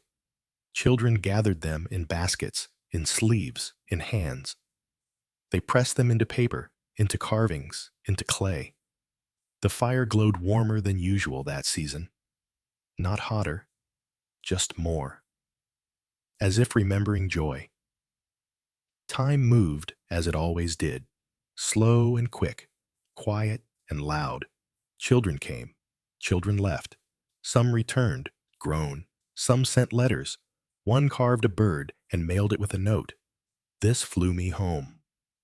One brought her own child, whispered to Uncle Stan, "She's not broken, just tired, like I was." He nodded. The child stayed 3 months, then asked to learn how to split wood. She became the youngest ever to chop a log clean in half. They carved her name, just her first, into the chopping block. It's still there. Now, the Longhouse has grown wider. Not taller, not grander, just more. A second room was added. For the tools, for the books, for the boxes of old carvings. The fire remained at the center. It always would. Uncle Stan's beard is white now, his steps slower. But the children still sit beside him, still reach for his large, calloused hands, still ask questions he does not always answer. One evening, a child asked, "Who was the first keeper?" He closed his eyes and said, "The one who opened the door." "And who was that?" He smiled, then said softly, "Someone who once needed one to be opened for them." That night, a new carving appeared, not in the listening box, not on the hearth, but outside, near the garden. It was a door, half open, no lock, no handle, just space beyond it. The kind of space that says, "Come in, if you wish, we're waiting." And so the fire still burns, the house still breathes, and the story, the long, quiet, steady story, continues. The morning light spilled gently over the hills, golden and low, casting long shadows across the worn path that wound toward the Longhouse. It was the kind of light that made everything look a little older, a little softer, as though the world itself were blinking slowly awake. The frost had melted, and the earth steamed slightly in the places where the sun touched it, revealing mossy patches and last year's fallen leaves now curled and faded. Inside, the fire had already been stirred. Its breath moved slowly beneath the cauldron. The scent of barley and dried leek drifted across the room. Someone had laid fresh rushes on the floor, and Uncle Stan sat quietly near the hearth, rubbing warmth into his hands as children moved softly around him. speaking in whispers, or not at all. He was not the only grown one now. In time, others had remained. Not simply children grown older, but those who had chosen to stay beyond their healing. A girl who had once been silent and watchful now taught the smallest ones to sing lullabies. A boy who'd hidden under beds in his first weeks now sat tall at the door, whittling little figures for new arrivals, passing them into tiny palms without a word. These ones were never told to stay. They simply never left. The house had grown into them as much as they had grown into it. One day, the youngest of the newcomers, a wiry boy with a sharp chin and eyes like flint, found an old carving under the bench in the back room. It was covered in dust and spider threads. A bird, its wings open, its feet caught on a string. He brought it to Uncle Stan. "Did you make this?" Uncle Stan shook his head. "No," he said. "That was Ragna's." The boy tilted his head. "Was she like you?" Uncle Stan was quiet for a long time, then said, "She taught me how to wait." The boy seemed to accept this and placed the bird gently on the sill, where the light hit its wings just so. Later that evening, he added a string of carved feathers beside it, uneven, clumsy, but clearly meant to set the bird free. That became the way of things. Small offerings, quiet acts, no ceremony, no explanation, just memory, slowly folding into the house. The listening box now sat beside the hearth, too sacred to be stored in the back room anymore. It had been emptied once, years ago, when the shelves could hold no more. But the emptied carvings weren't discarded. They were buried beneath the apple tree, wrapped in linen and song, each one named and remembered. And so the box welcomed new voices again. One day, a girl carved something unusual. A tiny chair, with one leg deliberately too short, so it leaned just a little. When asked why, she shrugged. "So it doesn't fall asleep, like the grown-ups do." The house laughed that evening. Even Uncle Stan smiled, a rare crack in the granite of his face. That spring, something changed. It was not loud. It was not sudden, but it was noticed. Uncle Stan woke later, his breath shorter, his hands slower to lift. And though he still tended the fire each morning, the children began rising before him, laying out the wood, folding the ash blankets, checking the kindling with hands too small, but hearts too full to wait. He never stopped them, only watched and listened. And when the fire caught, he'd nod, just once, as if to coo, "Yes, that's the way." One afternoon, as the apple blossoms began to fall again, a child named Idis, small but fierce, with a scar across her cheek and the loudest laugh in the house, sat beside him with a bowl of soup. "Do you want me to feed you now?" she asked plainly. Uncle Stan blinked, then said, "Only if you taste it first." She did. He ate slowly but fully. That evening, he said her name aloud before sleep, the first name he'd spoken in 3 weeks. The fire burned low that night. Not out, just closer to the heart. In the dark, someone placed a new carving in the listening box.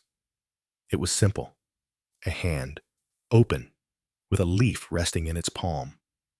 It was not signed, but in the morning, every child paused before it. And some, the older ones, the quieter ones, reached out and touched it gently, as if asking permission to carry something forward. The days grew warmer. The children played outside more often, chasing each other through the tall grass, weaving garlands of thistle and thyme, splashing in the stream that now danced again over its smooth stones. But they always came back at dusk, always returned to the Longhouse, to the fire, to the stillness, to Uncle Stan. One night, he didn't come to the hearth. The fire had already been lit by two of the older boys. Steady, careful, proud. The room waited. Someone fetched a blanket. Someone else checked the tea. And Ida stood, walked quietly down the hall, and entered his room. She came out a few moments later, eyes dry. "He's resting," she said. And that night, they did not sing. They did not play. They simply sat, and the fire, steady as ever, burned down slowly, humming like a lullaby. Uncle Stan passed with the morning light. He was buried beside Mina, beneath the thickest root of the apple tree, wrapped in a wool cloak stitched by a child long grown. In his hands, they placed his first carving, the unfinished flame, now blackened at the edges from years near the hearth. The children dug the grave themselves. They didn't cry aloud, but each pressed their palms into the earth when it was done, whispering something not meant to be shared. Later, Idas took a log from the woodpile, carved something long into the night, and placed it beside the fire the next morning. It was a new listening box, taller, wider, with deep shelves and strong corners. She did not explain. She did not need to. The others began placing new pieces inside by sundown, and the fire burned, steady, whole, unbroken. The Longhouse breathed on, older, yes, quieter in some ways, but fuller, too. For every child who left, another arrived, each with their own stories, wounds, gifts, each finding, in time, their place around the fire. Some came fearful. Some came angry. Some said nothing for days. But the house received them, because the house did not ask for anything, only offered, only held. There is a kind of power in that, a kind that does not shout or shine, a kind that simply stays. One evening, when the air smelled of wet grass and wood smoke, a boy no older than 5 curled beside the hearth and asked, "Will the fire ever run out?" A girl named Inga, now 15, smiled and replied, "No, because we don't." And she placed another log on the embers, watched it catch, and let the flames whisper their stories into the walls once more. The world outside had entered that rare in-between season, where spring had shed its first sweetness, but summer had not yet taken hold. The days were longer now, yes, but not yet hot. The wind smelled of damp earth and crushed nettles, and the forest floor was soft beneath bare feet, woven with ferns and mushrooms rising like ancient domes from the soil. It was a season for growth, but quiet growth, deep-rooted and slow, like things that know they will last. Inside the Longhouse, the rhythm had not changed, not in any way that would draw a line between then and now. The fire still burned, different wood perhaps, different hands to tend it, but the same breath, the same soul. The children still came, still whispered their fears into the shadows, and their hopes into carved pine. The walls still listened. Idas had begun to sit in Uncle Stan's chair by the hearth. No one told her to. No one asked her to.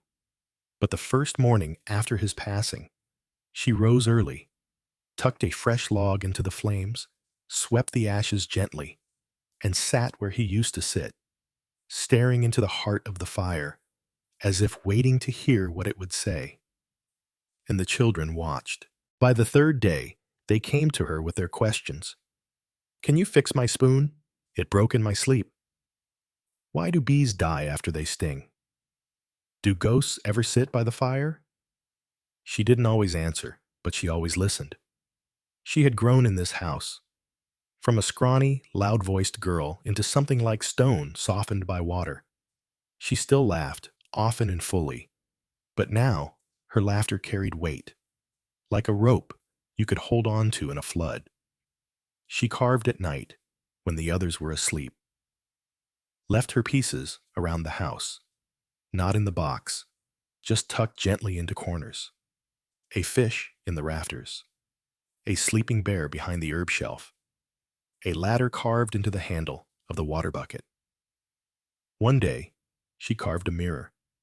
No glass, just wood, a frame with nothing inside but space. She left it by the front door, and beside it, wrote in small letters, so you remember who walked in. That summer, 3 new children arrived, sisters. The oldest, Lena, was 10. The youngest had only just learned to say her name. They came with nothing, no bags, no shoes, just an aunt who left quickly, saying nothing more than, they need quiet. At first, they huddled together constantly, wouldn't eat unless they could sit touching, wouldn't sleep unless curled like roots in the same blanket. They didn't speak much, not even to each other. But they watched, and the house, as it always did, waited. Edith never pushed. She gave them space by the fire, let them sit without speaking, let them refuse the soup, and later sneak bites of bread when no one was looking. She placed 3 stones in front of the hearth, one for each sister, warm and flat, carved with their initials, not to mark territory, just to say, you have a place. By the end of the first week, the middle sister, a girl named Soph, carved her first piece. It was a hand, but not her own. Too large, knotted, calloused. She placed it silently in the listening box and went back to sleep without a word. The others noticed, but no one asked. That was the way of the house. Ask only when the silence is heavier than the answer. The seasons moved. The apple tree bloomed again. The Longhouse roof was patched with fresh straw. New windows had been carved into the upper wall to let in more light. The shelves above the fire now held not just carvings, but stories written in small, careful letters, recorded by older children with a steady hand and a quiet hunger to keep memory safe. Idas began to teach those who had been longest in the house how to care for it. Not just how to light the fire, but how to keep it, how to clean the cooking stones with respect, how to fold the sleeping blankets so no corner dragged on the ground, how to leave space in every room for someone who might still arrive. The way she taught was simple. She did the task, then watched to see who joined her. No instruction, just invitation. And those who stayed, those who reached for the broom, the kindling, the ink, were the ones who stayed longest. One dusk, a child named Halv came to her. He had been in the house only a month, but he watched everything. Watched with the sharpness of someone used to reading danger from every glance. He stood near the hearth, arms crossed, then said, "What happens if the house breaks?" Idas looked at him, then pointed at her chest. "It's here too." He frowned. She touched her chest again. "The house is in us. That's why it works. That's why it heals." He said nothing, but the next morning, he laid a small stone beneath the apple tree, carved with 3 crooked lines. No one asked what they meant, but Edith touched it gently in passing, and Halv smiled for the first time in weeks. That year, a new tradition began, not because someone started it, but because it happened once, and then again, and then again. On the night of the first snow, every child carved something. It didn't matter what. A creature, a symbol, a question, a hand. They placed them not in the box, but out in the snow, lining the path to the house. By morning, some were buried. Some stood tall. Some had been blown over. But they remained. Scattered memories catching light in the cold. One small carving that stood that year was just a face. Round, gentle, with closed eyes and a smile so soft it could have been imagined. It was made by Lena, the oldest of the 3 sisters, who, by then, had started humming as she washed the bowls, humming as she swept the ash. She never said who the face was. But the next year, she carved another, and another, and others began to do the same. A garden of quiet watchers, now grown under frost and thaw, keeping vigil for those who once needed shelter. There came a day when Ida stepped back from the hearth and did not return to it the next morning. Not because she was sick, not because she was tired, but because the fire had been lit before dawn by Have, perfectly, quietly. And when she saw the smoke rise from the chimney while still lying in her bedroll, she smiled and stayed under the blanket a while longer. Later, she walked into the room, saw the children already sitting, heard the sound of broth being stirred and laughter breaking softly like dawn, and said, "It's yours now, not to have, to the house." She took no title, no place, but she began walking the stream path more often, sitting beneath the apple tree longer, writing stories on wide bark with charcoal, leaving them under stones for others to find, and the house, ever patient, ever listening, folded her new rhythm into its own. Have you ever wondered what it feels like to belong to something that does not ask you to stay, yet keeps holding space for you? That is what this house became. A place that could never hold the same faces forever, but always held the same warmth. And even as hands changed, as laughter changed, as seasons passed and tools were replaced, the fire never once forgot what it was meant to do. Burn softly, burn truly, burn for whoever needed it next. Dawn came slow and golden through the high windows, filtered by the threads of wool hung to dry, casting long, faint shadows across the sleeping mats. The house did not stir at once. There was a kind of reverence in the hush that lingered, as if the walls themselves remembered something and did not wish to speak too soon. Somewhere outside, a blackbird called once, then twice, and inside, a foot shifted beneath a blanket, a breath caught, and the day began, not with fanfare, but with the quiet resumption of a promise. The fire was already burning, not loudly, not hungrily, just enough to remind the air of its warmth. Have was at the hearth, his face lit by orange glow, his hands steady as he stirred the morning porridge. He had grown into the shape of the house without realizing it, shoulders that now rounded just slightly forward, as if protecting something, eyes that no longer darted, but waited.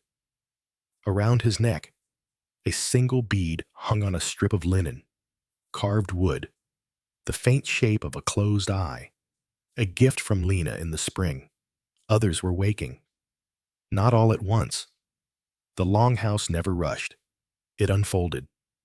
Inga, older now, tall and clever, stepped lightly across the room to retrieve dried herbs from the shelf, her fingers brushing against the carvings tucked into corners. Each one had a name, not always a spoken name, but a meaning known to her hands. There was the sleeping fox, tucked behind the broom, the spiral sun, hidden beneath the bench, and the whale's tooth, carved from driftwood, resting beneath her pillow since the first night she'd been strong enough to sleep without flinching. She brewed tea without needing to ask who needed it. She simply knew. The house had taught her how. Idis had not slept indoors for 2 nights. She now made her place beneath the apple tree, using the same mat Mina once wove, the edges worn but whole. Some of the children asked if she had left the house. "No," she said softly. "I'm just listening from the outside now." And they understood. They still found her each dusk, sitting with a small cup of broth, staring up into the branches. She spoke less, not because she had run out of words, but because she had already given them.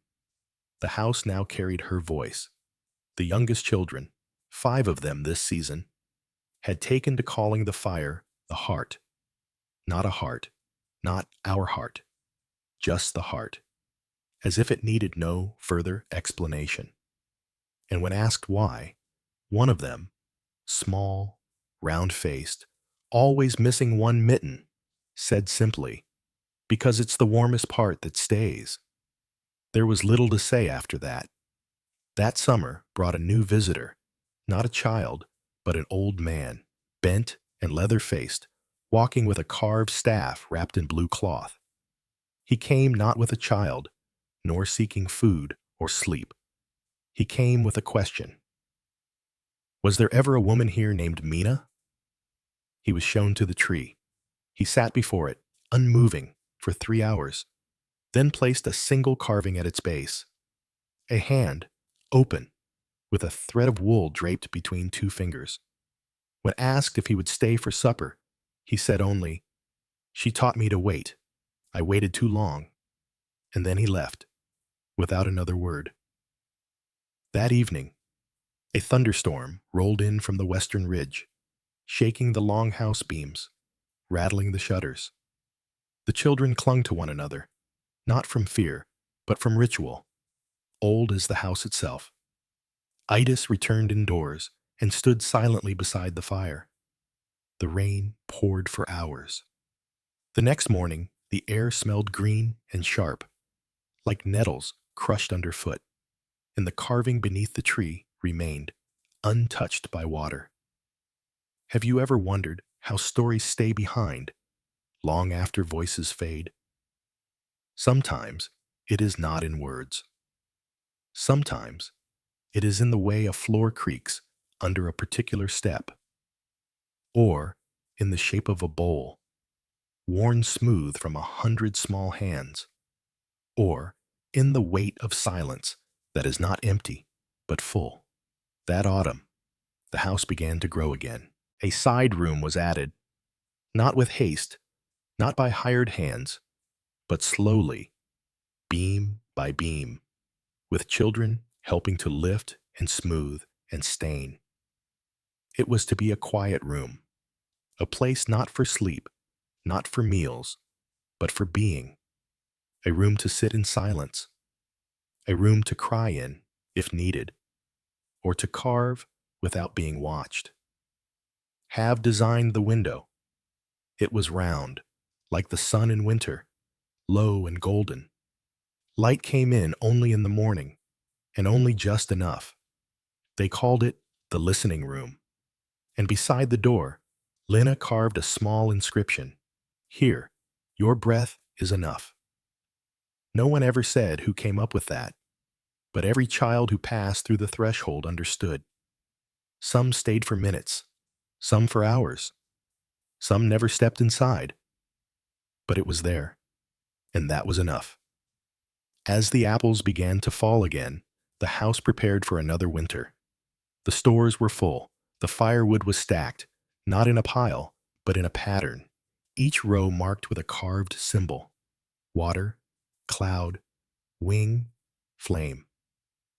Children had made them while stacking, saying it helped them remember which wood burned fastest, which smoked, which sang. One child said birch sang best. Another insisted it was pine. Have said, "Let them all sing, then we'll decide." The first snow came quietly. No wind, no storm, just a gentle softening of the world. The children opened the door that morning and gasped, not because they had never seen snow, but because the first snow always felt like a secret being told only to them. And that evening, as was now tradition, they carved, in silence. They lined the path again, small figures, abstract shapes, symbols, and questions and things that couldn't be named. Itis carved something too that night, but no one saw her do it. In the morning, a figure stood at the far end of the path. Just one, tall, wearing a cloak with the hood up, carved in detail so fine it must have taken all night. There was no face, just the shape of a hand holding fire, and beside it, a single word etched in the snow, stand. They did not move it. They did not name it aloud. But that night, no one spoke. They just sat, listening to the fire, letting it speak for all of them. Years would pass. Children would grow, leave, return. Some would become mothers, fathers. Some would send letters, or bundles of wool, or dried herbs labeled with names only the house would remember. The fire would burn. The house would hold. The listening box would be emptied again one day and refilled. And beneath the apple tree, the ground would rise and fall with leaves and blossoms, roots curling around memory like fingers in sleep. One day, long after even Edis had begun to walk with a cane of carved ashwood, a new girl would arrive. Small, dark-haired, cautious, but not afraid. She would enter the Longhouse, look around, and ask, "Is this the house with the heart in it?" And someone, perhaps Have, now older, voice slower, would say, "Yes, but it's also the house with the ears, and the eyes, and the hands, and the fire." And she would nod and stay, because some things do not end. They simply wait. Snow had gathered again at the edges of the Longhouse, not deep, not harsh, just enough to soften the footsteps and quiet the world. The sound of laughter came muted through the wooden walls, trailing like smoke across the roof beams. Inside, the fire was steady, not just for warmth now, but for rhythm. It ticked through the day like the turning of a spindle, holding time in place while the house breathed around it. The dark-haired girl who had arrived in the snow was named Brynja. She had come from the southern fjords, where the sea was milder and the boats smaller. Her mother had died in childbirth, her father at sea. It was her uncle who brought her, said only, "She talks in her sleep and wakes with her fists tight as stone. I don't know what to do with that." The house did. They gave her space.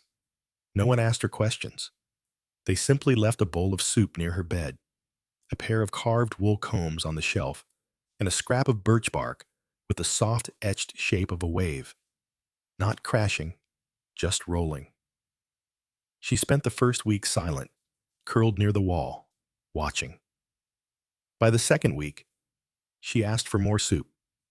By the third, she slept without her fists. And on the 21st night, she carved a small, lopsided boat and set it on the windowsill.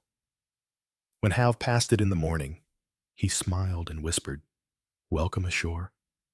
She didn't reply, but that evening, she helped him sweep the hearth without being asked. Winter deepened, and the sky turned the color of tin. The sun came only for a few hours each day, slipping low across the treetops and disappearing again before supper. The children adjusted as they always did.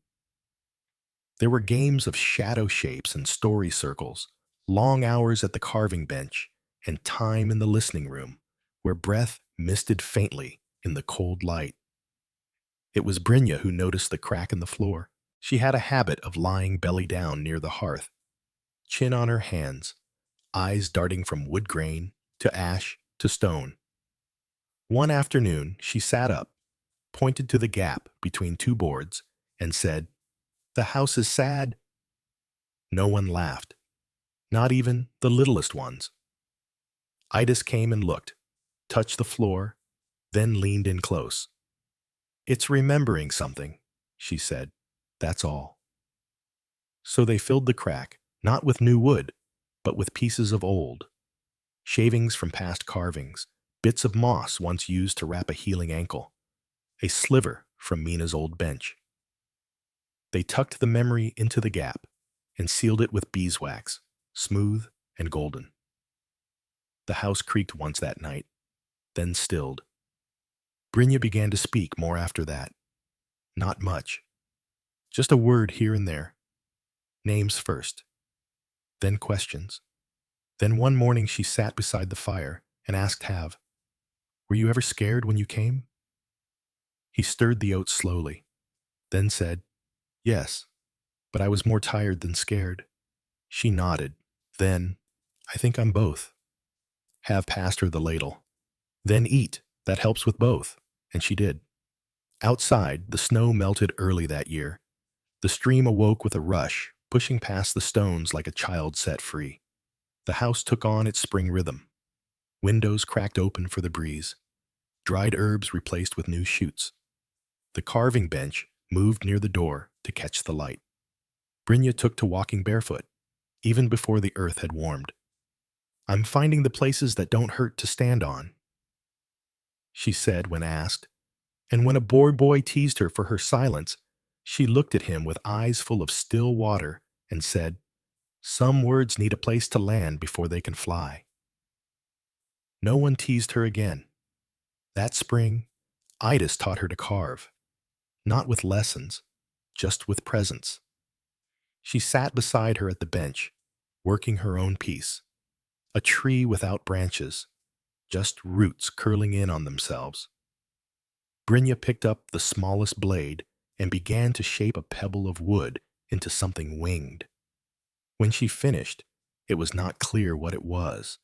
A bird, maybe, or a leaf, or just a breath-given form. She didn't put it in the listening box. She set it on the shelf above her sleeping mat and left it there without explanation. Others began to do the same.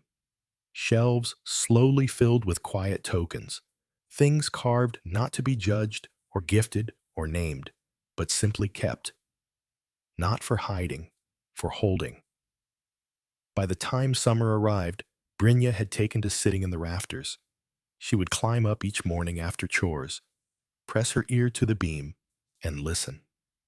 When asked why, she said, Because the roof remembers more than we do. And again, no one argued. Because in this house, memory was everywhere. In the woven blankets, in the scent of tea, in the scrape of spoons, and in the hush that followed every moment of shared pain. One day, a woman came to the door. She was dressed in a wool cloak, stitched at the hem, her hair bound with twine. She stood silently for a long while, then asked, Is Idis here? She had come from the other side of the ridge, from a settlement no longer there. Fire, disease, or time. She didn't say. She carried with her a boy of 6 who wouldn't speak, and a woven pouch that jingled softly when she moved. I can't keep him warm, she said, but I was told this place could. Ida stepped forward, touched the boy's shoulder, and said, We've got fire enough. The woman nodded once, handed the pouch to Idis. Inside, 6 wooden buttons, carved with different symbols, and turned away. The boy stayed. He didn't speak for 2 moons, but he took to feeding the hens, careful and quiet, his fingers steady as he offered grain. He carved nothing. Until one night, long after the others had gone to sleep, Brynja found him at the bench with the pouch open beside him, sorting the buttons by shape and pressing them into a piece of waxed bark. She didn't interrupt. She just sat beside him and added a 7th, a new one, shaped like an eye closed in sleep. He placed it in the center. When Hav saw it in the morning, he said softly, That's a safe place. And no one disagreed. Summer deepened. The river swelled. Children played in the meadow with bare feet and flower crowns, chased bees with cupped hands, whispered secrets into the tree hollow they called the ear of the house. The Longhouse breathed. It held them. And each night, the fire burned with the weight of their laughter and loss, their questions and silences, the names spoken and the ones only remembered. One evening, as the sun stretched long across the floorboards, Brynja sat with Idis on the steps. The apple tree swayed gently in the wind. Do you think the house will remember me? She asked. Idis looked at her. It already does. How? Idis tapped her chest, then pointed to the shelf, then to the carving still nestled in the rafters. Then she smiled. The house doesn't forget the ones who help it breathe. Brynja leaned her head on Adis's shoulder and said nothing more.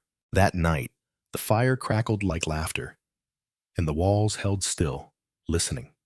Rain had come in the night, soft and rhythmic, as though the sky itself were rocking the world to sleep. Now, at dawn, droplets clung to every surface, to the beams of the Longhouse, to the branches of the apple tree, and to the tiny carvings that lined the path, each one cradling a shimmer of morning light. The air smelled clean, mossy, like damp wool and new beginnings. The house was quiet, not with absence, but with the deep quiet that comes when everything is exactly where it should be.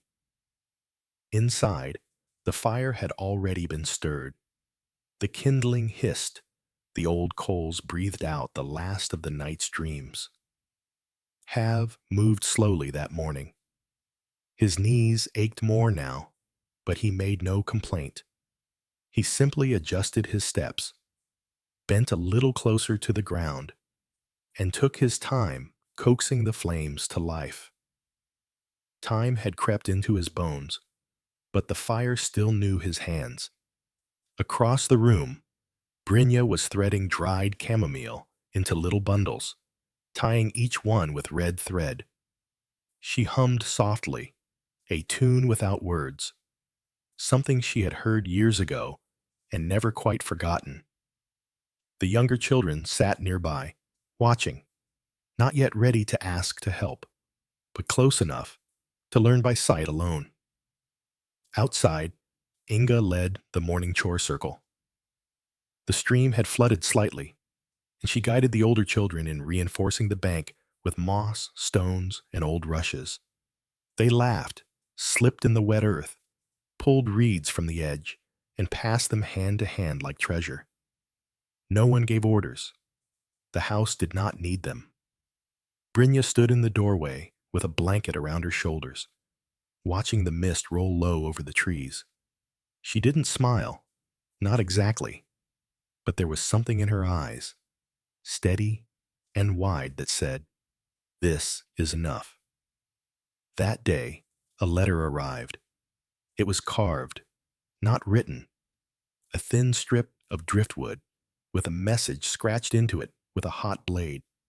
It had come down the river, tied with the twine to a bundle of willow bark and sealed with a small stone shaped like a paw. The message was simple.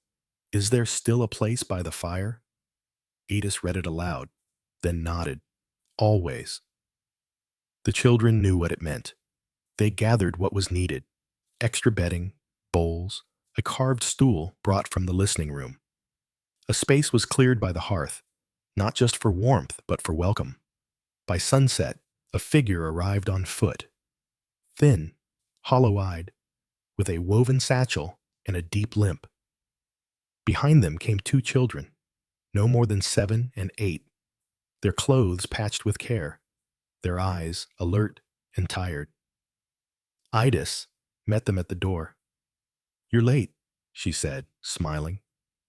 The figure, a woman, exhaled.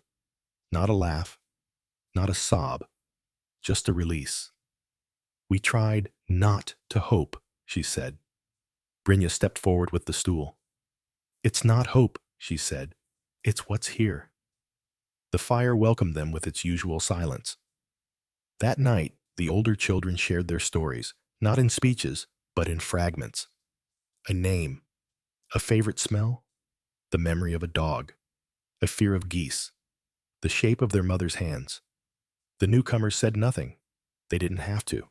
The house would remember for them until they were ready. By midsummer, the new children had found their places. One took to planting herbs in broken pots along the windowsills. The other built tiny walls of stone outside, carving names into each one, even though no one could read them but her. Their mother helped repair the roof, moving like someone who had not worked for many seasons, but had never forgotten how. Brynja became the one they followed, not always openly, but when decisions were needed: when to plant, when to fetch wood, when to listen and when to leave someone be.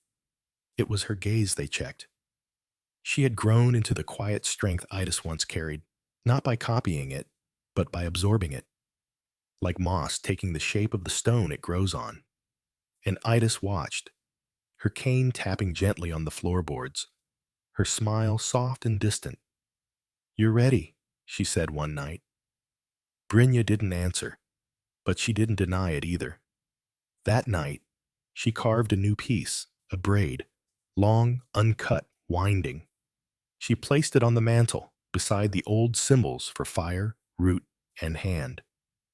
The next morning, she sat in Idas's chair. No one said a word, but the air shifted. The house turned a page. Time, in the Longhouse, moved like water over stone, slowly, patiently, shaping without breaking. Children came, stayed, grew. Some left, taking with them a carved piece tucked into their pack, or a jar of herbs labeled with symbols only the house understood. Some returned seasons later, older, with lines at the corners of their eyes, and stories that smelled of sea salt or pine or smoke from distant fires. One boy returned with a child of his own, a daughter. She stood in the doorway, clinging to his leg, eyes wide. Brynja crouched down, reached out her hand, and said, "You're just in time. We saved you a seat." And the girl stepped forward. The listening box had been replaced again, not out of necessity, but as tradition. This one was made of dark Alder-Wood, smooth as riverstone, with tiny carvings spiraling around its edges like vines. Inside, a set of new shelves had been added, one for joy, one for sorrow, one for unanswered questions, and one left blank for whatever didn't fit. Brynja called it the Four Winds. Children carved their stories and chose where to place them. Some went in joy, a carved sun, a laughing face, a bird in mid-flight. Some went in sorrow, a broken cup, a cracked flute, a teardrop. Some in the question shelf, a spiral, a doorway, a flame with no wick. And sometimes, when no one knew where it belonged, it went in the windless corner. Edith, older now, moved slower still, but she smiled often. She sat more frequently beneath the apple tree, now knotted and vast, its roots curling deep into the soil beneath the memory grave. One afternoon, as clouds rolled low over the ridge and the children gathered to press flowers into linen, she placed her hand on Brynja's shoulder and said, "I will leave soon." Brynja said nothing for a long while, then asked, "Where to?" Ida shrugged, "Nowhere far. I think I'll just drift into the beams, or tuck myself into the smoke, or ride the river back for a while. You know the house won't lose me." And Brynja nodded, because she did. When Idas died, it was with her hand in the earth and her head in Brynja's lap. No one cried aloud. They just wrapped her in the first blanket she had ever woven and laid her beside Stand and Mina, where the apple blossoms fell soft and slow. The grave was dug by the smallest hands. The children planted chamomile at the foot of the mound, and beside the grave, Brynja placed a carving, a single flame, cradled in a sleeping hand. That night, the fire was quiet. Not dim, not sad, just full. Later, long after the children had gone to sleep, Halv stood in the doorway and watched the sky. "Did we ever stop being children?" he asked. Brynja, now wrapped in a shawl made of many patched hands, replied, "No, we just learned how to carry the fire." And the wind shifted. The smoke curled gently toward the apple tree, and the house breathed, still listening, still holding, still warm. The river did not slow, even when the skies grew cold again. It moved past the roots of the apple tree and around the bend of the forest, carrying with it the drift of leaves and the ghost shapes of old petals. The house by the stream had changed, not in form, but in soul. Idas had gone, yes. Her blanket was folded neatly on the bench now, and her stool by the fire remained empty. But the warmth had not left. It had only shifted hands. In the quiet days after her burial, the Longhouse did not weep in the way the world expects. There were no loud griefs, no wails or shouts, or stories spoken all at once in Adis's memory. Instead, each child carved something, not for the listening box, not for their own shelves, but for her. A spiral of flame, a single leaf pressed into wax, a small stick figure with wild hair and a crooked cane. One child carved a smile with no face, just the smile itself, floating. Another made a tiny hand, cupped, with a bird's feather resting in its palm.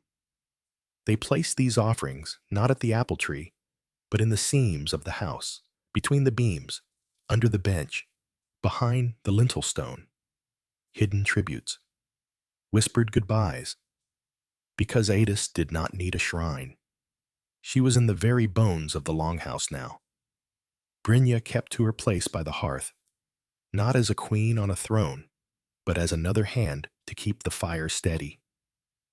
She had not changed in appearance. Her dark hair still fell loose, and her feet still preferred the earth. But there was a weight to her now, quiet and certain, a kind of rootedness.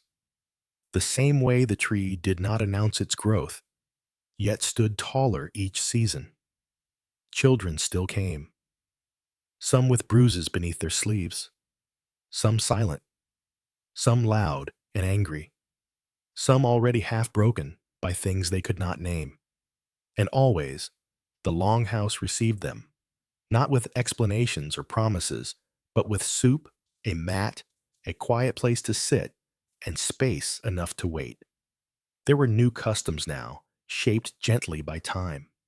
Every first snowfall, children still carved for the path. But now they left a space in the middle, for the one who taught them how. No one said her name aloud. They didn't have to. One day, a boy arrived with a raven. Not a pet, a companion. It rode on his shoulder, black-eyed and watchful, feathers sleek with sea salt wind. He called the bird Rask. No one questioned it. They simply carved a perch near the window, so Rask could rest while the boy helped carry water or mend blankets. That boy's name was Ivar. He was quiet, but not shy. He spoke in short sentences and carved elaborate knots when no one was watching. He didn't like the noise of mealtimes, but smiled often at the fire. It was Ivar who asked, one clear night, "How do we know the house is still listening?" Brynja stirred the coals, then looked up at him. "Because it remembers us even when we forget ourselves." And the boy nodded, as though this was something he already knew, something he had only needed someone else to say aloud. In the years that followed, the Longhouse took on more of these children who had forgotten parts of themselves. A girl who sang only when alone. A boy who slept with a knife under his pillow. Twins who refused to speak unless they were holding hands. They were not healed in a day, or a season, or sometimes ever, in the way the world outside might define healing. But they learned how to carry fire. That was enough. Brynja taught this, not through words, but through rhythm. The sweeping of ash, the stirring of porridge, the checking of moss bundles and drying herbs, the way she mended a tear in a child's sleeve without pointing it out, the way she said, "I see you," with her eyes instead of her mouth. The Longhouse was no longer a secret. Over time, others came not to stay, but to learn. Women from distant fjords. Men who had lost their way with their own sons. They sat in the listening room and asked no questions, but left with carvings in their pockets, signs of something softened inside them. One woman stayed 2 moons. She built a bench for the hill overlooking the river, carved into it. For the ones who came before, we knew how to hold them. Then she left, leaving a basket of sea glass and a shell that still smelled faintly of the coast. Brynja placed the shell beside her bed. That winter was hard, colder than most. The river froze nearly to its center. The stores ran low, and two of the youngest fell ill with a deep, rattling cough. The fire burned day and night. Blankets were shared. Bowls were scraped clean. Brynja did not sleep. She sat by the bedsides, feeding warm broth by the spoon, wiping brows, telling quiet stories about birds who sang only in the dark. One of the sick girls, Freda, asked her, "Are we going to die?" And Brynja replied, "Not tonight." It was enough. The children lived, the river thawed, and when spring came, the Longhouse bloomed again. Not with flowers, but with the kind of laughter that only comes after something has nearly been lost. That year, the oldest carving in the listening box cracked. The flame Mina had once carved, smooth and pale, split down its center, dry with age. Brynja found it one morning and held it in her hands for a long time. Then, with quiet reverence, she placed the two halves in the earth beneath the apple tree, covering them gently with soil and moss. Then she sat and waited. By summer, two new shoots had risen from the ground. Neither was an apple tree. One was slender, like birch. The other curled like fern. And when Brynja ran her hand over the leaves, she whispered, "She's not done speaking." Have you ever wondered what it feels like to build something with no end? Not a house, not even a family, but a presence, a warmth that stretches forward beyond your own name, beyond your own hands, beyond even the memory of your face? The children in the house would come and go. Some would take up fishing. Some would join raiding ships. Some would learn to carve boats or build shrines or walk into forests and never return. But each carried something, a carving, a knot, a story, a warmth. And none of them would ever quite forget how the floorboards creaked in welcome, how the fire crackled like an old song, how the smell of damp wool and nettles could feel like safety. One evening, as the sun poured honey light through the high window, Brynja stood with her hand on the beam where Idis once carved her first mark. The closed eye, the symbol of rest. She carved beside it, a hand open, palm up, as if waiting. For what? For someone to arrive, for someone to return, for the next child, broken and hungry, with no language for their pain, to step through the door and sit quietly by the fire. The house would not ask them questions. It would not demand a name. It would simply offer warmth and listen, because in this place, among the carvings and the tea and the ashes of so many who once needed rest, the harshness of childhood had not been erased, but it had been answered with gentleness, with patience, with the slow, steady burning of a fire that no longer needed anyone to tend it constantly, because now all who passed through it knew how to keep it alive. Morning crept in soft and slow, its pale light filtering through the wooden shutters like drifting breath. The Longhouse no longer stirred in panic at the creak of footsteps or the first clang of a pot. Those years had passed, the ones filled with flinching shoulders and nightmares that clung to the walls. What remained was steadier, a rhythm, not of forgetting, but of becoming. Inside, the hearth glowed low but constant. It had burned for so many seasons now that the very stones around it had darkened with memory. The youngest of the children had never known a day without it. To them, fire simply was, like air, like water, like sleep. A boy named Tommaso now tended it. He had come from the coast, pale-haired and thin, with a hollow behind his eyes that made him seem older than his 7 winters. His arrival had been silent. No crying, no clinging, just his satchel and the soft creak of his boots on the wooden floor. That first night, he had sat beside the hearth and watched the coals for hours. When Brynja passed him a spoon of soup, he had taken it without looking up. He was the sort who needed time to unfold, and unfold he did, not with words, but with action. He began waking earlier than the others, cleaning without being told, fixing loose planks, refolding the shared blankets with the corners tucked tight. His hands were small but sure. It was he who began to place a carved button on each mat every night. No two the same. Some bore runes, some spirals, some shapes not found in nature. No one asked him why.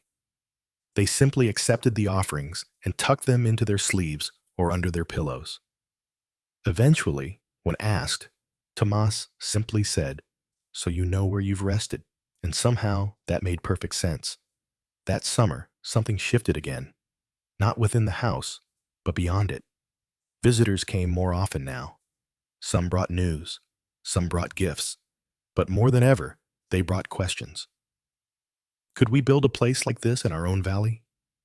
Could someone teach us how to listen the way your children do? Could the way you keep the fire be taught? Brynja, now gray at the temples, but steady in her steps, answered each with care. Never with rules, never with instructions, but with stories. And slowly, the warmth that lived in the Longhouse began to echo outward, through the forest paths, across rivers, even to places where snow never fell. It was never replicated, not exactly, but seeds were planted. Shelters with silent shelves and open doors. Homes where children could arrive without questions and sleep without flinching. And always, someone from the Longhouse would go, not to oversee, not to command, but to offer a carving, a pouch of moss, a whisper of how to wait well. Because that, above all else, was the secret they carried. Waiting well, holding space, letting the child arrive in their own time, like rain after drought. One autumn, a letter returned, not carved, but wrapped in wool and tied with bark. Inside, a single piece of charcoal, a drawing of a house with 4 windows and a fire drawn in the center. Children curled like cats in a circle around it. No words, just warmth. The Longhouse wept quietly that day, not from sadness, but from knowing the warmth had multiplied. In the quietest part of the year, as the trees shed their final leaves and the river grew thin with ice, an old boy returned. Not old in body, but old in memory. Have. His hair was streaked silver now, and he walked with a slight lean, as though the wind pulled him gently backward into time. He entered without a word, set his pack down, and stood for a long time before the hearth. Then said softly, "The fire still smells the same." Brynja stepped beside him. "It remembered your feet." And he smiled. He stayed for 3 days, helped replace the rafters in the goat pen, carved a new cup for Thomas, sat each night by the fire, and told stories the younger ones couldn't quite tell were truth or dream. Before leaving, he gave Brynja a small pouch. Inside was a carving of a fox curled around a stone. "He never left my thoughts," Have whispered. Brynja held the carving to her chest. Then he was never gone. By now, the apple tree was vast. It shaded half the house in summer, and in autumn, its fruit dropped heavy and sweet. The children took turns pressing juice, drying slices for winter, and burying the bruised ones beside the graves. A quiet offering to those who had come before. Idas's grave was covered in moss now, but someone, maybe Tomas, maybe not, placed a single red leaf atop it each week. A rhythm, a ritual, a remembering. It was in this time of fullness, not of abundance, but of settled strength, that Brynja began preparing for something she did not name. She took long walks in the morning mist. She sat more often with her hands folded. She watched the children more closely, as though memorizing each of their shapes. And slowly, she began to share more of the work. She taught Tomas how to read the coals, not just their heat, but their color, their mood. She taught Svala, a shy girl of 10, how to listen to the dreams of the very young, not by asking, but by watching their play. She taught the oldest children how to write wind with their bodies, how to stand still long enough for fear to pass through them without latching on. No one called this teaching. It simply was. One night, the fire burned unusually bright. The stars outside were hidden, and the wind pressed hard against the beams as if demanding to be let in. Brynja sat before the hearth, her shawl draped over her shoulders, her eyes half closed. She said only this: "One day soon, I'll be part of the smoke." No one asked what she meant, but in the days that followed, the house became even more tender. Chores were done before asking. The youngest were carried without complaint, and every story told was done in full, without rushing, without skipping, as though every word might be the last of its kind. When the end came, it was gentle. Brynja sat down beside the fire with Tomas, handed him the carving knife, and whispered, "The warmth lives in you now," then leaned her head back and slept. She did not wake again. The children did not panic. They bathed her, braided her hair, dressed her in the same wool cloak she had arrived in so many years ago, though now patched and lined with softness from so many seasons. They buried her beside Idis, beneath the tree, with a carved flame in one hand and a bird in the other. And that night, for the first time in many winters, the fire burned a little lower. But not out, never out. Because Tomas rose before dawn, stirred the coals, laid the moss, fed the flame, and as it caught, the Longhouse sighed once more, not in grief, but in memory. In the firelight, the children gathered. They did not speak. They simply sat, holding warmth, holding each other.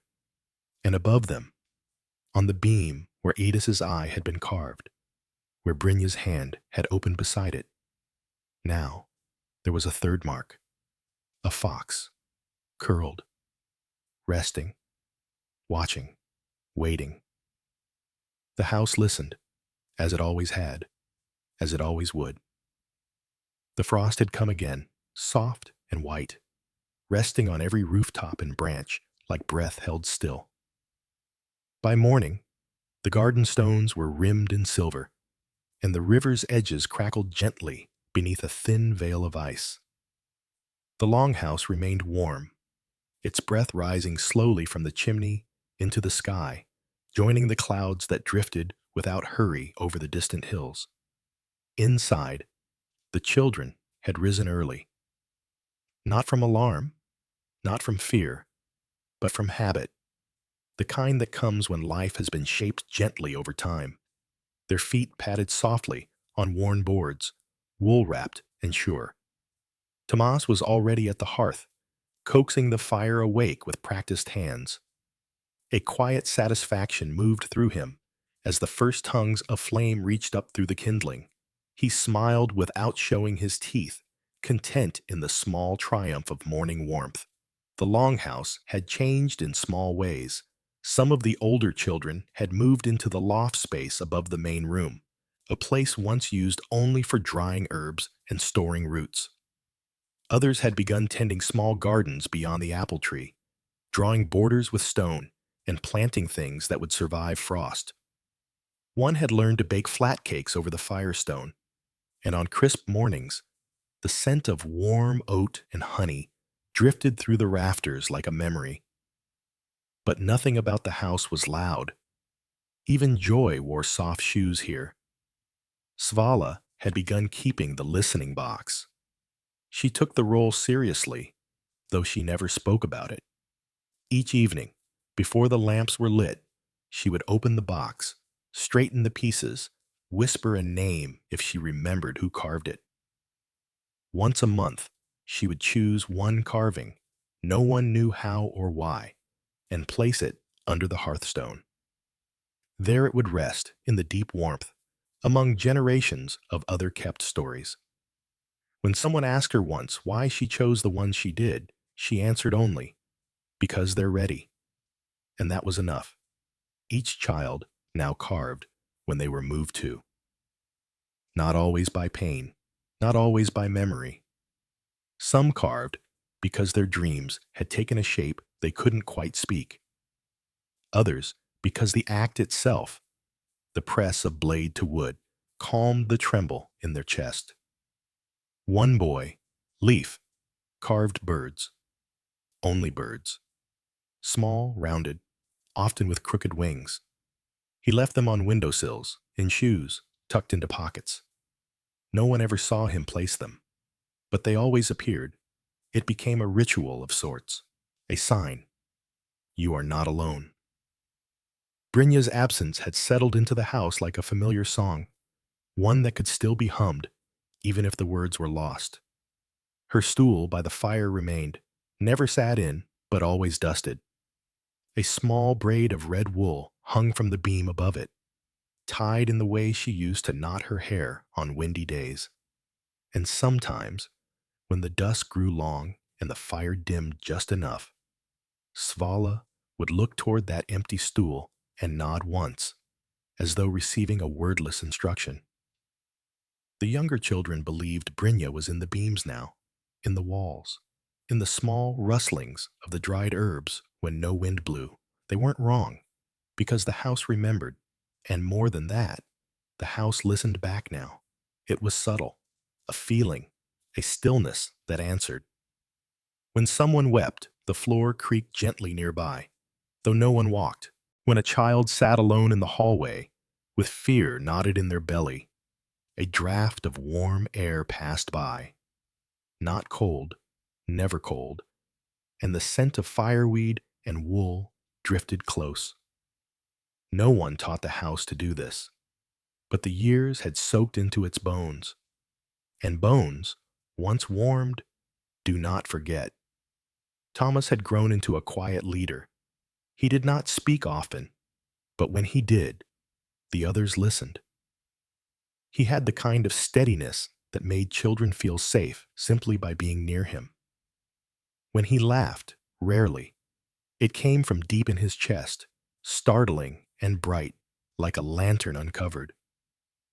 His hands were strong now, scarred with the soft signs of daily work, and he wore his mantle like an old tree wore bark, comfortably, without show. He began carving at night, when all others had gone to sleep. He never placed his pieces in the listening box. Instead, he buried them. Near the edge of the river, one for each child who left, not because they were forgotten, but because their roots had grown beyond the walls.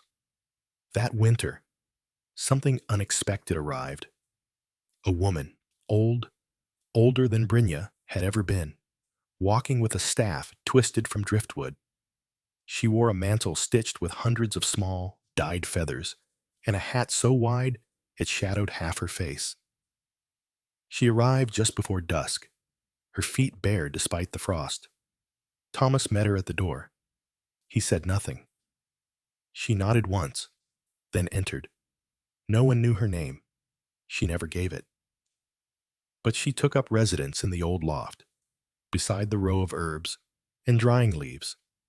And from that day on, the fire never went out. Even when Tomas was away, even when the coals should have died, there was always a flicker, always a pulse. The children began to call her Mist Mother, though only among themselves. She never corrected them, never asked anything of them, only hummed.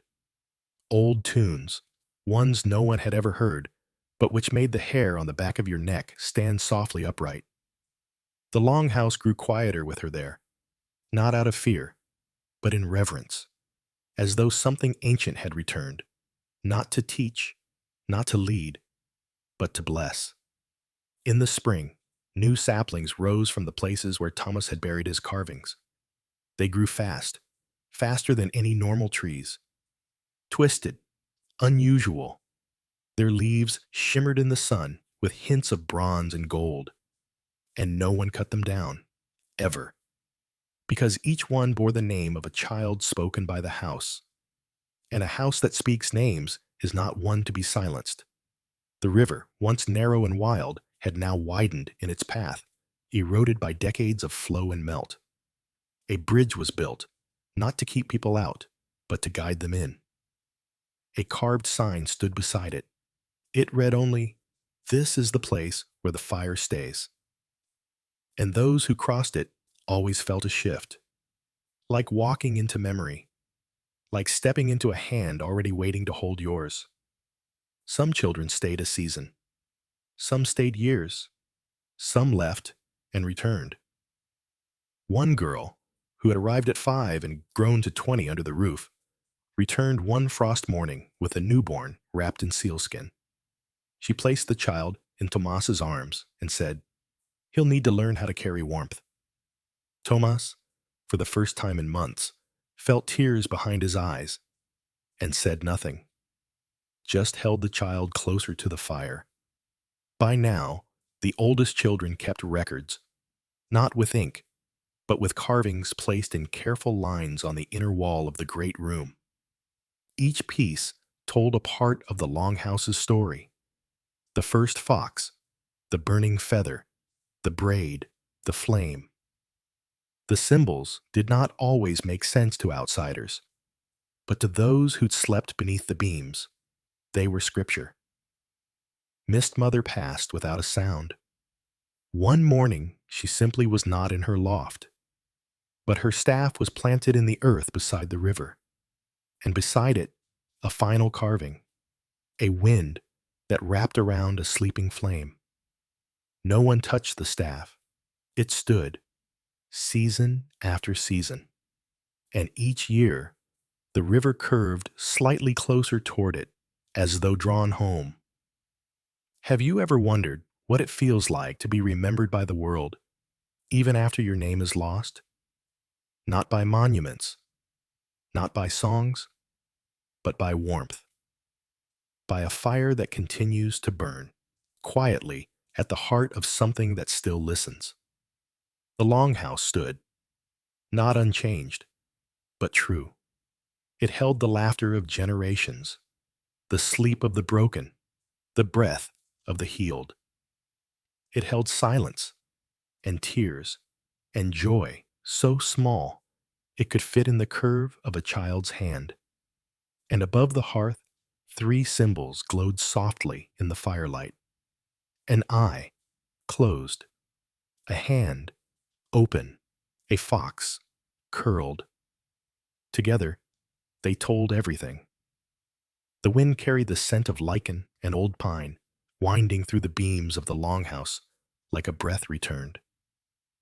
It was neither cold nor warm, simply present, like the hush before a story begins, or the last note of a song before silence swells. Inside, the fire cracked gently, the hearthstone flickering amber, as if remembering every shadow that had once gathered close. The house had reached an age, now, that no child could remember its first builders. Even Tomas, older and gray at the edges, with lines deepening around his eyes, had never known its true beginning. The names of Brynja, of Idis, of Mina, and Have, they were not forgotten, not lost, but they had become more than people. They had become root. Spoken in quiet voice when the coals were stirred, drawn with a fingertip in the dust of a windowsill, folded gently into the hems of cloaks stitched for the newly arrived. There were more children now than ever before, not in number all at once, for the house had its limits, but in the stretch of its legacy. Those who had grown and gone out into the world had built others like it. Houses not identical, but kindred, with fire kept low, stories told slow, and no questions asked upon arrival. Still, they returned. Sometimes in spring, carrying seeds. Sometimes in fall, bringing cloth or dried fruit. But most often, they returned simply to sit, to feel the floor beneath their feet again, to breathe in the scent of birch smoke and wool and something else, something harder to name, like time made soft. That year, a boy came who would not speak. He was no older than 9, with sharp collarbones and a burn scar across one hand. He arrived with no bundle, no shoes, no word.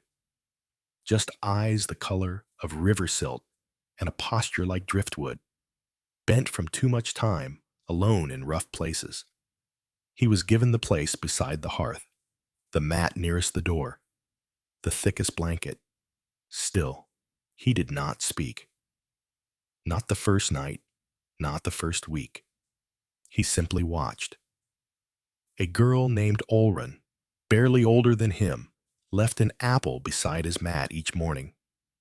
A different child placed a carved stone animal in his path. A fish, a deer, a hare. No one pushed, no one pried. Then, one morning, the boy stood at the carving bench and picked up a knife. He worked silently, slowly, with careful hands. By nightfall, he had shaped a hollow ring, not round, not smooth, but complete. He placed it in the listening box himself, then returned to his mat, sat down, and said, very softly, "It's a breath." Nothing more. No name, no story. But it was enough, because the house had heard him, and from that moment forward, his silence was never questioned again. Have you ever wondered what it feels like to be welcomed before you are even ready to arrive? To be seen not for the storm that surrounds you, but for the ember you still carry within? This is what the house did, and not just for children. One day, a man arrived carrying nothing but a bundle of reeds. He was past 60, with rough skin and a broken gait, and he asked not to stay, only to weave. He sat by the river for 3 days, shaping baskets and binding handles, muttering songs no one knew. Then he placed a reed-bound shape on the hearth, a circle, inside which was a braid of 3 strands, one red, one gray, one pale gold. He left before dawn. No one asked why. But from then on, every child who departed was given a braid of 3 threads tucked into their cloak. Red for warmth, gray for patience, gold for memory. The threads were never explained, but each one carried a weight as sure as the fire's breath. Thomas, though slower now, still rose first most mornings. His beard had grown thick, touched with silver, and he wore his age like a quiet badge. He carved less, spoke more, not in stories, but in questions. Did you notice the frost today? What did you hear in the wind last night? Who hasn't been hugged this week? And always, always, the children answered in their own way. Some with words, some with carvings, some simply by placing their hand in his, warm and sure. One morning, he gathered the oldest 5 and led them into the woods beyond the ridge. There, half overgrown and moss-wrapped, was a small stone cairn. Here, he said, voice hushed, was the first place I ever rested. He knelt, pressed his palm to the stones. I was 11. I hadn't eaten in 2 days. I followed smoke. He looked up at them, and when I arrived, I didn't believe the warmth was real. The silence that followed was full of breath, of wind, of 100 unseen memories leaning in to listen. Then Thomas stood and handed each child a smooth river stone. "Mark it," he said, "then leave it or carry it. Both are right." They did not ask what their markings should be. They simply knew, and the cairn grew, not quickly, but deliberately. Each new stone was not a monument, but a whisper, a nod between generations, a "yes, I understand." The Longhouse stood steady through storm and thaw. The apple tree bore fruit, though its trunk was hollowing. The herbs were hung and dried and brewed, and each child who arrived was folded gently into the rhythm, not as a guest, not as a burden, but as a note in the song. There was no feast for first snow, no ceremony for birthdays. But on the first night of each winter, when the wind howled and the stars came low, they lit a second fire, smaller, in the courtyard, surrounded by carved stones, benches, baskets of braided thread. Each child placed one carving beside it, then sat, silent, listening, to the fire, to the wind, to the heartbeat of a house that had learned, over many decades, to beat in time with those who needed it most. And somewhere far away, across mountains and seas, in houses that had copied the rhythm, if not the form, other fires burned. Other children placed carvings in boxes. Other old ones stirred pots and answered without speaking, because the warmth had traveled. Because a boy once carried a fox in his hands. Because a girl once planted an eye on a beam and called it rest. Because once, long ago, a house had chosen not to forget the ones the world tried to discard, and that house still burned low and steady, still whispered, "You are safe now," still listened, even in sleep, especially in sleep, because that is where the hardest stories lie, and where they wait to be held, not solved. The house had learned that too. Snow whispered across the roof, like the hush of a hand smoothing a child's hair. It gathered in the corners of windows and drifted gently into the hollows of the old apple tree's branches, which no longer bore fruit, but still leaned faithfully over the Longhouse. The tree had become something else now, not a bearer of apples, but a keeper of time. Every knot, every cracked limb was a page in the house's quiet book. Inside, the fire still pulsed, not as high, not as bright, but steady, like the last breath before sleep, or the held note of a lullaby at dusk. Tomas no longer stirred the coals alone.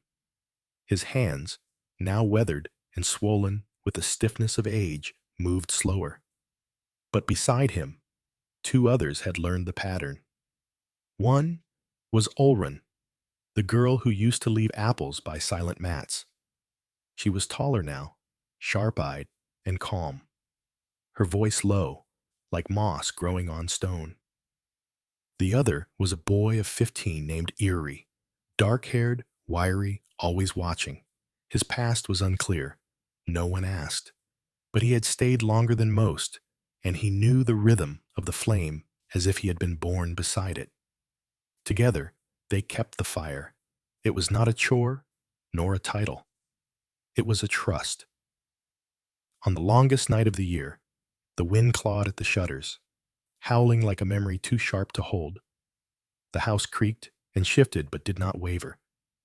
Inside, children gathered near the hearth, some curled like kittens, some sitting upright, blinking sleepily through the orange glow. Thomas sat among them, wrapped in a wool cloak so old it had patches shaped like stories.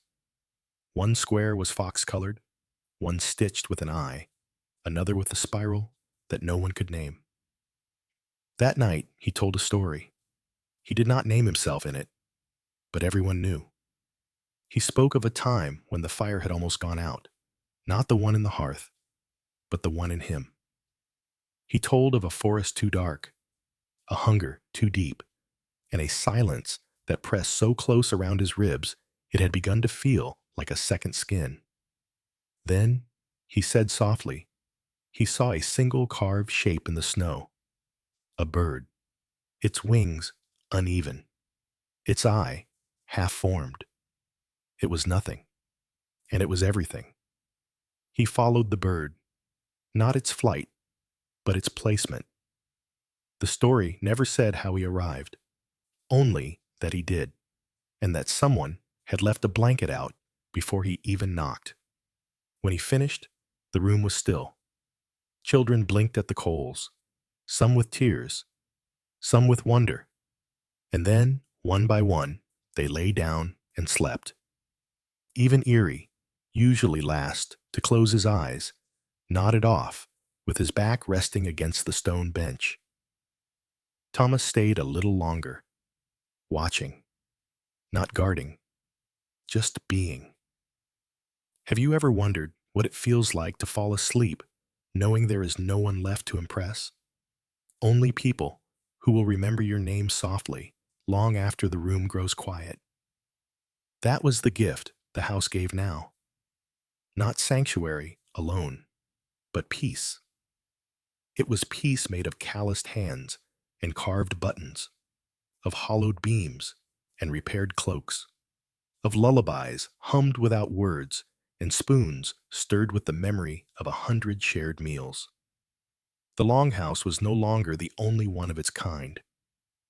There were others now, built of stone or mud or reeds, some far south where snow never fell, others tucked into mountains with names few could pronounce, but they all burned their fires the same way. Low, steady, patient. They did not call themselves shelters. They called themselves homes in waiting, waiting not for something to happen, but for someone to arrive. Thomas passed in his sleep before the next spring. He had gone to bed after sharing a bowl of turnip stew with Eerie, murmured that the snow smelled like stories, and chuckled at the thought of the apple tree still holding on. In the morning, Ildrun found him curled on his side, eyes closed, breath quiet, still. She did not weep at once. She only sat beside him, pressing her hand gently to his shoulder, and whispered, "Thank you for keeping us warm." Then she stood and stoked the fire. For 2 days, the house held silence. Not emptiness, not sorrow, but reverence. The kind of hush that falls over old ruins touched by sunlight. They wrapped Thomas in the oldest wool, the one Brynja used to wear, mended so often it was more thread than original cloth. They laid beside him the fox carving, the eye, and a braid of 3 colors. No one argued over which symbols should go. They all knew. The apple tree, hollow now, still bore space enough in its shadow for one more. There they laid him, without stone, without words, only firelight and breath. The next day, Eerie rose before anyone else. He took his knife, the one Thomas had helped him shape, and began to carve a new beam, not to replace, to add. On it, he drew with blade and ash a set of coals cradled in hands, and above it the shape of a mouth, open not in speech, but in song. The children watched in silence as he carved. And when he finished, they placed their palms against the beam one by one, marking it, not to claim it, but to belong. That spring, a baby was born in the house. Not brought, born, to a woman who had arrived late in winter, heavy with child and silent with fear. She had not spoken a word for weeks, but the morning she went into labor, she grasped Ildrun's hand and whispered, "Please," and no more was needed. The birth was slow and quiet, and when the child came, a boy, red-faced and wide-eyed, he did not cry. He only blinked up at the rafters and reached. The mother wept, but not from pain, from arrival.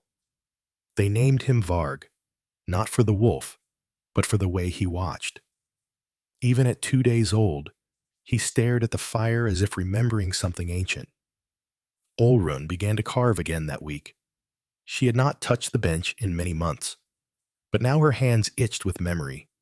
She shaped animals, hearth shapes, hands, and for Varg, she carved a small tree with one hollow knot.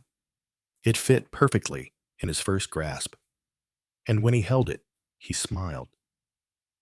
In the quiet days that followed, Eerie took the youngest children into the forest to listen for moss sounds, the way Brynja used to. He showed them how to press their ears to the bark, how to read the difference between the hum of a tree that dreams and one that remembers. One small girl, with a crooked braid and a laugh like water, said softly, "This one is sad." Eerie nodded. "Then we stay with it," he said, "until it isn't alone." They stayed for hours, arms wrapped around the roots, breathing with the tree. And when they left, they placed one carved bird beside its trunk. Later that month, the tree bloomed out of season, just once. 3 red leaves, curling like tongues of flame. By midsummer, the river had swollen with melt, its song louder than usual. The children danced along its edge, chasing sunlight, skipping stones. At twilight, Eerie and Ildrun sat by the fire with Varg asleep in Ildrun's arms. "You ever think of leaving?" Eerie asked, voice low. Ildrun shook her head. "I'm already where I was trying to go." They sat in silence, listening, not just to the house, but to the world around it. The crackle of the fire, the wind through the apple tree, the soft murmur of sleep from behind the curtain. Then Eerie said, "When I'm gone, do you think the house will remember me?" Ildrun looked at him, eyes soft. "It already does." And the fire, as if an answer, sparked once, bright, then low, then steady. The morning mist rolled in from the river, slow and thick as cream poured from a clay jug. It hung low around the Longhouse, clinging to the thatch roof and curling through the grass like old breath. Birds called faintly in the trees beyond the fields, not yet bold enough to declare the day begun. And within the house, beneath the sloped beams and bundled herbs, the warmth of sleep lingered. Children stirred quietly under woven blankets. The fire hadn't yet been stoked, but its breath still pulsed under the coals. It was enough. Eerie was the first to rise. He did not rush. He never rushed. He moved like someone who knew exactly where everything belonged. Not just things, but moments. He added 2 logs to the fire, prodded gently at the embers, and watched the first lick of flame stretch its arms upward, yawning into life. In the quiet behind him, someone coughed. Someone else turned in their sleep and murmured a name, perhaps dreamed it. The house held it. That day, he didn't wake the children. He let them sleep while he sat on the stone bench and watched the fire grow. Sunlight slanted in through the window holes, angled just right to catch the carved beam where Tomai had once laid his hand. The carving still held its shape, coals in cupped palms, a mouth in song above them. The wind had picked up outside. It didn't wail. It hummed. It moved through the tree branches and around the eaves like an old friend tracing the edge of a familiar face. And when the sun reached the fire pit, Varg woke. He was older now. 3 winters, perhaps 4. His hair curled like the tufts of sheep's wool left after shearing, and his eyes still held that wide-open watchfulness. He did not speak often, but when he did, it was as though he had thought through the words for days. Fire's not hungry, he said that morning, tilting his head toward the hearth. No, Eerie replied, not today. Varg crawled up beside him and leaned his small body against Irie's side. He was still half asleep, heavy and warm, blinking slowly. Are you sad? Eerie looked down at him, surprised. No, he said truthfully, just remembering. Varg nodded, satisfied. He didn't need more than that. In the rhythm of the house, the smallest truths were the ones most carefully kept. By midday, the mist had burned off, and the fields shimmered with green. Young shoots of barley stood proud against the breeze, and the beans along the trellises reached upward with tender claws. The older children were out with baskets, gathering nettle and chickweed, pulling roots where they had crept into the path. A girl named Aska, fierce and freckled, with a laugh like falling pebbles, knelt beside the spring to fill the jugs. She had grown quickly that year. Last spring, she could barely lift a full water pot. Now she hauled two with ease, her arms roped with the strength of practice. Aska paused by the garden wall where Ildrun was mending a snapped gatepost. When are the new ones coming? She asked, brushing a curl from her cheek. Ildrun set her mallet down and sat back on her heels. Soon, she said. Maybe with the next moon, maybe before. Aska nodded, chewing her lip. I want to show them where the bees sleep, she said quietly. Then you will. That was all. It was enough. Have you ever wondered what it feels like to be a bridge for someone else's healing?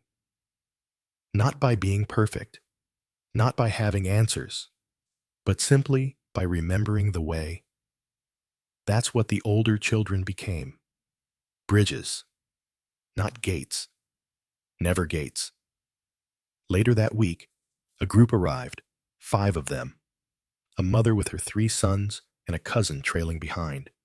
They looked weathered, not starved, not desperate, just dulled by too many days walking.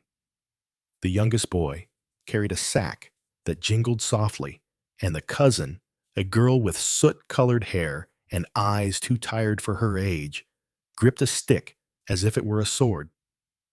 Ildrun met them at the gate. No questions, just open arms. She led them to the washing basin first, then handed each a thick cloth and a bowl of stew. The cousin, wary and wordless, took hers in both hands, watching everyone, saying nothing. The house made space. Blankets were shifted, mats reshuffled. One small bench brought in from the garden wall. The fire burned a little brighter that night, though no one had added extra wood. The next day, the cousin was gone. For a few hours. No one panicked. They simply watched the forest edge. By afternoon, she returned. With an armful of stones, each one shaped not by tool, but by river. She placed them in a ring near the hearth. I don't carve, she said, her voice low and firm. No need to, Ildrun replied. And the girl sat down beside the ring and exhaled. For the first time since she arrived. Her name was Scotty. She stayed. Within a week, she began showing Varg how to tie reed knots. They sat under the apple tree, still leafing, still sheltering. Their heads bent close, fingers moving through fibers like the rhythm of birdsong. Varg was quiet, but he learned quickly. He always had. The days passed like slow ripples. Not uneventful, simply steady. A child broke a toe chasing a runaway goose. A pot cracked during boiling and was patched with wax and patience. Someone learned to whistle.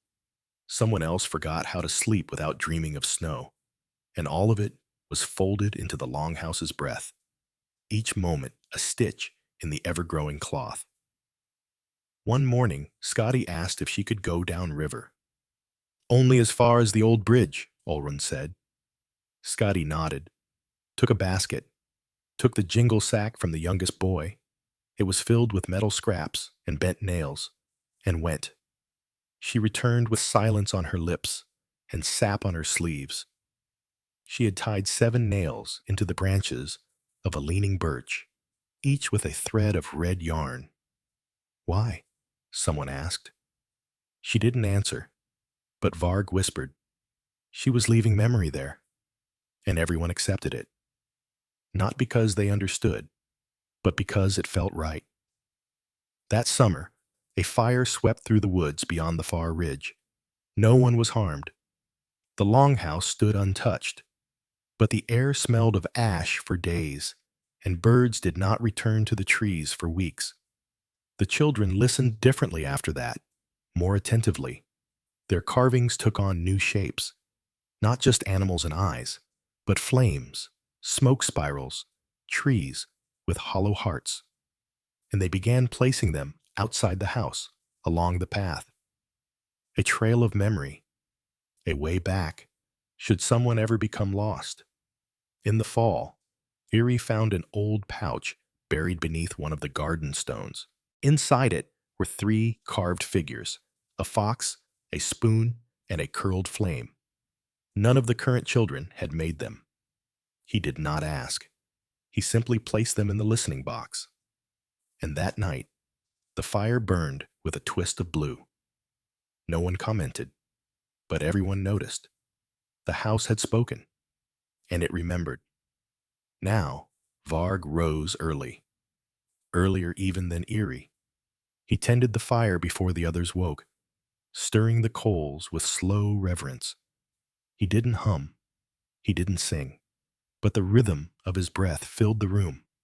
One evening, as frost edged the window ledges, he stood before the hearth with a piece of bark in hand. It had a single shape scratched into it, a mouth, open, and he placed it carefully in the box. No one saw him carve it. No one asked what it meant. But the next day, when Scotty caught her finger on a splinter and bled a little into the floorboards, she laughed instead of flinched and said, "That's the shape he made, you know." Varg only smiled. That night, he dreamed of a tree with leaves made of flame. It did not burn. It sang. A pale mist clung to the grass that morning, not thick enough to obscure, just enough to soften every edge.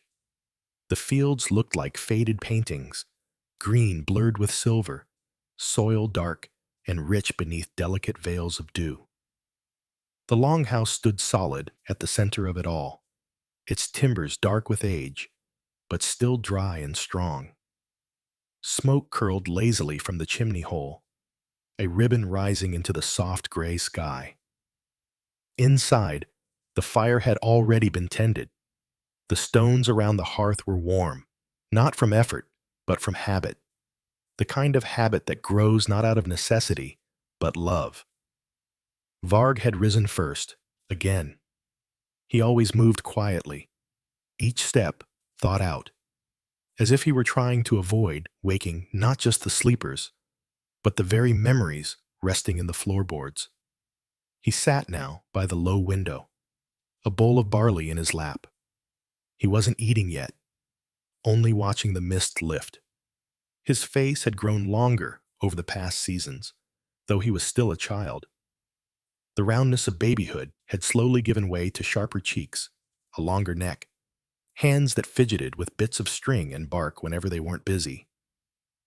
From the doorway behind him, Scotty watched. She had grown too. Now, almost 13, her body had lengthened, her shoulders squared. Her soot-dark hair was usually tied back with twine, and her clothes bore patches she had sewn herself. She was no longer the silent cousin who arrived clutching a stick like a weapon. Now, she led the young ones down to the stream. She could weave a fish trap in less than an hour, and when someone cried out in the dark, it was often her they called for. She didn't speak immediately as she watched Varg, only leaned against the doorframe and listened to the quiet. Then, "It'll rain today." Varg didn't turn. "Maybe," he said, "but only a little." Scotty tilted her head. "Why only a little?" He shrugged. "The mist is thin." That was answer enough. They stood together a while longer, the air between them calm. Then Varg stood, brushing crumbs from his lap. "Want to go to the north fence with me?" Scotty nodded. They left through the side door, taking a small satchel of tools with them. The fence had begun to sag where the ground had softened. The kind of thing that wouldn't matter to a traveler, but did to those who lived close to the land. At the fence line, they worked without talking. One dug. The other held boards in place. They worked in rhythm, the way those do who have shared the same space, the same warmth, the same silences. Overhead, clouds moved slowly, gray and soft, but not threatening. Beyond the fence, the path into the woods curved like a question. Scotty paused, hammer in hand. "Do you ever wonder where all the other houses are?" she asked. Varg didn't look up. He tapped a stake into place with the heel of his hand. "No." Scotty narrowed her eyes, smirking. "Liar." He grinned. "Okay, yes." She set down the hammer and sat back on her heels. "I think about it all the time. How far the others are. Whether they feel like this place." Varg squatted beside her. "They probably don't feel exactly the same." She nodded. "But maybe a little." He pulled a piece of bark from his pocket, turning it in his fingers. "They must burn their fires differently." Scotty picked up a twig and started peeling it. "Do you think they carve the same things?" Varg shrugged. "Maybe they don't carve at all. Maybe they sing." That thought hung in the air like smoke.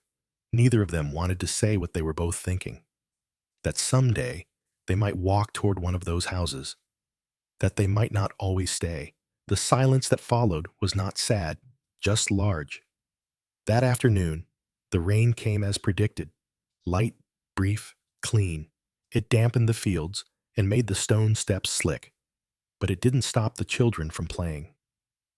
They ran barefoot through the puddles, yelling, laughing, skidding through the grass. Ildrun watched them from the bench by the apple tree, whittling a new spoon. Her hands moved slowly, not out of age, but out of thoughtfulness. Each curve was deliberate. Each angle respected the grain of the wood. She glanced up as Varg and Scotty returned, soaked to the knees and flushed. "Fence is steady," Scotty announced, flicking mud from her tunic. Ildrun smiled. "And your spirits?" "Steady, too," Varg said. They all knew what that meant. That night, the wind turned cool again. Not winter cool, just enough to tug at blankets and make everyone settle closer together. The children curled near the hearth, some with their heads on each other's shoulders, some with hands tucked into sleeves. The fire was not high. It never needed to be. But it was alive, glowing softly in the center of the room. Varg sat with his back to the wall, eyes wide open. He was not watching the fire. He was listening. There was something in the wind. Not a sound exactly. More a sensation. Like a note at the edge of hearing. Like the world holding its breath. He rose quietly and stepped outside. Scotty followed a moment later. The sky was clear now. The stars had returned, wheeling slowly above them. The apple tree's branches rustled faintly, like paper rubbed between fingers. "Something's coming," Varg whispered. Scotty didn't ask what. Instead, she stepped closer. "Let's go look." They walked the edge of the fields, past the new fence post, past the woodpile, down to the riverbank. The water moved quickly, clear and cold, glinting silver in the starlight. And there, caught between two stones, was a shape. Not large, but shaped. Varg crouched and pulled it free. A carved bird, worn by water, but still distinct. One wing chipped, an eye hole half filled with mud. Scotty knelt beside him. Not one of ours. Varg shook his head, but someone's. They looked upriver, where the water curved into the forest, a place they rarely went. Varg held the bird in his hands for a long moment, then stood. I think we need to build something. Scotty looked up at him. What kind of something? Varg turned the carving over in his fingers. A place for things that arrive. Not the listening box, not the hearth. Something outside, where wind and rain and sun could touch it. Something that watched the river.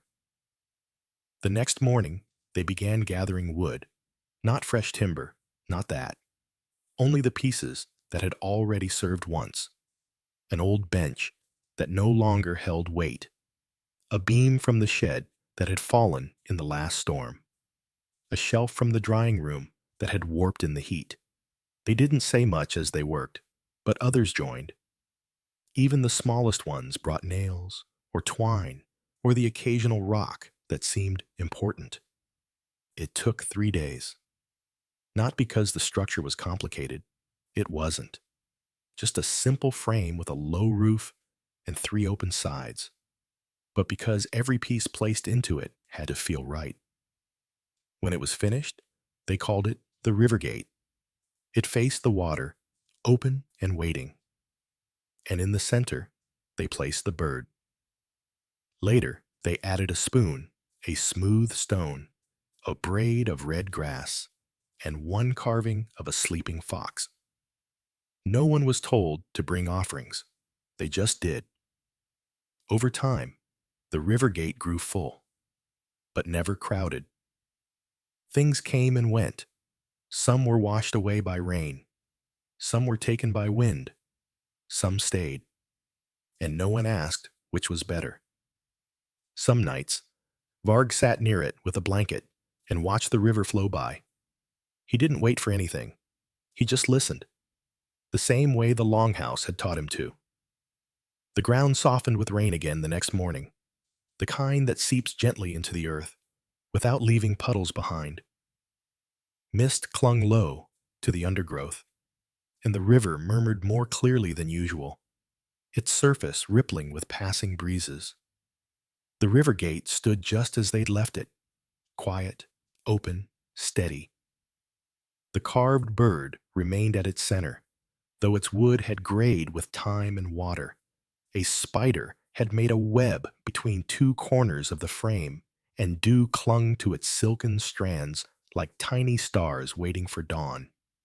Varg stood before it, barefoot, the damp grass curling around his toes. He was still, arms folded behind his back, eyes soft. The morning was too early for chores and too late for sleep. The in-between hour where only the most thoughtful moments tend to live. He wasn't alone for long. Scotty joined him, wordless, carrying a piece of old wool soaked in beeswax. Without speaking, she knelt and began wiping the bird's surface, removing the flecks of green that had started to settle into the corners. They worked side by side. The kind of work that doesn't need discussion, just presence. It was Scotty who finally broke the silence. I think someone upstream left this behind on purpose. Varg didn't answer immediately. He crouched, brushing his fingers along the wooden floor of the river gate. Or maybe the river chose to bring it. Scotty tilted her head. The river doesn't choose. He looked at her. Are you sure? She frowned, not in disagreement, but in consideration. The breeze caught her braid and tugged it slightly. No, she admitted. I'm not. They sat a while longer, and then Scotty pulled a bundle from her satchel. It was wrapped in linen, a small figure shaped like a curled fox, carved from driftwood. Its tail wrapped around its paws, and someone had etched tiny lines into the eyes, giving them a watchful, waiting look. She placed it gently beside the bird. Varg nodded once, and then they both stood and walked back toward the house. The path felt different now, not new, just widened, as though every step they took was part of something larger being carved, slowly, gently, into the world. By midday, the clouds had thinned and the air had warmed. The children were out again, some gathering wild onion, others chasing one another in a game that involved more laughter than rules. Scotty was in the weaving shed, helping a younger girl sort scraps for a new curtain. Varg stood in the doorway of the Longhouse, watching the sun fall across the worn wooden steps. Ildrun approached from the fields, her tunic damp with sweat, arms streaked with soil. "You look like someone waiting for a sign," she said with a faint smile. Varg blinked and looked at her. "I don't think signs come when we wait." She sat beside him. "No, I think they come when we're listening." Ildrun leaned back against the doorway. Maybe the same thing. Varg turned the thought over and let it settle. Have you ever noticed how some people begin to resemble the places they care for? Not just in the way their hands move or the clothes they wear, but in their silence, in their patience, in the shape of their gaze.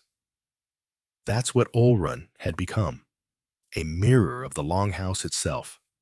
Strong, steady, kind, without explanation. Later that evening, as supper simmered and shadows stretched across the floor, a new sound rose beyond the fields. Not sharp, not fearful, just different. The bell. A soft wooden bell carved by Tomasis long ago, rarely used, only for arrivals. Scotty and Varg exchanged glances and moved quickly to the edge of the garden. Two figures stood at the gate. A woman with a wrapped bundle in her arms, and beside her, a boy who couldn't have been older than 5. His face was smeared with dust, but his eyes were bright, too bright for someone so still. They had come a long way. You could tell by the slant of their shoulders. The children said nothing. They simply opened the gate.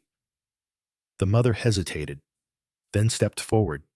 She didn't speak, but her eyes moved over the beams, the smoke rising from the roof, the bundles of herbs drying near the window. She took it in, all of it, in a single breath. The boy tugged at her sleeve. "Can we stay?" The words were barely above a whisper. She crouched and kissed his forehead. "Yes," she said, her voice thick. "We can stay." The Longhouse made room, as it always did. A mat was laid out. Warm water was fetched. The stew was shared, not in rush, but in welcome. That night, the boy curled close to the fire, with Varg's old blanket over him. He didn't speak again. He only watched the flames with wide eyes and fell asleep without a sound. The next morning, Varg found him standing by the river gate, barefoot, quiet, staring. "I heard it," he said when Varg approached. "Heard what?" "The bird." Varg looked at the carving. "What did it say?" The boy frowned slightly. "I don't know." Varg nodded. "That's all right."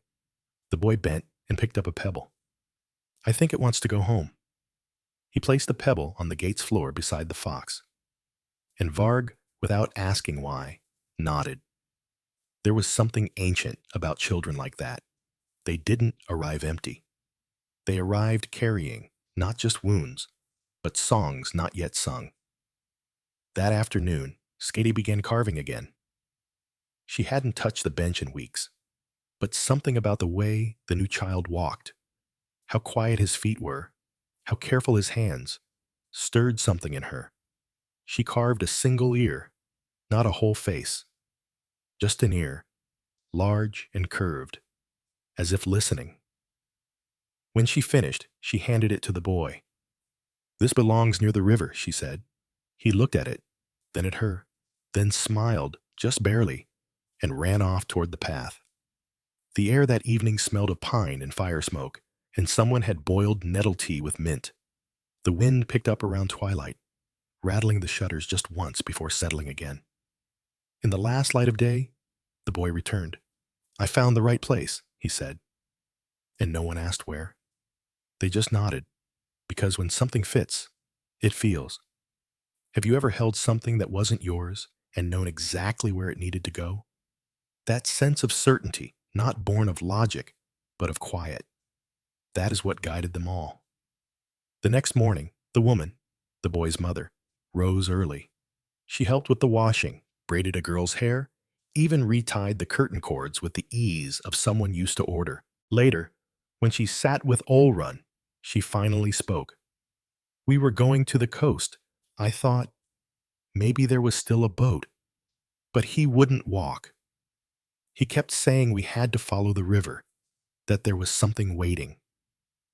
Ildrun said nothing, just passed her a warm cloth for her hands, and after a moment, the woman whispered, "He was right."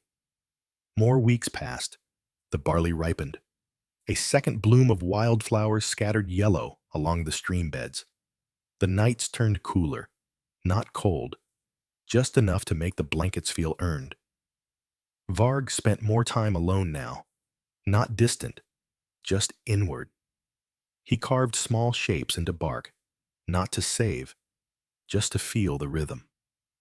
One afternoon, Scotty sat beside him. "You've changed." He looked at her. "So have you." She nodded, and then they said nothing more, but stayed close. That night, the fire burned higher than usual, not because of cold, because of gathering. Everyone circled near. A few of the older children had returned from the ridge where the river forked, their faces ruddy from wind and sun. They brought stories of deer trails and fallen stones, of a nest of owls in a hollow stump, and something else, a bit of cloth, red, with a spiral stitched in black thread. They had found it wrapped around a stick, placed gently in the crook of a tree. They didn't know who had left it, but everyone understood what it meant. A sign from another house. Somewhere upriver. The house breathed with it, and the fire that night sang in whispers, as though calling across the water to someone listening on the other side. The scent of wood smoke lingered well into the morning, long after the embers had dimmed and the house had turned quiet again. It drifted through the thatch, out toward the fields, curling into the forest's edge like an old friend searching for a familiar trail. Beneath the stillness, there was movement, not hurried, not loud, just steady and inevitable, like the slow growth of moss along a river stone. Varg stood beside the water trough, sleeves rolled to the elbows, scrubbing the wooden ladles with a bit of ash and sand. His hands moved without thought. He wasn't watching the ladles. He was watching the way the wind bent the barley, low, soft, graceful. Behind him, the youngest children chased each other around the firewood stack, their laughter high and ragged like gulls at sea. The Longhouse pulsed with the hum of morning, porridge bubbling in the pot, cloth flapping on the line, someone sharpening a knife slowly, evenly, with the rhythm of breath. Scotty passed by, carrying 2 baskets of flax. Her arms had grown strong. She moved with the quiet confidence of someone who knew exactly what she was worth, not because anyone had told her, but because she'd proven it to herself, day by slow day. She caught Varg's eye, but didn't speak. She didn't need to. That had changed too. There were fewer words between them now, and more knowing. And still, the river called. It wasn't loud, it wasn't urgent, but its presence had deepened, as though it had begun to notice them in return. Later that week, a group of older children ventured out to the ridge again, Not the crest they had walked before, but deeper, beyond the low pines and the old sheep trail. They followed the river's bend to a place where the water split around a large stone that looked like the back of a sleeping bear. There, they found footprints, small, recent, and not their own.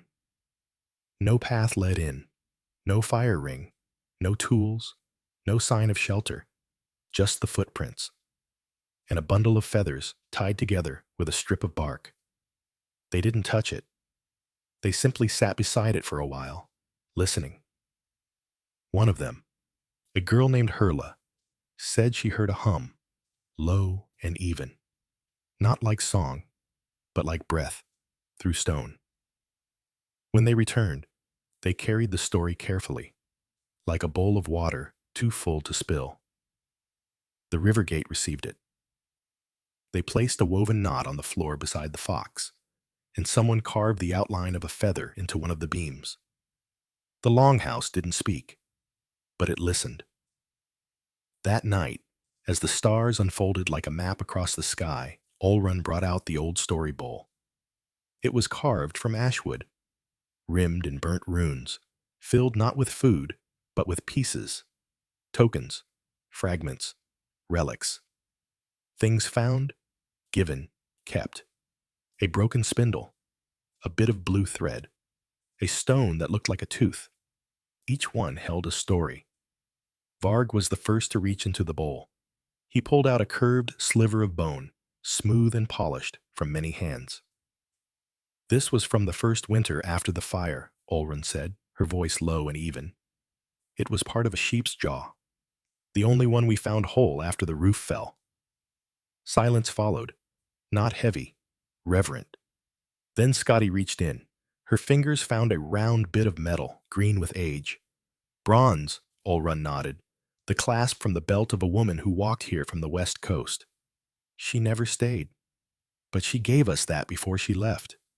The children took turns, one by one, each item a whisper from the past, each story a thread in the fabric of the house.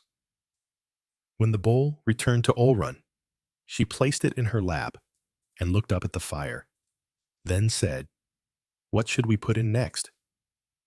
No one spoke at first. Then Varg rose, walked to the doorway, and returned with a bit of bark. He'd carved something into it earlier that day, not a shape exactly, more a texture, like the ripples of water disturbed by wind. He handed it to Ildrun. She turned it in her fingers, then smiled, and dropped it gently into the bowl. A new story, waiting to be told. The next morning brought frost. Not enough to kill the garden, but enough to paint the leaves silver and stiffen the earth beneath bare feet. Varg didn't mind. He liked the way the world felt sharper in cold, how each breath made his chest tighten, how sounds seemed clearer. He walked the field paths slowly, a basket over one arm, gathering the last of the elderberries. At the river, he paused. The surface was glass. A bird flew low, just above the water, then vanished into the trees. And there, at the edge of the river gate, was something new. A single braid of black hair, tied with red thread, looped gently around one of the posts. It hadn't been there the day before. He didn't touch it. He didn't need to. He just knelt beside it and closed his eyes and listened. When he returned to the Longhouse, Scotty met him at the door. She saw the look on his face, not alarm, not confusion, just quiet awe. "There's more out there," she said. He nodded. "But it's not just out there anymore," he whispered. "It's coming here." That evening, the house hummed, not with noise, with presence.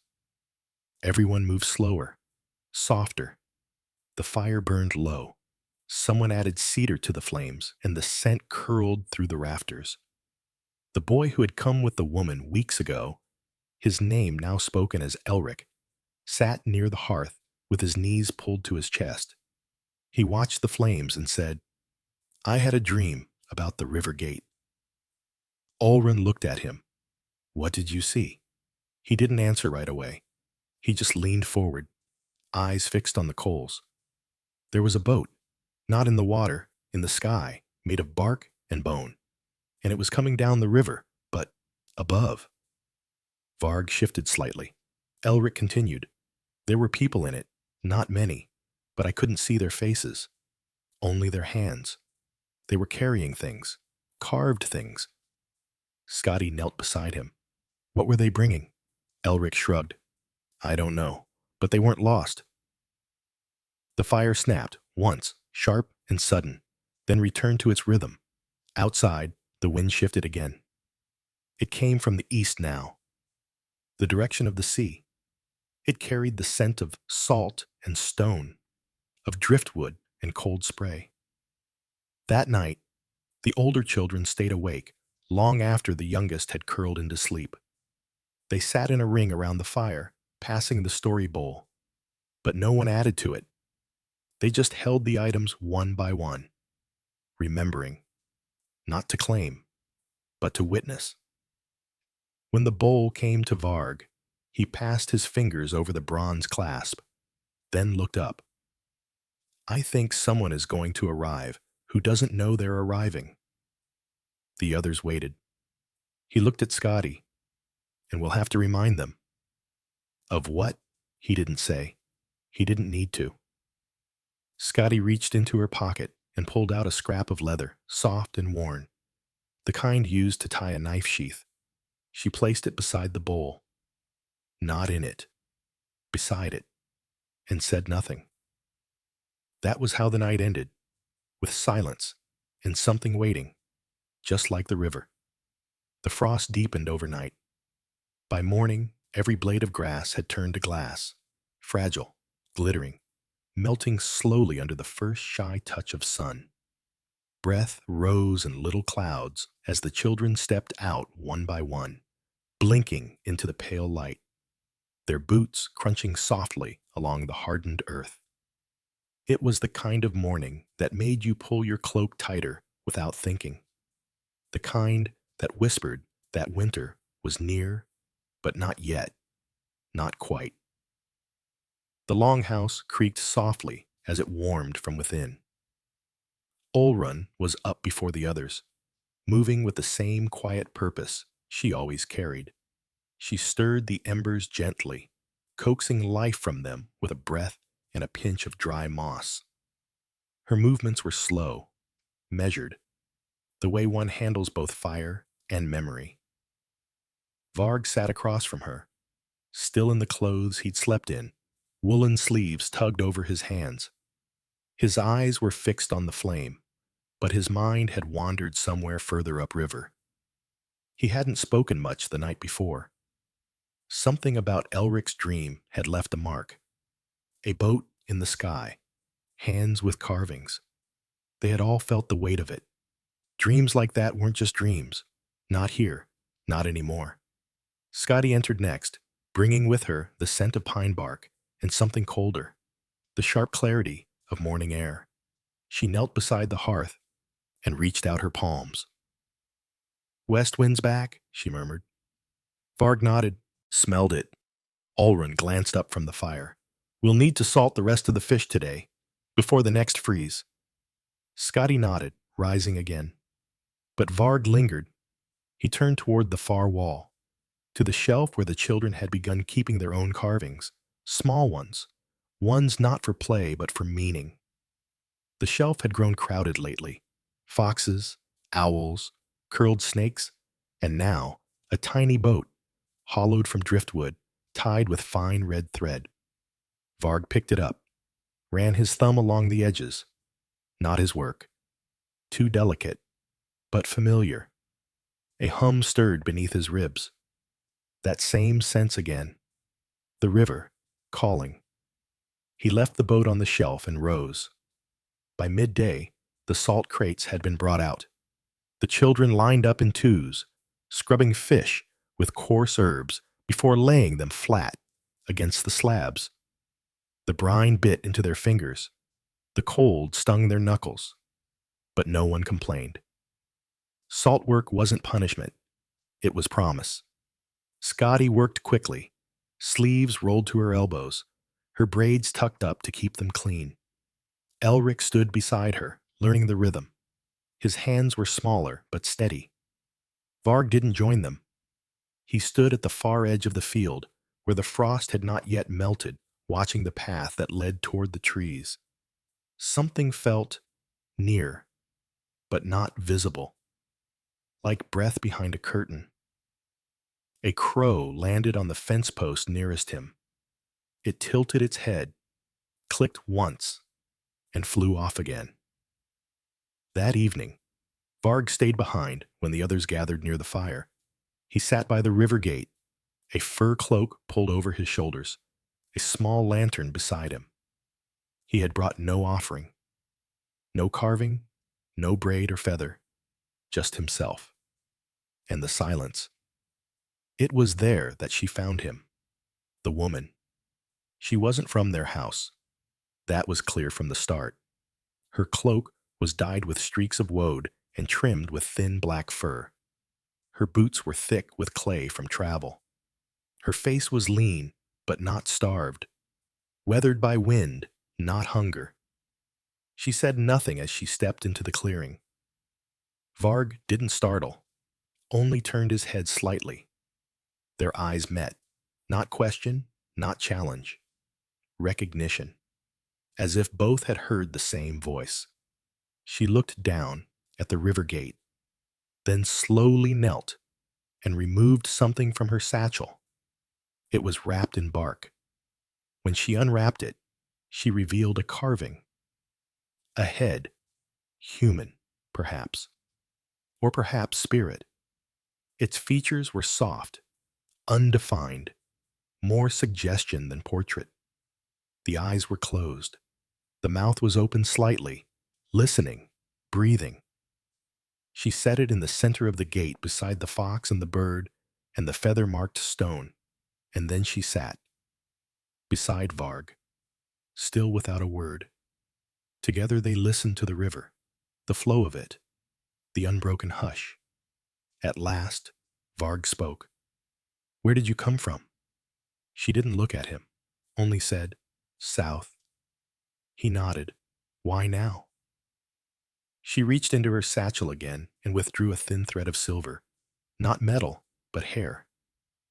"I followed this," she said softly, "for a long time." He looked at it, and then at her, and saw it. Not the thread itself, but the trail it marked. Not a path on the earth, a path in the world, through stories, through time. She leaned back and exhaled. "I had a dream," she said. Varg nodded. "Elric, too." The woman raised an eyebrow. "Describe it." "A boat in the sky," he said, "made of bark and bone, carvings in the hands, no faces." Her face softened. "Yes," she whispered. "That's the one."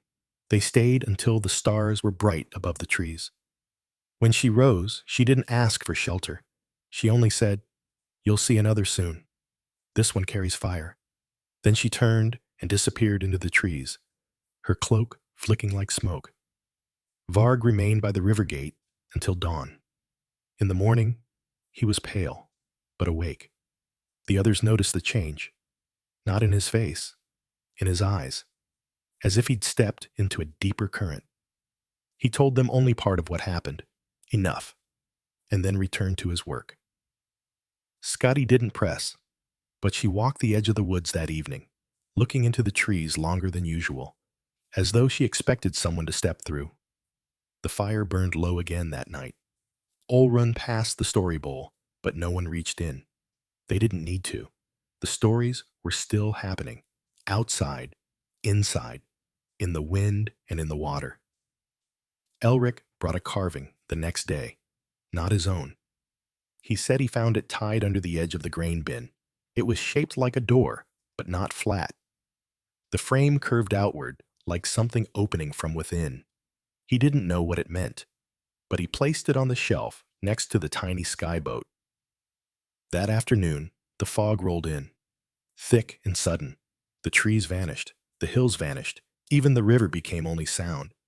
The children were called inside, not in fear, but in respect.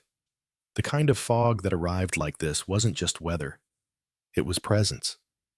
And in that hush, the Longhouse held its breath. Varg stood at the doorway, hand on the frame, and whispered to himself, "This is the gate." He didn't explain what he meant. Not then. The woman never returned. But her carving remained. And the fog stayed 2 days longer than it should have. When it cleared, something had shifted. The children didn't say it, but they knew. There were more houses out there, more hands, more threads, and they were beginning to weave. Together. The sun returned in pieces, like gold scattered across the field by unseen hands.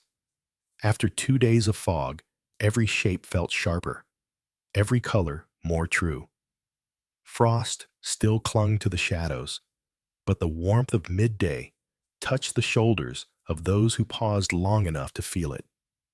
In the quiet morning after the fog lifted, the Longhouse exhaled, as if waking from a dream remembered only in fragments. Varg rose early and walked the boundary path, not because he was restless, but because something inside him had become attuned to the space beyond. Where once he had sought shelter in routine, now he walked simply to listen. His feet moved over the frost-bitten grass with care, avoiding the twisted roots and the flat stones slick with dew. He carried no tools, only a small strip of birch bark tucked in his sleeve. At the edge of the ridge, he stopped and looked down at the river. It glittered like stretched silver. There, on the far bank, was a shape, still, upright. A post? A tree? No, a figure, wrapped in furs, unmoving, watching. Varg didn't wave, didn't call.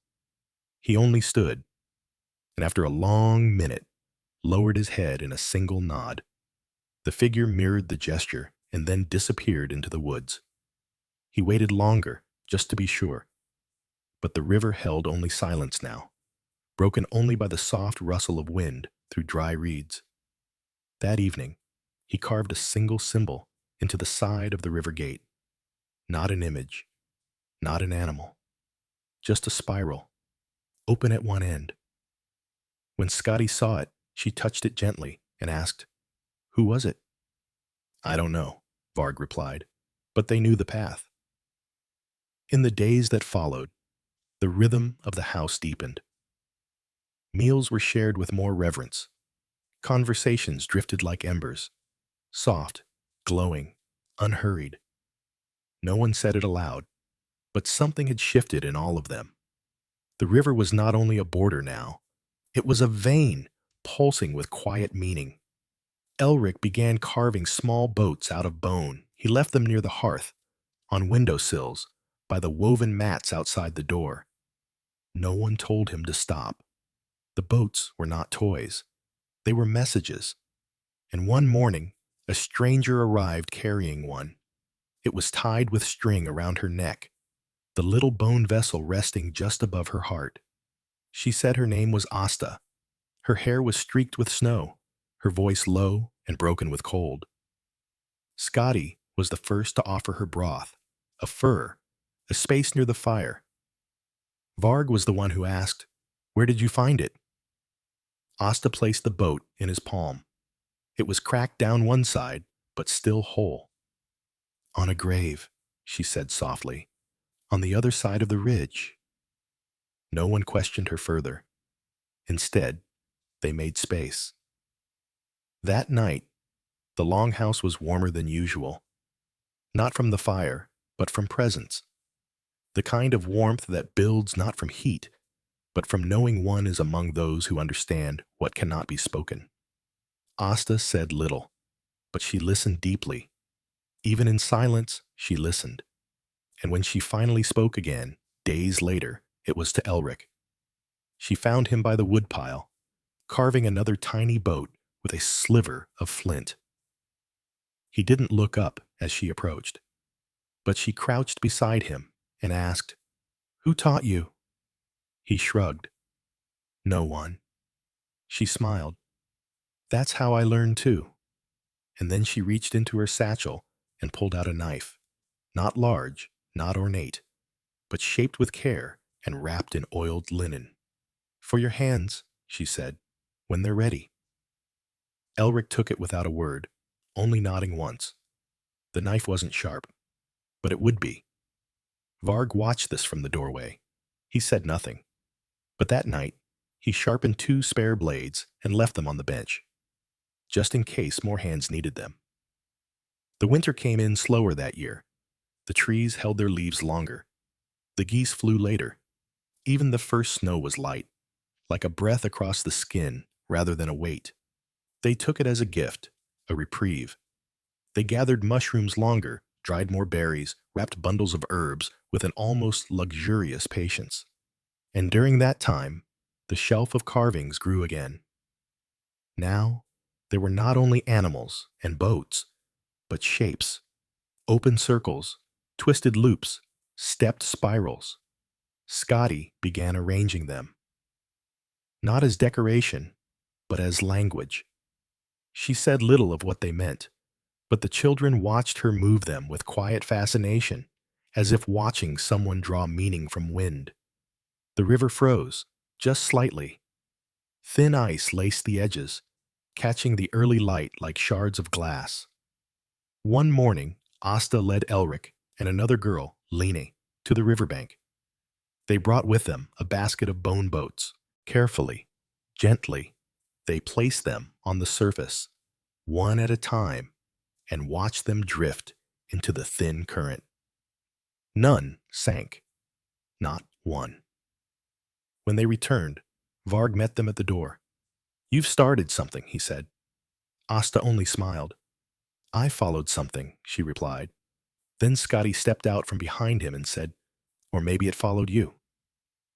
The conversation ended there, but the warmth it left lingered long after. As the snows came thicker, the Longhouse narrowed into itself. Chores moved indoors. Songs returned, slow songs, winter songs, songs sung to weaving and mending, and the tapping of spoons against clay. Children practiced runes on wood chips. Others learned to mend furs. Evenings were spent around the fire with fewer words but deeper thoughts. Ildrun, now slower with age, kept the story bowl close. She added only one new thing that winter, a bit of string, worn and knotted. "This," she said, "was from a bundle we tied the year the wolves came too near. We tied bells to the goats. They didn't like it, but the wolves didn't come." The string passed from hand to hand, not for the story, for the reminder that even noise can be a kind of protection.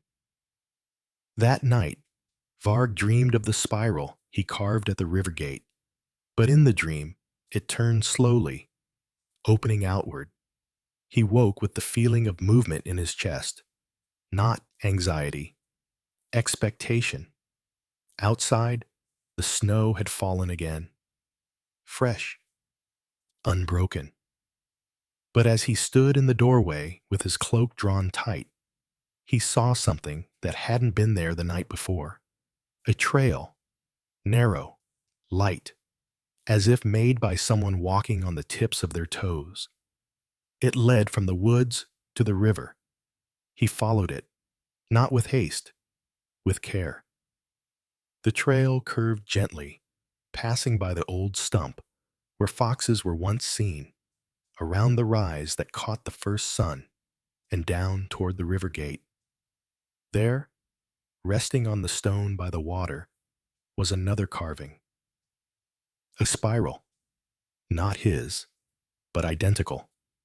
He picked it up, turned it in his hand, then placed it beside his own. No note, no person, just presence. But that was enough. He returned slowly, letting the snow fill his footprints behind him. It was the moonlight that made everything seem softer that night. as though the snow itself were sighing beneath its glow. The longhouse was quiet, blanketed in that hushed kind of stillness that only comes when every child has fallen into deep, dreamless sleep, and the fire has burned low enough to let the darkness gently reclaim the room. Varg sat at the river gate again, wrapped in his thickest cloak, the carving of the spiral in his lap, the twin of his own. He'd turned it over in his hands too many times to count now. It was worn smooth, as though it had passed through many fingers before reaching his. He could almost feel those past hands through the wood, not their shapes or sizes, but the weight of them, the stories they carried, and the way they had chosen to release those stories to the river. The moon shimmered on the frozen surface, and far upstream, the ice cracked. Not loud, not alarming, just a long, lazy, splitting sound, like the world stretching after sleep. Varg closed his eyes and whispered, "I hear you." Not to the ice, not to the wind, to whatever it was that had carved the second spiral. Something was coming. He could feel it, the way one feels the turn of a season before the first leaf falls, or the scent of rain before the clouds gather. Behind him, the house creaked gently as the cold pressed against its beams. Inside, Elric stirred in his sleep, reaching out for the bone knife beside his bedroll. Asta, curled by the inner wall, dreamed of a tree with glowing roots. And Scotty, wide awake, sat in her corner with thread in her hands, weaving a new braid, red, black, and something new, a pale blue cord that shimmered in firelight like frost. She didn't know why she'd chosen those colors, only that they had come to her fingers without thought. Outside, Varg remained at the gate until the stars shifted. Then he stood, brushed the snow from his cloak, and walked slowly back into the longhouse, leaving both spirals resting side by side. The next day, it began with a knock. Not on the door. There was no knocking at the longhouse door. Those who knew entered with care. Those who didn't rarely found their way here. But this knock came from the roof. A steady tapping, like stone against wood. Varg looked up from his carving, then stood. He climbed the ladder to the loft, pushed open the hatch, and emerged into a morning of sharp blue light. The roof glittered with hoarfrost, and sitting on the ridge beam, calmly, as if it belonged there, was a raven. It tilted its head and dropped a small object. It rolled to Varg's feet, a bead, carved from horn, etched with a spiral. The bird watched him, then, without a sound, took off into the sky. He crouched and picked up the bead. It was warm. That day, he tied it into a cord around his wrist. Not for show, for anchor. Later that morning, Scotty came to him by the herb racks. "They're gathering," she said softly. "Where?" "Everywhere." She led him to the hill behind the fields. There, in the far distance, smoke rose in thin trails. 3 columns, from beyond the river. Too far for neighbors, too near to be ignored. Asta joined them before noon. She had already packed her satchel. "I want to go," she said. Varg looked at her. Scotty frowned. "You don't know what's there?" "I know what's here," Asta replied, "and I trust it to still be here when I return." No one argued. Instead, they helped her prepare. Elric handed her one of his boats, carved that morning, the smoothest yet. "For whoever needs it," he whispered. She tucked it into her satchel with a nod. Before she left, she knelt at the river gate, placed both hands on the cold wood, and said quietly, "Keep the fire for me." Then she walked into the trees. Her footsteps left no trail. The snows came again that night, heavier than before. They blanketed the fields, softened the fences, erased the footprints around the chopping block. Inside, the longhouse became a haven of hush and heat. Ildrun kept the hearth steady. Skadi continued to braid, her hands never idle. Elric carved, then sanded, then polished, a rhythm that steadied him more than words could. And Varg watched. He was waiting, not in restlessness, but in readiness. The spiral on his wrist seemed to pulse when the wind rose. On the fifth night, a voice called from the trees, not loud, but unmistakable. Varg opened the door. A child stood there, soaked in snow, alone, barefoot. His eyes were wide, not with fear, but something older, as if he had seen things that hadn't happened yet. Varg stepped aside, held out his hand. The child took it. Inside, Skadi rose without a word and wrapped him in a blanket. Elric offered the fire's side. Ildrun stirred the pot. No one asked who he was. He would tell them, or he wouldn't. That was not the point. That night, he carved his first shape. It wasn't an animal, not a boat, not a face, just a circle, split down the middle.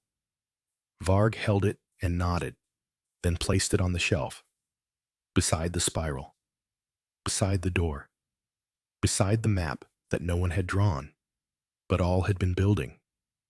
Days passed. More snow, more stories, more signs. Another spiral bead arrived, this time tucked into the firewood. Then a figure, seen only at dusk, standing at the far field's edge, unmoving, silent, but present.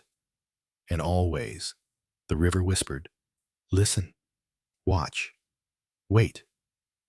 One morning, the ice cracked again, but this time, something floated downriver. A bundle, wrapped in leather, caught on the river gate post. Varg pulled it gently ashore. Inside, dried moss, a hollow bone flute, and a tiny carved hand, not child-sized, adult, but smooth, unfinished. No signature. He set it beside the fire. Ildrun looked at it for a long time, then said, she's coming. Skadi turned. Who? Ildrun's eyes softened. I don't know, but she's coming. They prepared a place by the door. Not a bed. A circle of woven straw. Old tradition, from before even the oldest remembered. For guests that arrive without names. And for those the house has been waiting for. That night, a second child came. This one older, with a limp, and no voice. He carried nothing but a coil of rope. When offered food, he shook his head.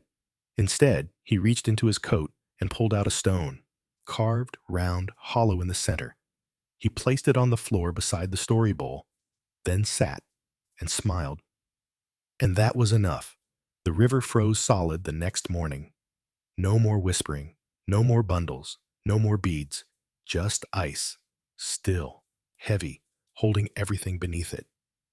Varg stepped onto it at dawn, walked to the middle, knelt, and pressed his hand flat against the surface. Felt nothing, then heard everything. The hum of it, like breath, like stories waiting. Not gone, just paused. Under the weight of water and time. He stood, walked back, and whispered, it's not over. Skadi heard him. So did Elric. So did the fire. Because the story had never been about the river alone. It was the gate. Yes, but they were the keepers. And something was moving beyond it.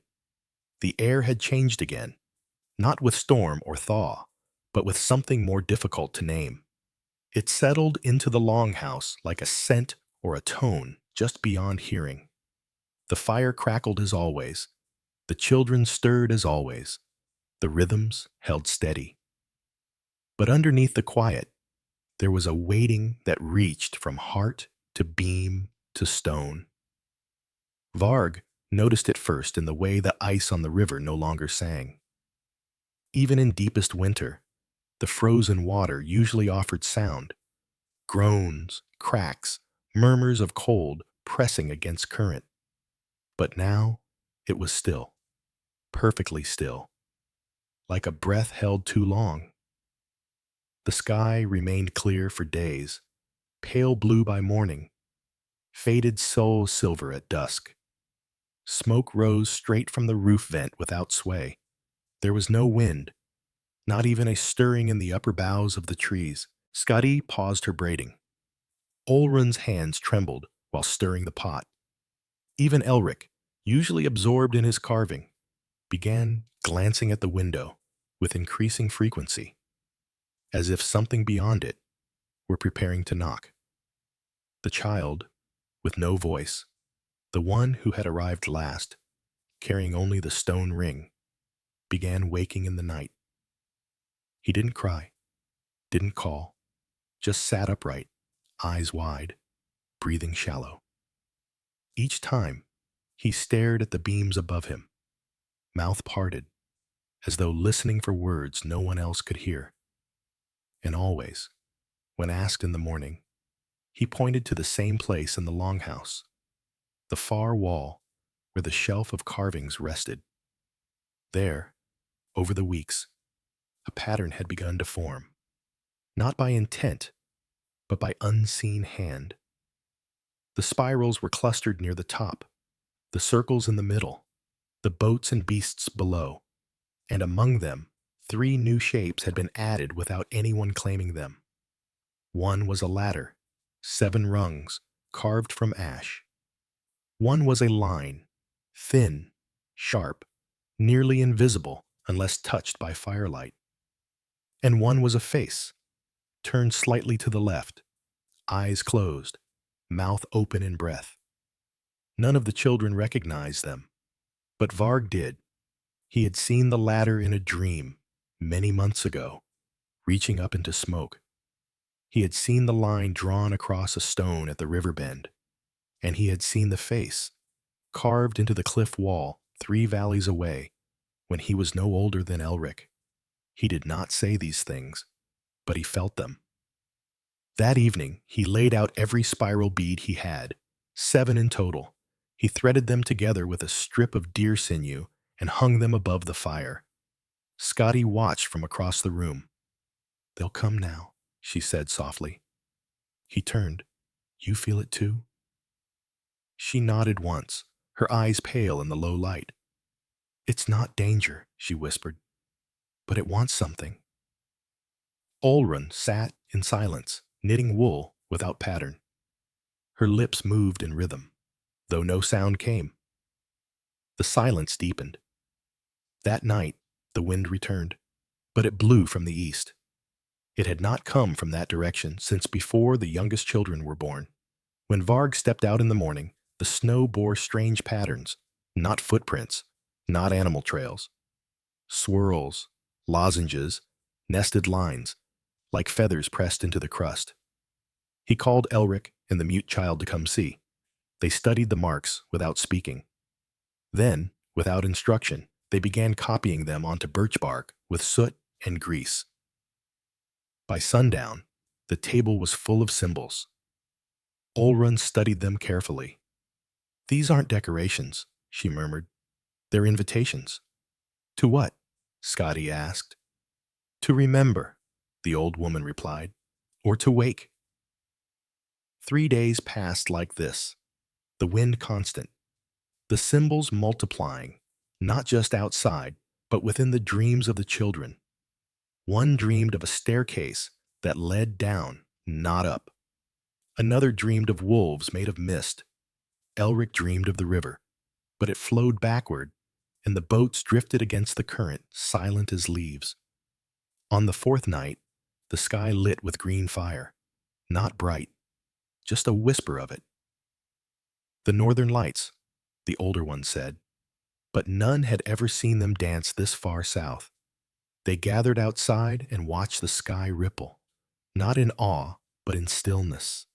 Each child, each elder, every hand holding every other. Above them, the light moved like breath across silk. Varg whispered, "Now," and he wasn't sure what he meant. In the morning, Someone had rearranged the shelf, not violently, not randomly, but with purpose. The ladder had been laid flat, the line placed beneath it, the face turned upside down. And next to them, a new carving had appeared, long, thin, horn-shaped, but the horn was sealed at both ends. No one admitted placing it. No one touched it. Instead, they let it be. Until that evening, when Elric approached Varg with a question so quiet it might have been mistaken for wind. What if the gate doesn't open out, but in? Varg looked at him, brow furrowed. Elric continued, eyes distant. What if we're not waiting for someone to come, but for something inside us to answer?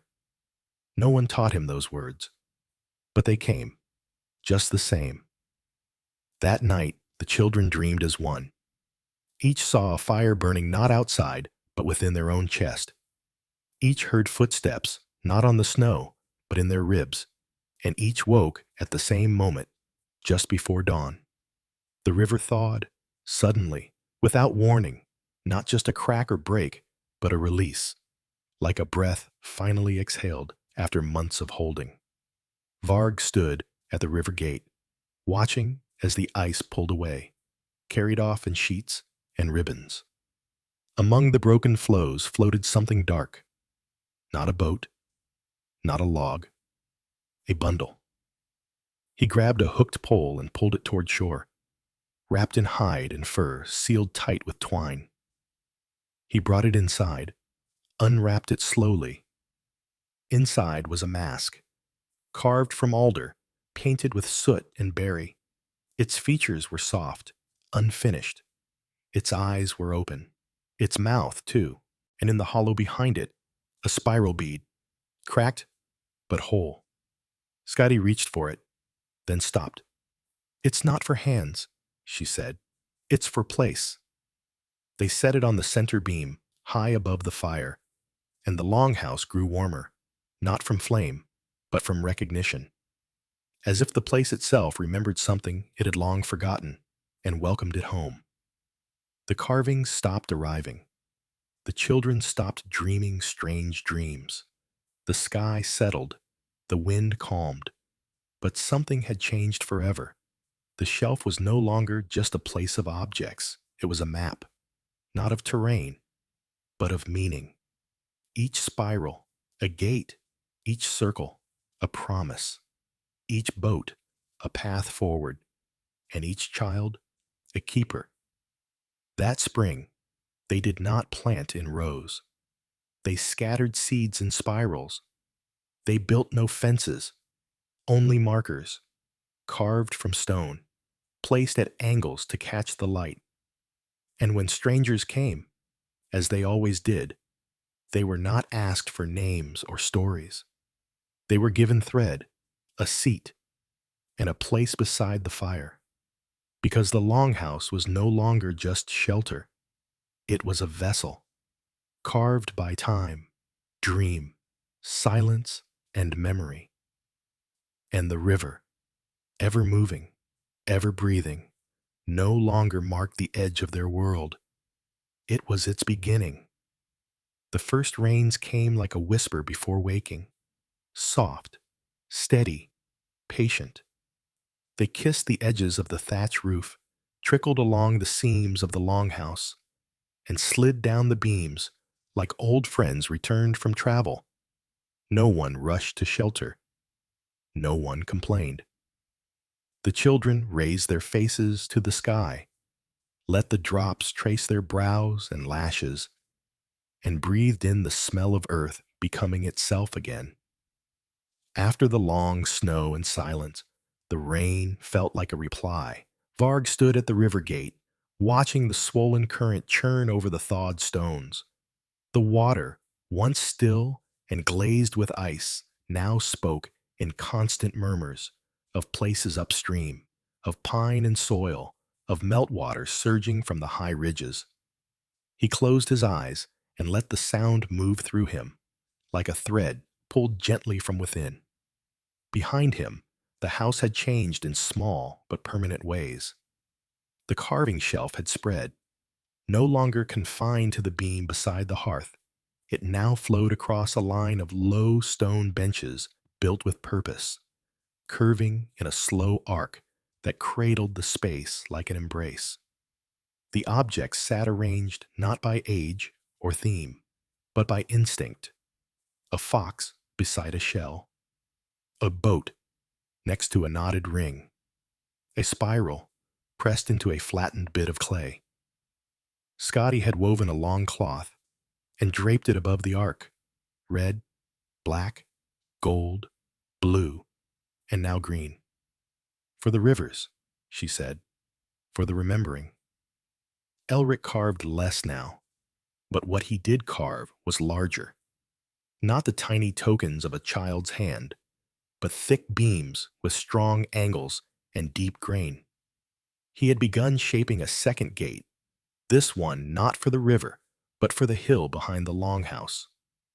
Where once they had planted flax, they now prepared a stone path that curved upward and vanished into the trees.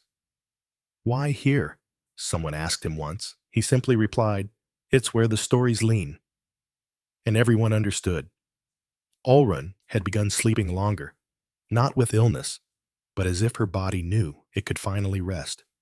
She no longer sat by the hearth, but watched from her corner, wrapped in wool, her fingers tracing the hems of old tunics and cloaks as though reading their stitches. When the silent boy came to her with a handful of river stones, she took them without question, sorted them by shape, and placed one in each child's shoe the next morning. Not for luck, not for ritual, but for grounding. And every child felt it, the small weight, the cool smoothness, the way it reminded their feet where they truly stood. The rains lasted 4 days, long, soft, unhurried, and with them came moss, sprouts, the green mist of the first ferns unfurling. Birdsong returned, not the frantic calls of autumn, but slow, morning notes, sung without audience. And with them came the visitors, not in crowds, just one, at first, a woman, alone, carrying a single antler wrapped in linen. She said little, only asking if there was still room to sleep by the door. Varg said yes. She laid the antler near the carving shelf and never spoke of it again. Then a man with a limp, walking with the aid of a bone staff. He brought no bundle, but left behind a round stone with a crack in the shape of a forked path. Then a pair of sisters, one blind, the other quiet, who brought song instead of carving. Each visitor added something, not to the shelf necessarily, sometimes to the wall, sometimes to the garden, sometimes to the silence, which deepened with richness each time someone truly listened. By midsummer, the Longhouse had changed again. Not in size, but in depth.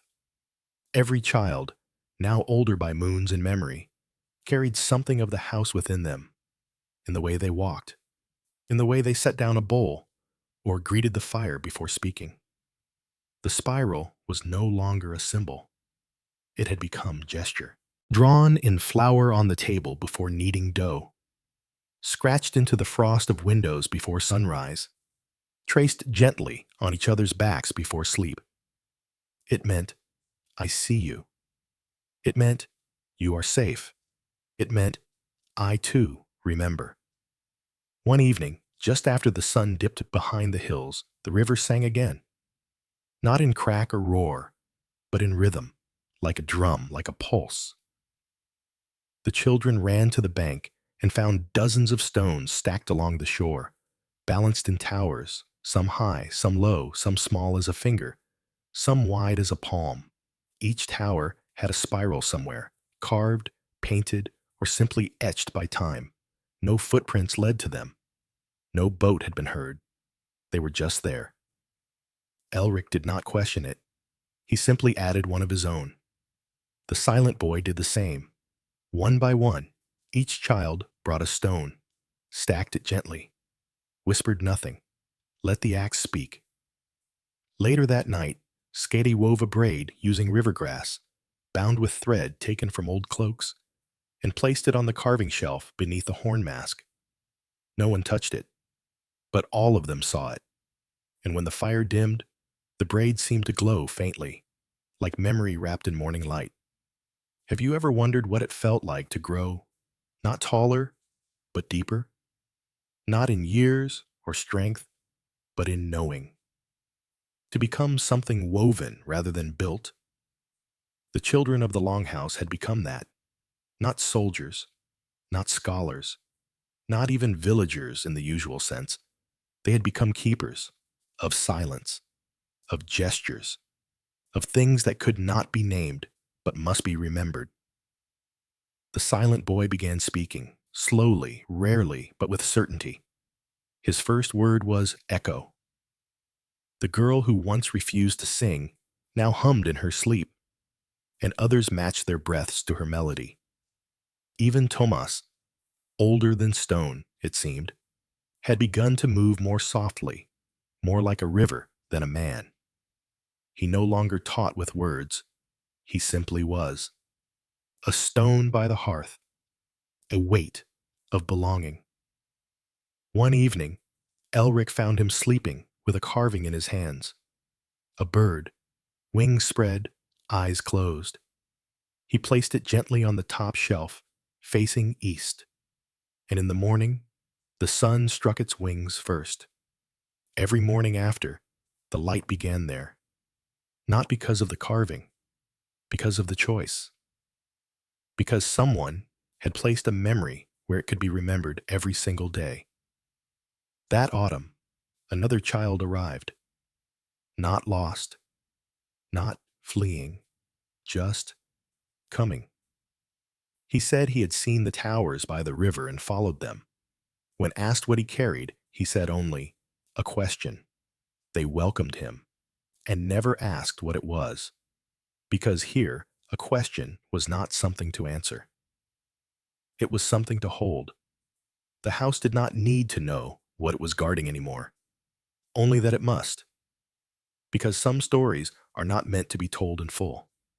They are meant to be felt through the warmth of shared bread, the hush of firelight on carved wood, the soft brushing of wool against bare shoulders. And so the house remained, not as a building, as a body, alive, listening, breathing. Even after the original names had faded into wind, the rhythm held. Even after the river had shifted course, the towers remained. And even after every stone had been placed, the spiral still spun. Because the spiral, they came to learn, was not a path. It was a promise. The morning came with a hush so complete, even the birds seemed to pause. The snow had receded in patches, revealing brown earth beneath, damp, fragrant, and streaked with veins of meltwater. Overhead, the clouds held still in a pale sky, and the Longhouse, timeless and low against the thawing land, seemed to breathe with the rhythm of all things beginning again. Inside, the children woke slowly. No alarm, no rush, just the weight of blankets lifted gently, the shift of limbs remembering warmth. Elric stretched beside the hearth, his hand reaching instinctively toward the shelf of tools. But he didn't carve that morning. Instead, he watched the light move across the floor, slow and golden, filtered through a narrow crack in the old thatch above. Varg stood near the door. He wasn't preparing to leave, nor was he guarding.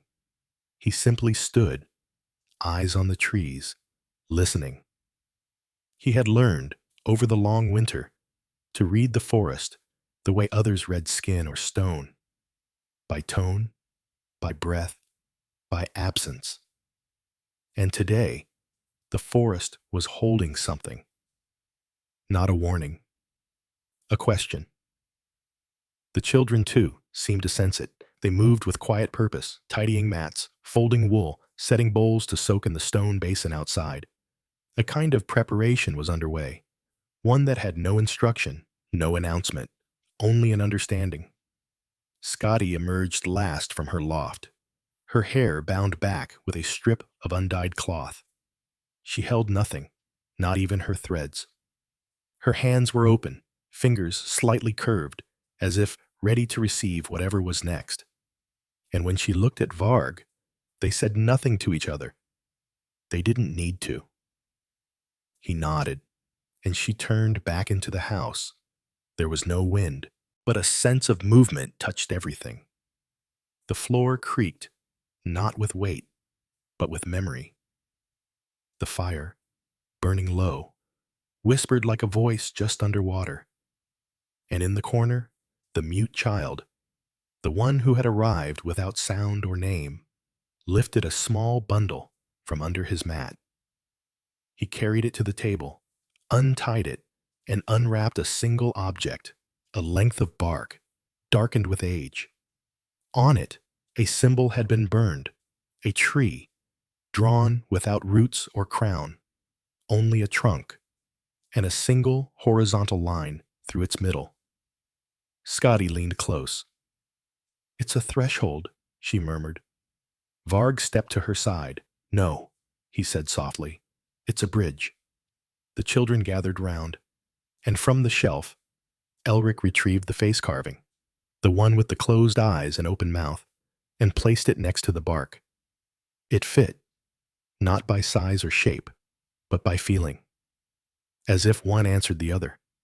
And that was when the quiet deepened further, the kind of silence that makes the skin rise slightly, like the body recognizing something the mind has not yet caught. And then, a knock, not on the door, not from the roof, but from beneath. The floorboards trembled, just once, then stilled. Varg looked at Scotty. Neither moved. Ildrun, silent at her place near the fire, inhaled slowly through her nose and said, "It's not new, it's old." Then she stood, something she hadn't done without help in weeks, and stepped to the very center of the Longhouse. There, between the fire and the shelf, was a knotted rug, hand-woven years ago by hands long gone. She knelt, pulled it back, and beneath it, hidden by soot, softened by dust, was a trapdoor, the kind built by those who do not expect to return often. The kind sealed by memory. Varg crouched and placed his palm on the wood. It was warm, not from the fire, from within. He looked once more at the others, children and grown alike, then slowly lifted the latch. The smell that rose was not of rot or damp, but of earth and metal. The smell of a place long closed, but not forgotten. He pulled the door open. A staircase led down, narrow, worn smooth. One by one, they descended. Scotty first, then Elric, carrying the bark and the face, then the mute child, then Ildrun, leaning on no one, and last, Varg. The air below was cool, still, lit only by the glow of fire carried down in a shielded basin. The stairs gave way to stone, and the stone gave way to a chamber, small, circular, its walls lined with carvings, not shelves, but direct etchings in the rock. Not just spirals, not just boats, but histories. Scenes too worn to be sharp, but clear enough to be read. A woman standing at a river. A child placing a bowl on the earth. A figure with no face offering a bundle to the sky. They moved around the room in silence, fingers trailing gently across the walls. Then Elric approached the center, a shallow depression in the stone floor. He knelt, placed the bark and the carved face inside, then stepped back. Nothing happened. No light, no sound, just stillness. Until Ildrun spoke. "Do you know why the house never falls?" she asked. Her voice was clear, stronger than it had been in months. They turn to her because it isn't built, it's remembered. Every day, every night, in silence, in noise, in story, in breath. She pointed to the walls, to this, and then to the children, and to you. No one spoke. Then the mute child stepped forward. From his bundle, he withdrew a single object, a hollow spiral, carved from antler. He placed it beside the others, and at that moment, a draft of wind moved through the chamber. From nowhere to nowhere, just a breath. And in that breath, the fire in the basin flared once, golden, high, then low again.